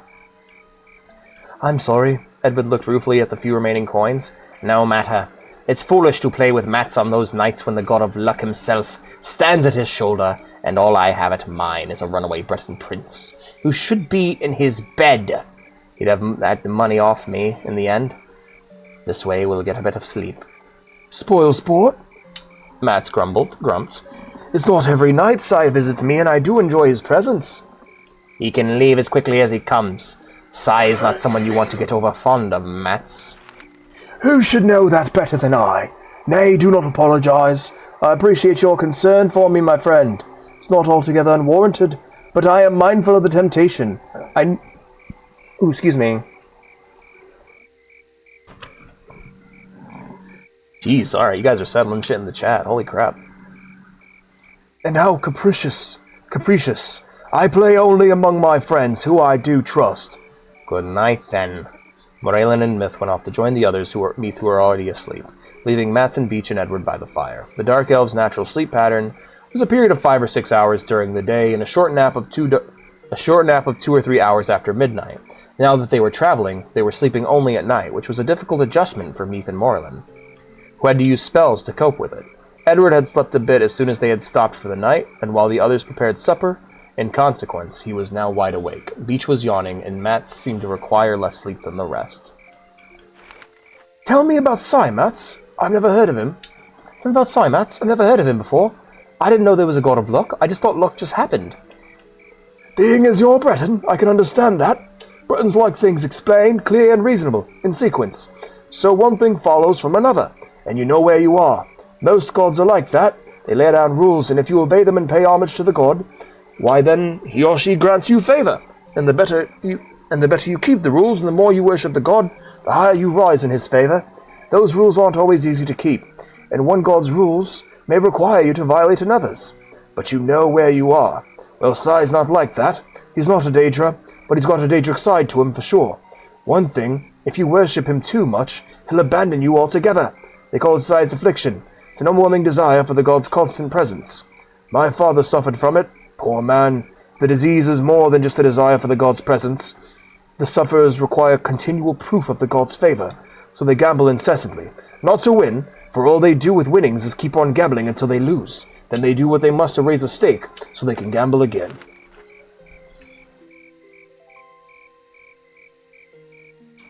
Yeah, it's just banter. I don't know about Obi, to be honest. Yeah, I'm kind of in the same boat. I don't know. I'm not sure about Obi either. He's a mysterious figure.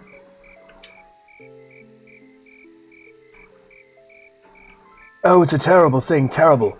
My father sold me as a slave because of it. Later, he sold my oldest sister. Then, when I was in debt yet again, he killed himself in one of his rare lucid moments when he could still see what's happening. Damn, alright. Don't worship this god, is what I'm getting. When he could see what was happening to him. What he was doing to his family, himself, of course. Well, I was just a kid when I was sold. Didn't understand. I thought it was because of some fault of mine that I'd been sent away. Laziness or stupidity or disobedience. And that if I'd only been a better son, it wouldn't happen. That's Oriel's way. It's intended that children should respect their parents and learn from them. But some parents aren't deserving of respect. Well, it was a sickness in him, so my mother says. I don't know that he should be blamed for it, any more than if he had red plague or leprosy. I believe her, yet sometimes I still feel it was my fault. Well, that was bad luck, you might say. But Sai sent me Moralen, and that was a very lucky day indeed. What other god would put it into his head to stop one human from beating on another? Any other elf in Tamriel would have turned away in disgust or stopped to watch and laugh at the stupid humans. 2 dark elf kids against 4 grown Nords.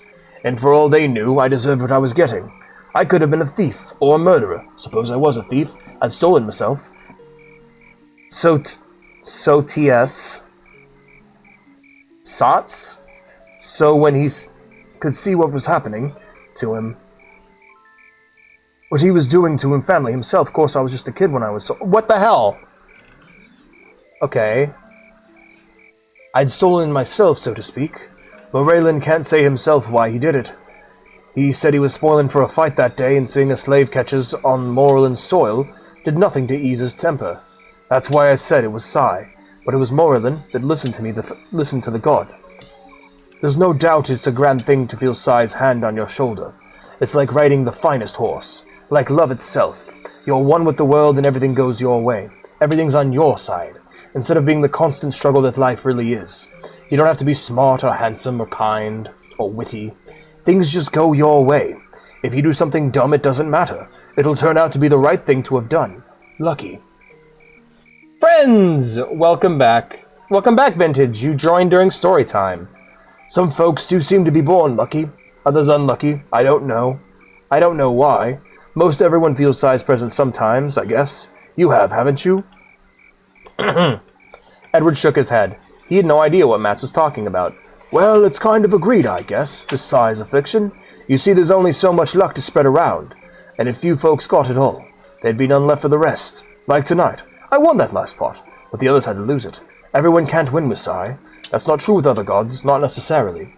You still don't understand, do you? Would you like to hear a story about Sai? Edward nodded. Mats was a good-natured fellow, but usually quite silent. Edward had thought him rather stupid. Matt's luck at cards seemed to have loosened his tongue, and now Edward saw that he had thought a lot more than he talked. Right? Ain't that awesome? That's the best feeling, when you just have someone you barely acknowledge and then they get talking and you're like, whoa, you're like a whole person. I ate sushi. Maybe allergic to something here. Fuck if I know. Damn, that sucks. Sushi is nummy. Luco's food. I like that. Eat those noodles. That's a great emote. Long ago, where people were fewer and wolves were more numerous than a young widow named Josiah. Then now, a young widow named Hosea lived smack in the middle of what is now the province of Skyrim. She was an ordinary sort of woman, neither plain nor pretty. She would be Yo, wouldn't it? Yosea, not Josea. Or Ho, it'd be Yo. She had smooth brown hair, warm brown eyes, a short nose, a full round face, and a body to match. She had been born the only child of peasant farmers. Her parents had been carried off by typhoid when she was 17. Shortly afterwards, she had married Tom, a strong young woodcutter with a cheerful disposition and a roving eye. He'd gotten her pregnant quickly, then turned his attentions elsewhere. Shortly before the babe was due, he'd been killed by the local goldsmith, who'd come home unexpectedly, found the handsome woodcutter in bed with his wife and stuck a knife in his back. Damn! Tom's a fuck! He's an asshole! Love how it turned out. Yeah, these are good emotes. That's what I love seeing other people. Oh, I love the shouting one. That one's really good. The raid one's really good. Yeah. Tom's death had occurred on Heart's Day. The babe, a boy, was born 4 months later during mid-year. 2 neighbor women came to help her birth him, and one stayed a few days. After that, she was left to cope with caring for child and small holding as best she could. One evening, in the next morning star, Hosea went out to the small barn to do the evening chores, leaving the babe asleep in his crib. The wind was howling. She had to clutch her cloak tightly around her.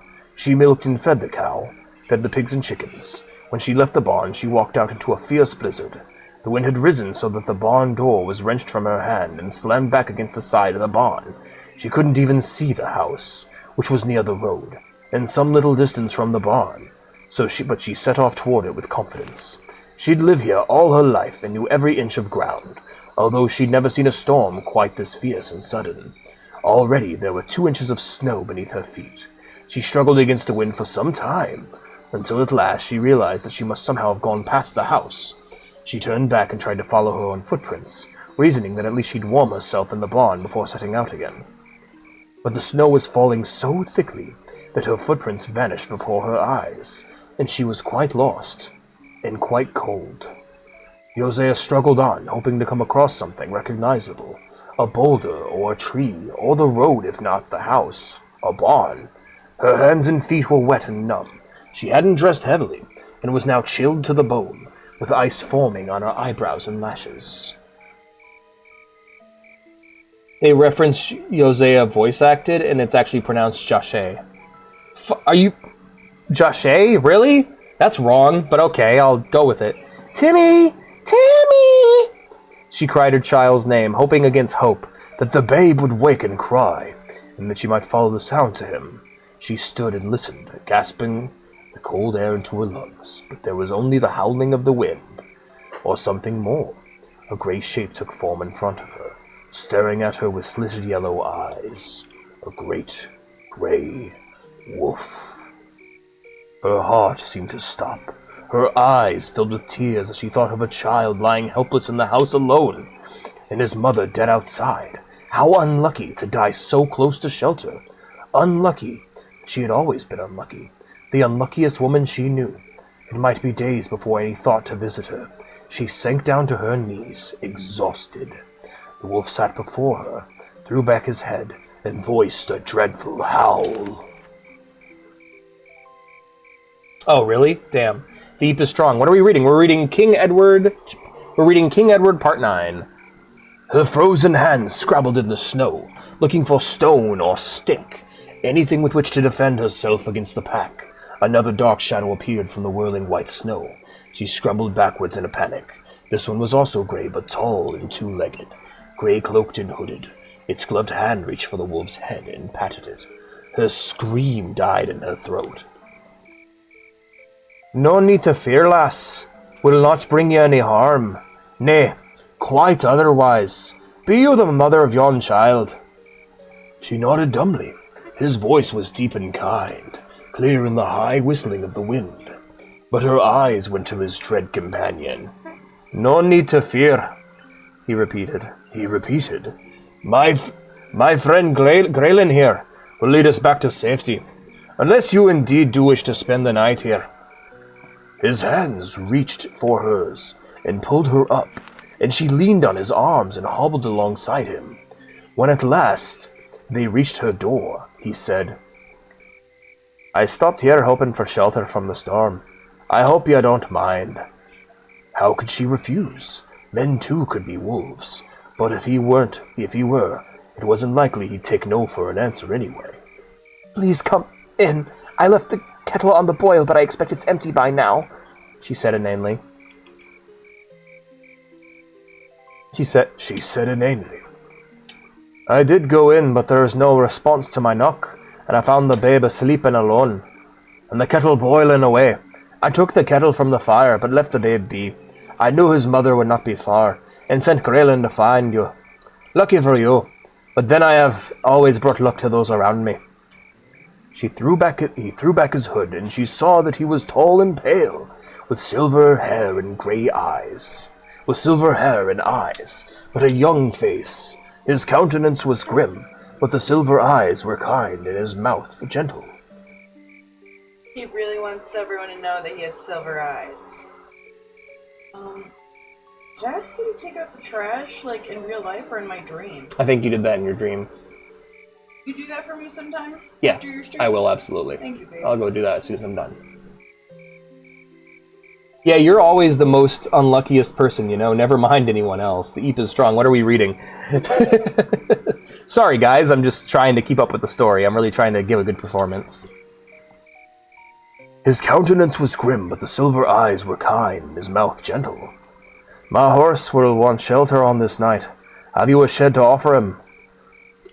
Well, he stabled his horse. She changed out of her wet clothing and fixed a bit of supper for them.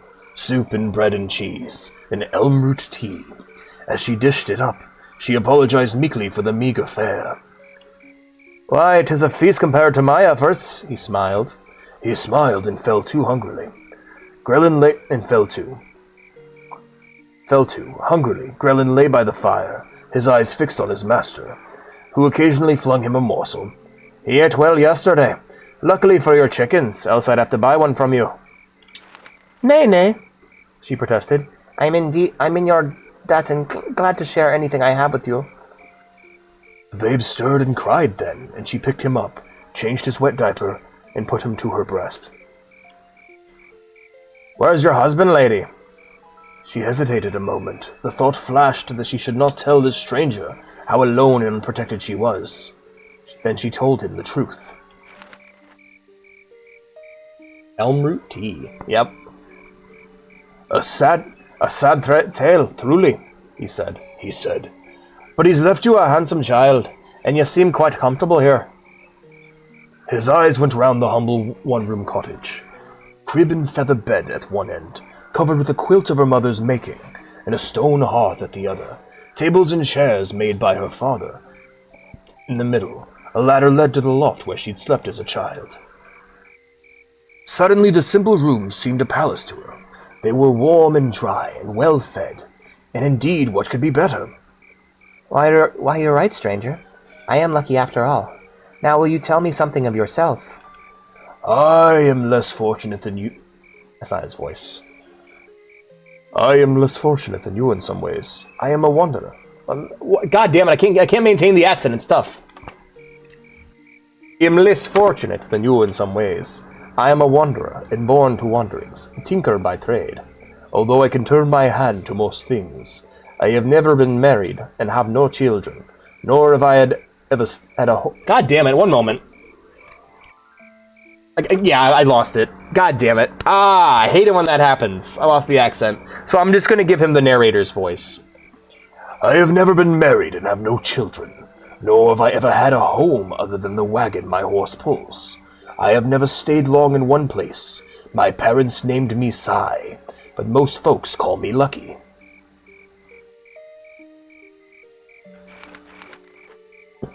Sorry. Lucky is what I'll call you then, for you have indeed been lucky for me. He stood and stretched and began clearing the remnants of their meal from the table.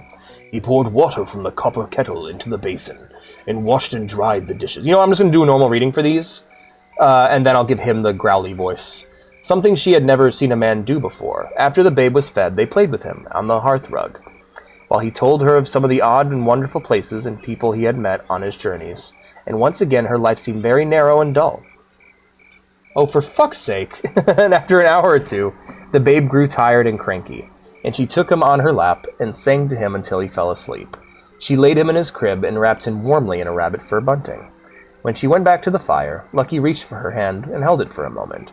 Without a word, they were in one another's arms and kissing hungrily. They shed their clothing and lay together shamelessly, enjoying each other's bodies.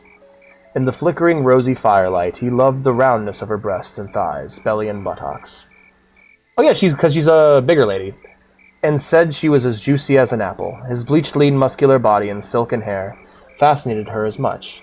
She had loved Tom and known pleasant moments with him, but nothing like she felt with this stranger. Yeah, Tom had, the most ungracious exit from the story.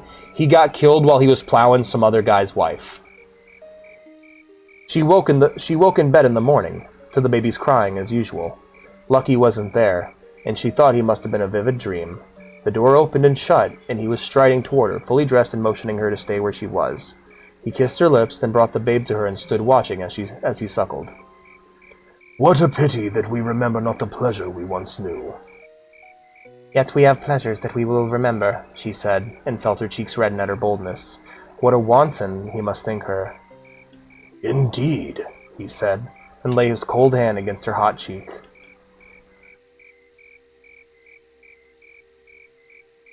Says the mother who has a house. Yeah, I think you came in after the part where she nearly froze to death. Basically, her husband was the breadwinner in the family. He went and then got himself killed plowing the goldsmith's wife, and left her with all of his debts. The storm had stopped during the night, and the snow was deep on the road, and it was clear that it would be days before the horse could pull Lucky's small wagon along the road. That wagon was brightly painted with leaves and vines and flowers in red and blue and green and yellow.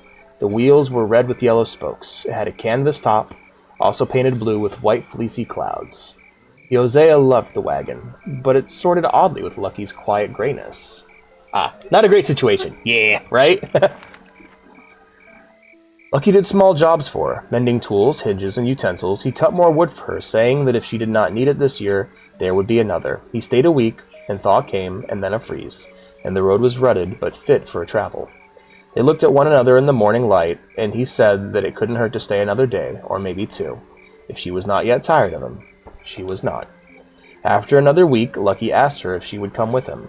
Her heart leaped at the question, but she looked around the little house where she'd spent all her life, thought of her land and village and her babe, and said, "I can't go. I have no desire to travel, and I don't want to bring up my babe as a homeless wife. Pain flashed across Lucky's pale face. Damn! Fucking spat in his face! What the hell? But he only nodded, harnessed up his horse, and kissed her goodbye. Tears clouded her eyes and blurred the gay wagon colors. Sun's dawn passed very slowly, and with rain and sleet and snow, but nothing like the storm that had brought Lucky to her. Occasionally there was a knock at her door which started her heart pounding, but always it was just a villager, come to buy the dried herbs she sold. And then on the first night of First Siege, she heard the creak of a wagon and knew. She flew to the door, her face alight, and flung herself into his arms. "I can't stay," he said. "I'm just passing through." And that was all the talking they did for quite a while. Spring came, and crocuses poked their nose up through the snow. Lucky spaded up her garden. Curious neighbors came to call, but found out no more about him than she knew. She sold them eggs, her chickens were laying all very well, and dried herbs, and an elixir she made from her grandmother's recipe, which was sovereign for headaches and rheumatism. They hired Lucky for odd jobs, despite their suspicion of him. Lucky continued to come and go, never saying where or when he'd be back, but he seldom stayed away for more than a few days. He spoke no words of love, but loved her fiercely all the same. Hosea's round belly grew rounder, and she weaned Timmy to cow's milk. Luckily, trips became shorter and less frequent. All around the land prospered. Even the oldest could not recall a better harvest. In Hearthfire, Hosea birthed a beautiful baby girl. with silver hair, but eyes of cornflower blue. Lucky held his child, and joy radiated from him, so that he seemed to burn with a white fire.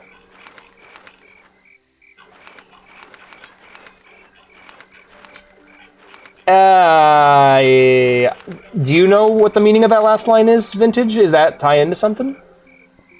Glad they had a kid, though. Yeah, no, it seems like Lucky is not only just like... He is both the god Sai and a man named Lucky.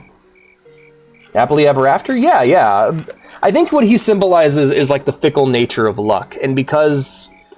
And I think because she let him go, because she was willing to let him come and go as she pleased, she never became reliant on him. She never became addicted to him in a way that his father described. And because of that was the relation... Because early on in the story, the first half of it was a man talking about his relationship with the god Sai, the god of luck. Hi, Miku. But interesting little tale. I liked it. Parts of it made me tear up, but nothing hit me as hard as Pelagius. Pelagius is still number one. The double feature, the Pelagius double feature is still the, like, most intense. I'm addicted to that luck drug. Addicted to that lucky dick. Alright, sorry. Give me another high baby! The Wild Elves. This is the last book we're reading for tonight. In the wilds of almost every province of Tamriel, descended philosophically, if not directly from the original inhabitants of the land, are the Aelids, commonly called the Wild Elves. While the three races of elven stock, Salashe are high, Boishi are wood, and Morishi are dark, have assimilated well to the new cultures of Tamriel. The Aelids and their brethren have remained aloof of our civilization, preferring to practice the old ways far from the eyes of the world. I really hope we get to see the homeland of the Wood Elves, by the way. They are cannibalistic, and they are exclusively cannibalistic and carnivorous. They do not believe in using wood or any sort of plants for any sort of architecture. So all of their architecture is made of flesh. It's made of bone and skin and pelt. It's really awesome. I really want to see their homeland, because they're like, they come across super boring, but like they have some of the most interesting background. The Wild Elves speak a variation of Old Cyrodiilic, and not Tamrielic, separating themselves even further even than their more urbanized elven cousins. In temperament, they are dark-spirited and taciturn, though they doubtless act differently with outsiders, or Palani in their tongue. Ew! I'm actually really excited to play ESO for that reason. I really want to see what it looks like. Then with their own tribes, indeed. One of the finest sages of the University of Gwilym was the civilized Aeliad elf, Tiorhane Fyr, who published work on wild elves suggest a lively, vibrant culture. Fyr is one of those very few Aeliads to speak freely on his people and religion, and even he said, the nature of the tribes of Aeliad are multi-hued, their personalities often wildly different from their neighbor tribes.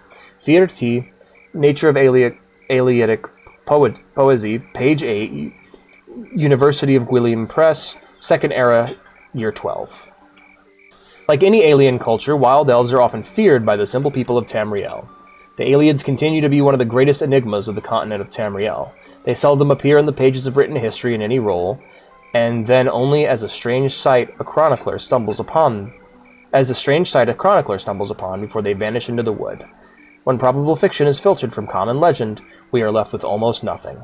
The mysterious ways of the Aeliads have remained shrouded since before the First Era, and may well remain so for thousands of years to come. Dickwall. I can tell you if they release that now, they're going to tone that way down. For real, man. One of my biggest goals when it comes to modding Skyrim is going to try to restore all the cool lore we learned from, like, Morrowind and stuff. Oh yeah, and I'm probably going to play a bunch of, like, the fan-made expansion packs for Morrowind before I tackle Oblivion. So, like, I'm going to play what we have against Tamriel Rebuilt, of Ash and Blood, Home of the Nords, a bunch of shit, you know? Morrowind's going to take a while, is what I'm saying. Well, there we go. That's the last book of the night. We have about an hour. The dick wall is entirely possible. Keep praying for the dick wall, TJ. Well, guys, we're going to go ahead and take 5. I'm going to go pee, and then we'll be right back.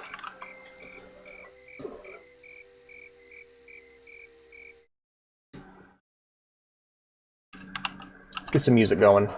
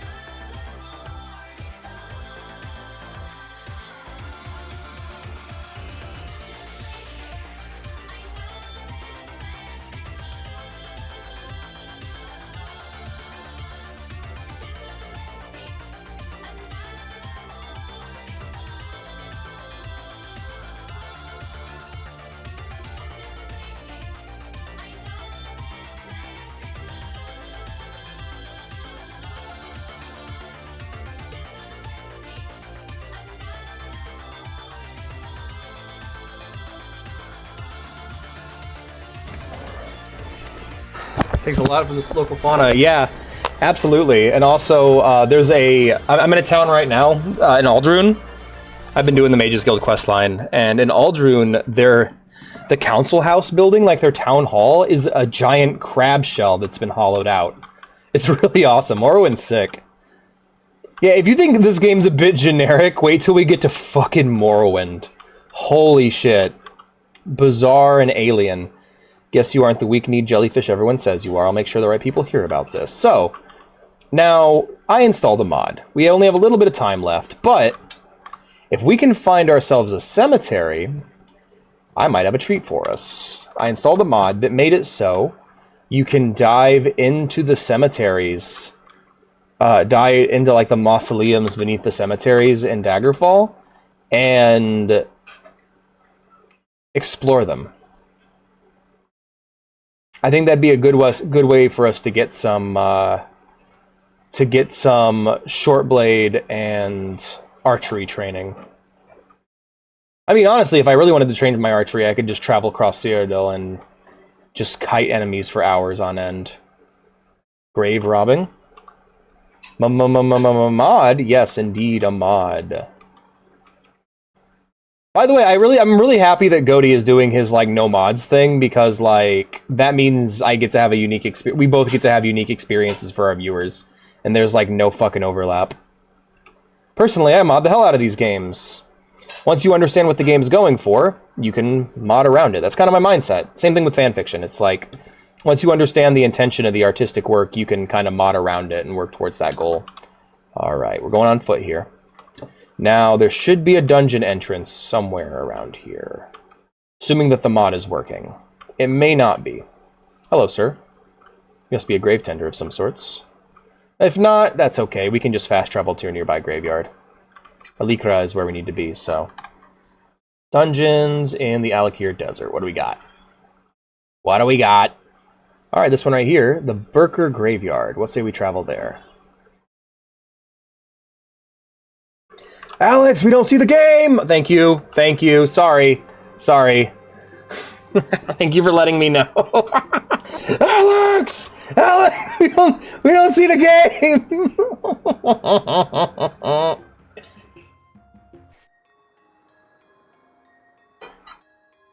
Dee-doo-doo, dee-doo-doo, dee-doo-doo, dee-doo-doo, dee-doo-doo. Hi there.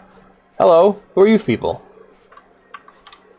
A knight, a knight, a knight, and a knight. Alex! You see it now. I can see that you see it now. Don't abbreviate Cyberpunk, Alex! Alright, guys. Time to Skyrim this shit.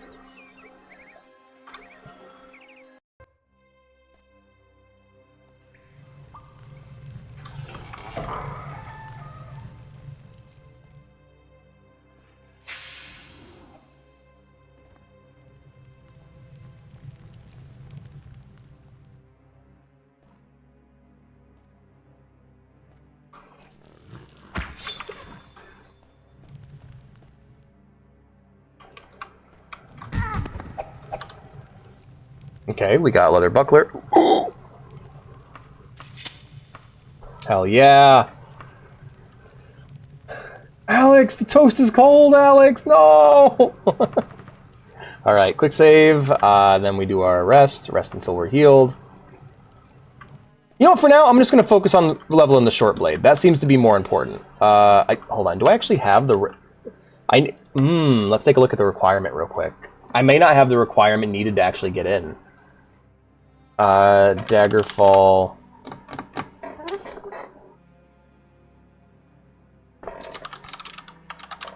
Fighters Guild, let's take a look. Alright, 22 and 4. As long as I have at least 4 archery skill, I should be okay. Let's take a look. My archery skill is not on this menu. Minor? Yep, 17. Okay. So my short blade needs to be 22. Alex, I'm so sleepy. I'm sorry.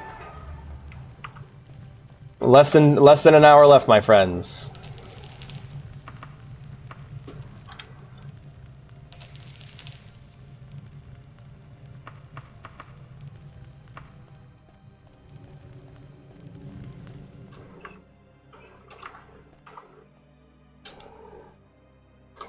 We got ourselves a Daedric short sword, though. Isn't that awesome? Like, we get to play with that. We don't gotta use a shitty sword. Alright, there he goes. Chain left, leather boots, money. Alright. God damn, he got wrecked. Imp is dead, potion of pure poison. Alright. I probably won't even end up using that. I'll probably end up using a spell instead. Yep, you're dead too. Oh, is that it?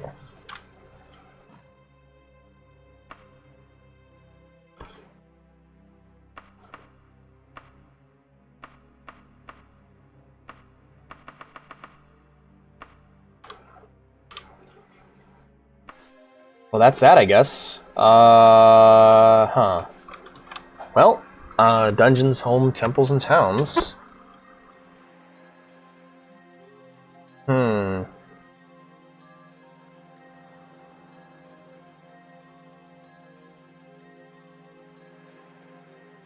That's the only graveyard we get? Really? Burning Redeemer of Stendar, towns, homes. Alright, well, let's head back to Alikra. Looks like I'm gonna have to just do some Mages Guild quests until I can get to the necessary skill with Shortblade.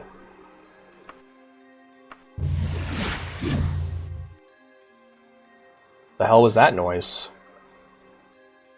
Do-do-do-dee-do-do-dee-do-do-dee-do-do. Jawandis. Did not know that ketchup was used for that. I typically dip my fries in it, like a weirdo. Is attacking? Oh, shit! Faction warfare is going on. Whoa, shit.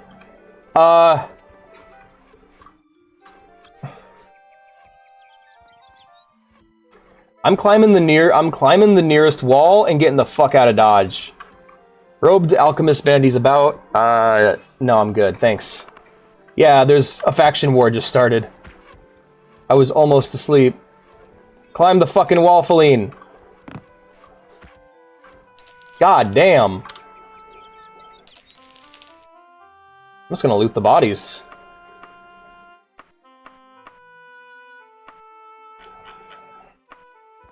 Yeah, I got that mod.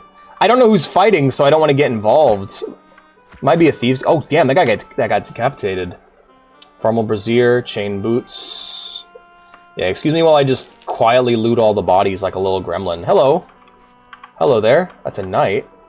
Okay, must be one of the knightly orders warring. Take those arrows. It's knights versus rogues, it seems to be.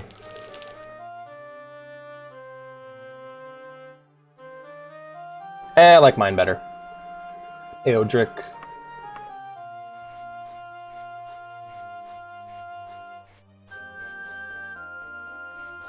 Yeah, what a fucking bloodbath. What's that thing? Yeah, they didn't stand a chance. I don't know what they were thinking. Alright, I got that already. This went pretty well though. I mean, I'm getting a lot of good gear out of it. Iron gauntlets, arrows, I'll take that, thank you. Do rogue.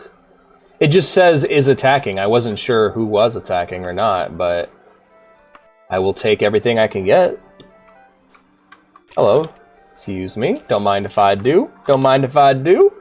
Hell yeah, getting rich off this nonsense. Yeah, a big old faction war just broke out. I was thinking about that mod just a minute ago. I'm like, did that mod work, or is that just never gonna happen? Well, apparently it'll happen. That's awesome. And if it's a faction I represent, I might jump in and get in on the bloodshed. Hell, I might just start attacking both sides, if I'm on both sides. It's Alex for you. Bloodshed. Hold devil's pot of tea. Right. Okay, lots of shirts. Lots and lots of shirts. A steel buckler. Can't use bucklers. Some arrows. But it went unused. Ah, okay. So are these guys just gonna AFK until I, like, travel or whatever? There's a bit of troll's blood on them, hell yeah. Yeah, I think that's all the bodies. Let's get in town. This mod just uses it. Cool. Yeah, there's a lot of mods that are just like, there was a thing in the game that looked really cool, but the devs turned it off for some reason, so I just turned it back on. God, what a bloodbath. Alright. Welcome to Bloodbath and Beyond. How can we help you? Let's head north to the Fighters Guild. Or actually, no, let's not. Let's hit up the Mages Guild and go get a dungeon quest from them.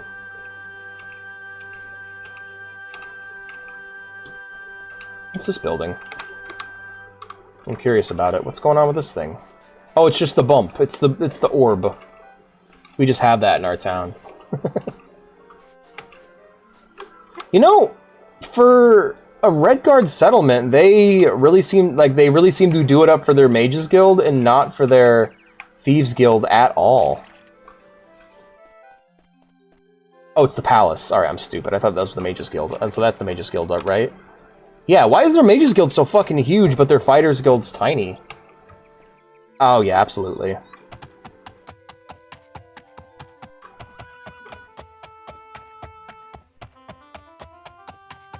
I mean, they're the Alakir, you know? They're like... The Alakir warriors are, like, famed swordsmen.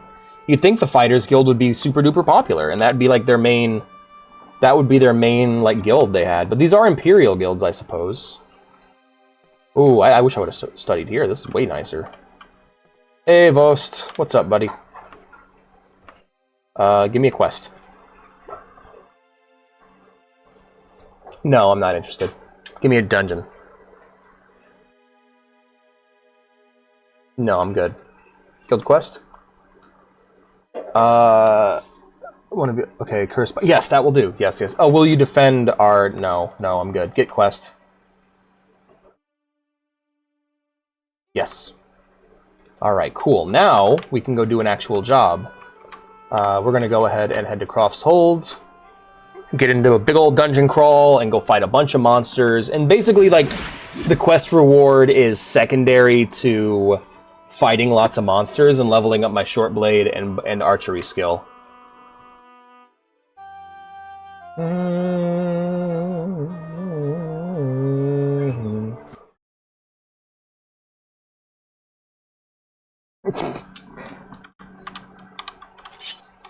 Music just fucking died.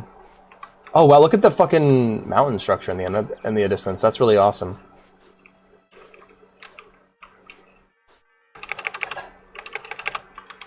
Alright, Croft's Hold, here we go. Let's go ahead and get our stuff organized real quick. Make sure we're not carrying the 10 bestiaries. No, I need it. I need the 10 bestiaries or else I can't do the dungeon. It's important. No. Alright.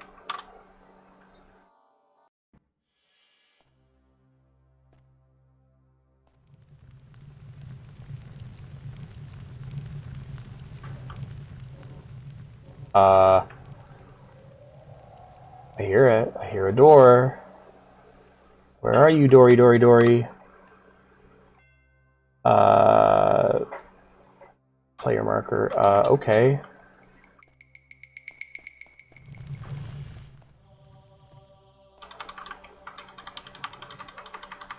Oh, there's just a normal door here. Okay, looking good. Looking good. The Dream 90s mod? I looked at it. It wasn't quite what I was looking for. I didn't like the way the sprites looked. Sorry, but thank you for the recommend. I appreciate it.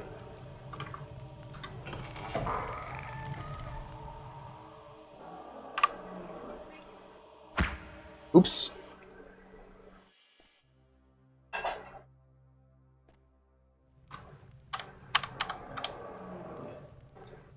Let's right-click to unlock the arrow. Interesting. Oh, shit!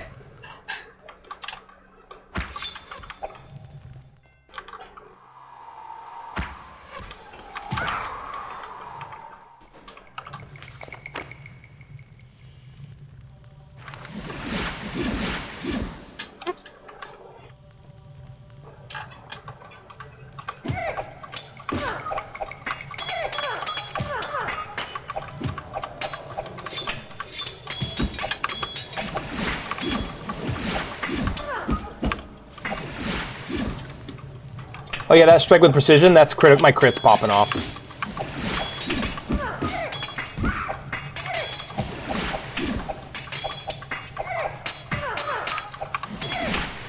Why won't you die? Oh, Good lord.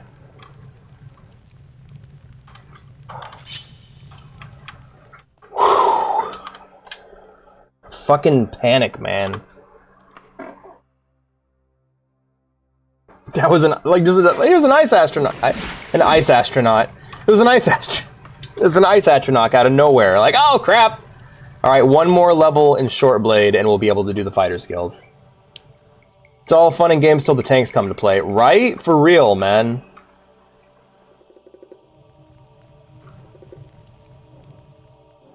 Right.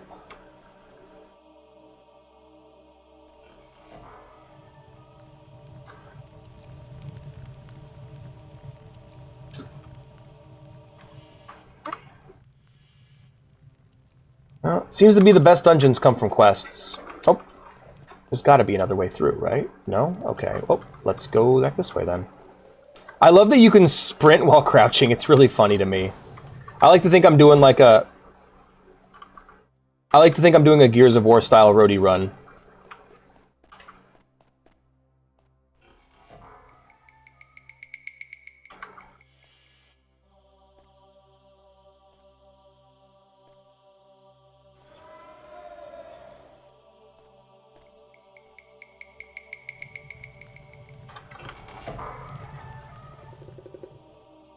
Alright.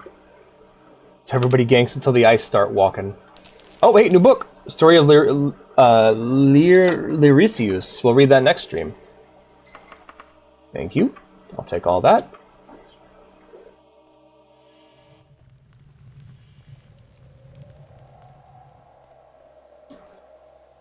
Alright. I like this angry moon flag. It reminds me of Muna from Enna, if anyone's ever seen that series. Oh, cool, now I can train my lockpicking.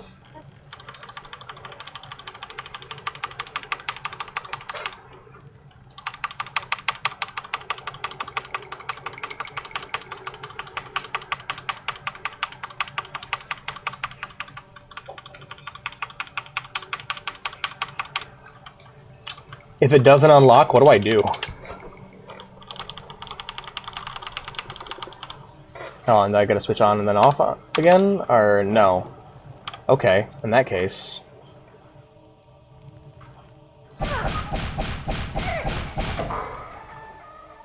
Alright then. Nothing. Nothing of value is here. I usually just bash it in anyway. Yeah, but I need to trade lockpicking for a later guild, so... I might need to think of a different skill to train then.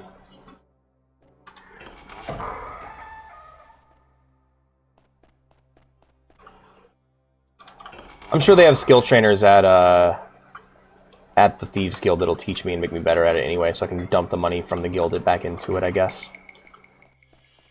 Ooh, that's what I should look into at the Fighters Guild, because now I have money to burn. Oh, I want to do all the guilds. That's why this character is so weird.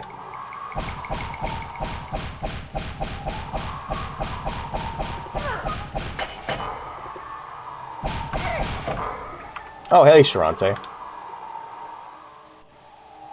Ooh. Can I equip those without unequipping other stuff? No, I cannot. So, let's... Oh, no, I can. Wait, can I? I don't... Oh, there it is. Yeah, there we go.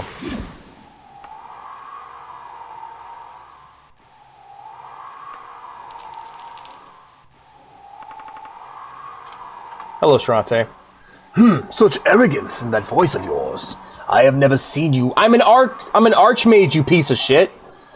I have never seen you in the guild. Likely because creatures of your disposition are too busy munching on bones to further our academic purposes.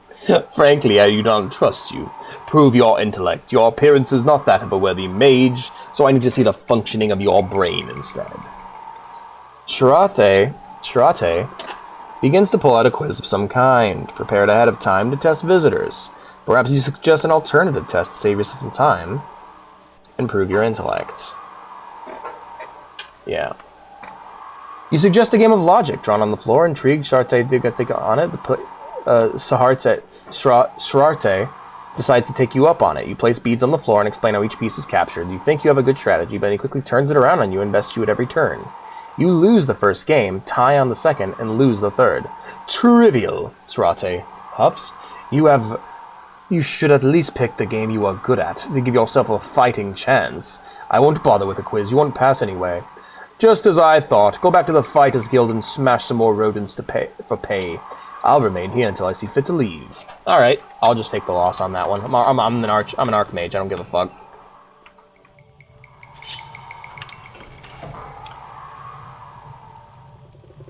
Again, the point of this was to level up my short sword anyway, so I don't give a shit. There is some truth in what he's saying, is I'm doing this to get into the Fighters Guild, because my sword skill's just not high enough.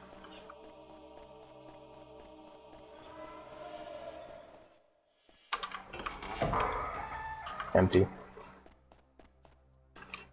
Yep, if I get one more level on short sword, we can leave. Oh, poor lady.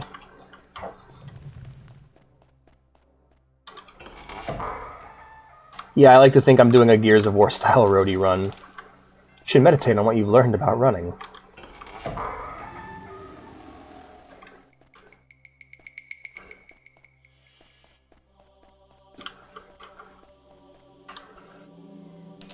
I'm mostly just here for the loot, to be honest. Cactus, books. Oh, yo, we just got another volume of the Real Baron Zaya. I'm so fucking excited. Woohoo! I'm so excited we get to read more Real Baron Zaya. Oh boy. Queen of Wayrest, motherfuckers. Oh boy. Oh, what the hell is that? Oh, that's terrifying. What is that? That's just a pile of bodies? That's fucked up. Why are the stairs so steep? I don't know. I do not know. Aren't they weird? I don't even know what you are.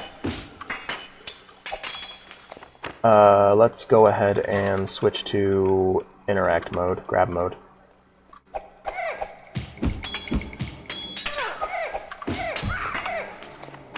Bologna's Balm. Back off, back off, back off. Alright, cool. Fall back.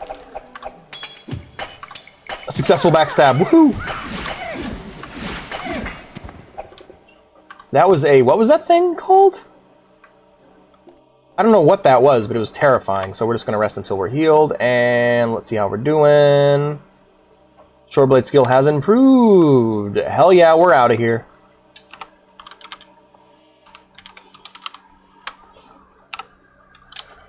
Elder Scrolls detected. Hey, Churchy Dragon. Oh man, I love your name. Hello, welcome to the stream. I hope you're doing well today. We're playing some Daggerfall Unity. I'm currently working on leveling up my bow and short blade skill so I can get further into the Fighters Guild. How far in am I? Well, I just completed the Mages Guild, and now I'm working on the Fighters Guild, and the main quest hasn't been touched. I mean, it has been long enough to get the timers to deactivate, but now we're just going through it just to do the guild and side quests and stuff. Never gotten very far in Daggerfall. It's so big. Yeah, it's huge. Big old game. Luckily, it's fairly easy to suss out what the content that's worth your time is. The guilds, the main quest. That's kind of what I'm going for. Oh, look at this plant. That's a cool looking plant. This has been somewhat modded. Very heavily so. Do you go to church? No, man. That's awesome. Hell yeah. I rewatched up to Season 10 recently. Been on a Halo kick a couple weeks. It was on a Halo kick a couple weeks back. Played through all the old Bungie games and rewatched up to Season 10 of Red vs. Blue. It was a delight. Super good. Forgot how great that show was. I didn't forget. I just every now and again I like to rewatch it every few years or so, just to appreciate it. Holy crap.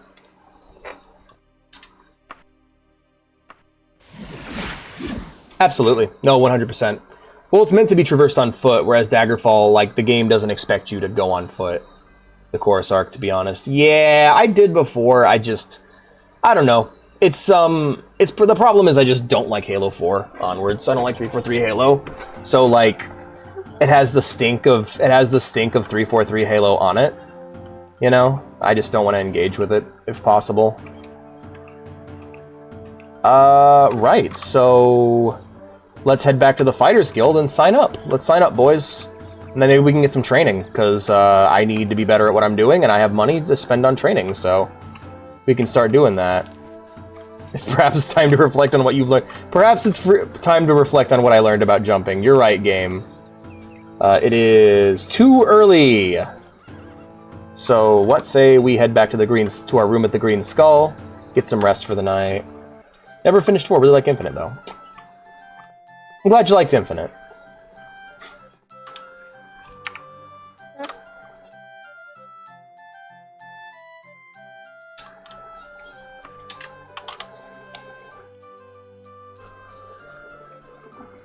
Did they ever do Halo 5? Like, did they ever, like, I actually, I never finished the Chorus arc. The first season of the Chorus arc I really liked, but, like, again, it's the stink of 343 Halo on it.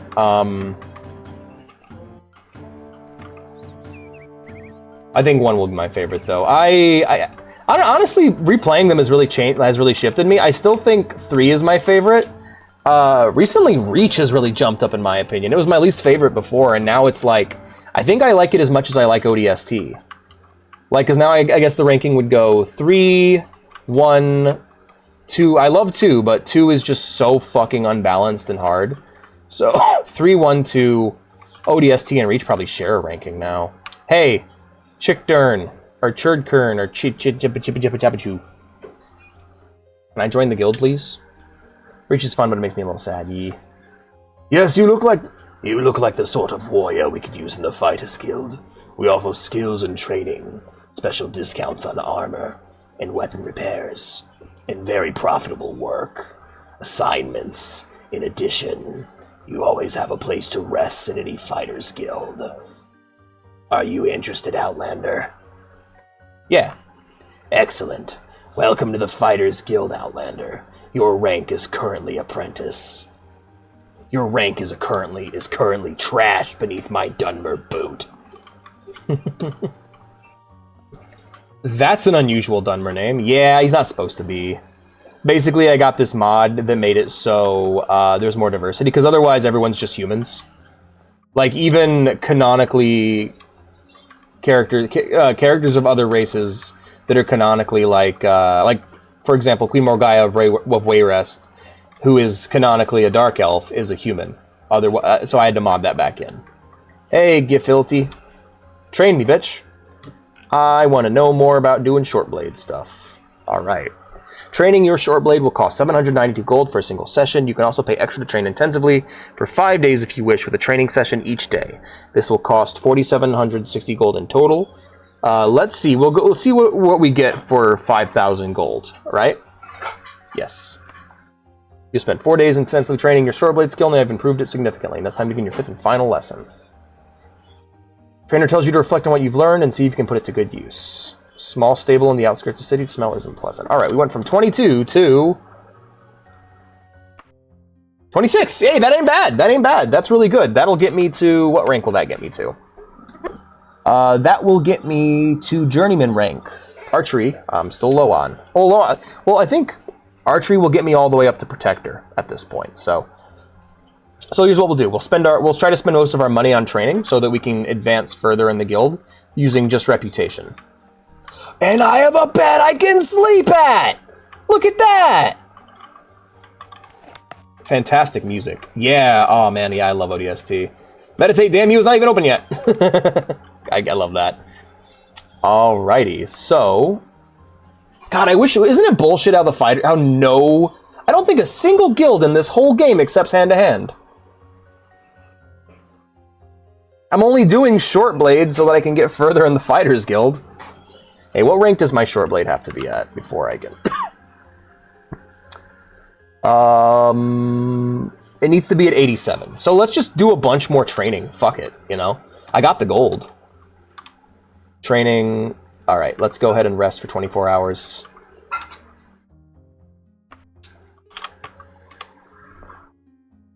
Take note, Mages Guild. Yeah, indeed. So yeah, while I'm off stream, what I'll be doing is I will be grinding. Don't know the strat, right? How are the side quests in Shadow of Chernobyl? Are they like actually randomly generated, or is there a limited number of them? Because my Fighters Guild rep is 10. That's enough to get me what rank? That's enough to get me Journeyman. I can probably go get Journeyman right now, actually. But instead, we're just going to grind training. My bitrate's gone to shit. What the hell's going on with that? Nothing. Okay. Alright. Alright, so here's what we're going to do. We're going to go ahead and wrap it up here. Thank you all for watching. I had a wonderful time. If you're new here and you haven't done so yet, be sure to follow. If you want to see more from me, or if you just want to hang out, or if you want to be notified when my streams go up, be sure to join the Discord. Finally, if you want to support the stream, help it grow, and help me achieve my goal of replacing my currently busted mouse and keyboard, be sure to subscribe. Subscribers also gain access to the special subscriber channels, and they get to join me live on the special subscriber streams. Also, they get to watch my streams ad-free, so that's pretty great. All that being said, thank you all for being here, and we're going to go ahead and find ourselves someone to raid. There are no trainers for hand-to-hand without mods. Alright, thanks for letting me know, CubeZone. I appreciate it. Also, welcome! If you enjoy what you've seen here today, be sure to follow everyone. And we're going to go ahead and raid another Daggerfall streamer. Because, hell yeah. Oh shit, Goaty's... We got a completely new guy. Somebody I've never seen before. With a really interesting looking layout. That's gonna... he's been streaming for 5 hours. Let's check out C2 Just go ahead and give them a quick look. Okay, I can type in their chat. Oh wow, their layout is nutso. Hey, alright, we're gonna go ahead and raid C2 thank you all for being here, and I will see you all on Monday. I will see you all on Monday for some Splinter Cell. Take care, and have a good night.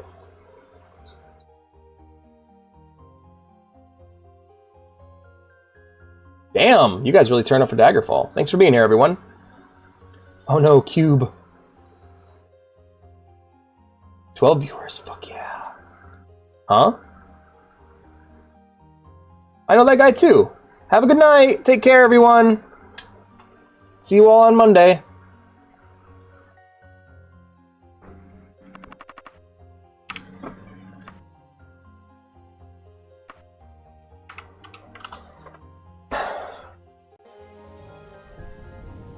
Oh, School of the Cat.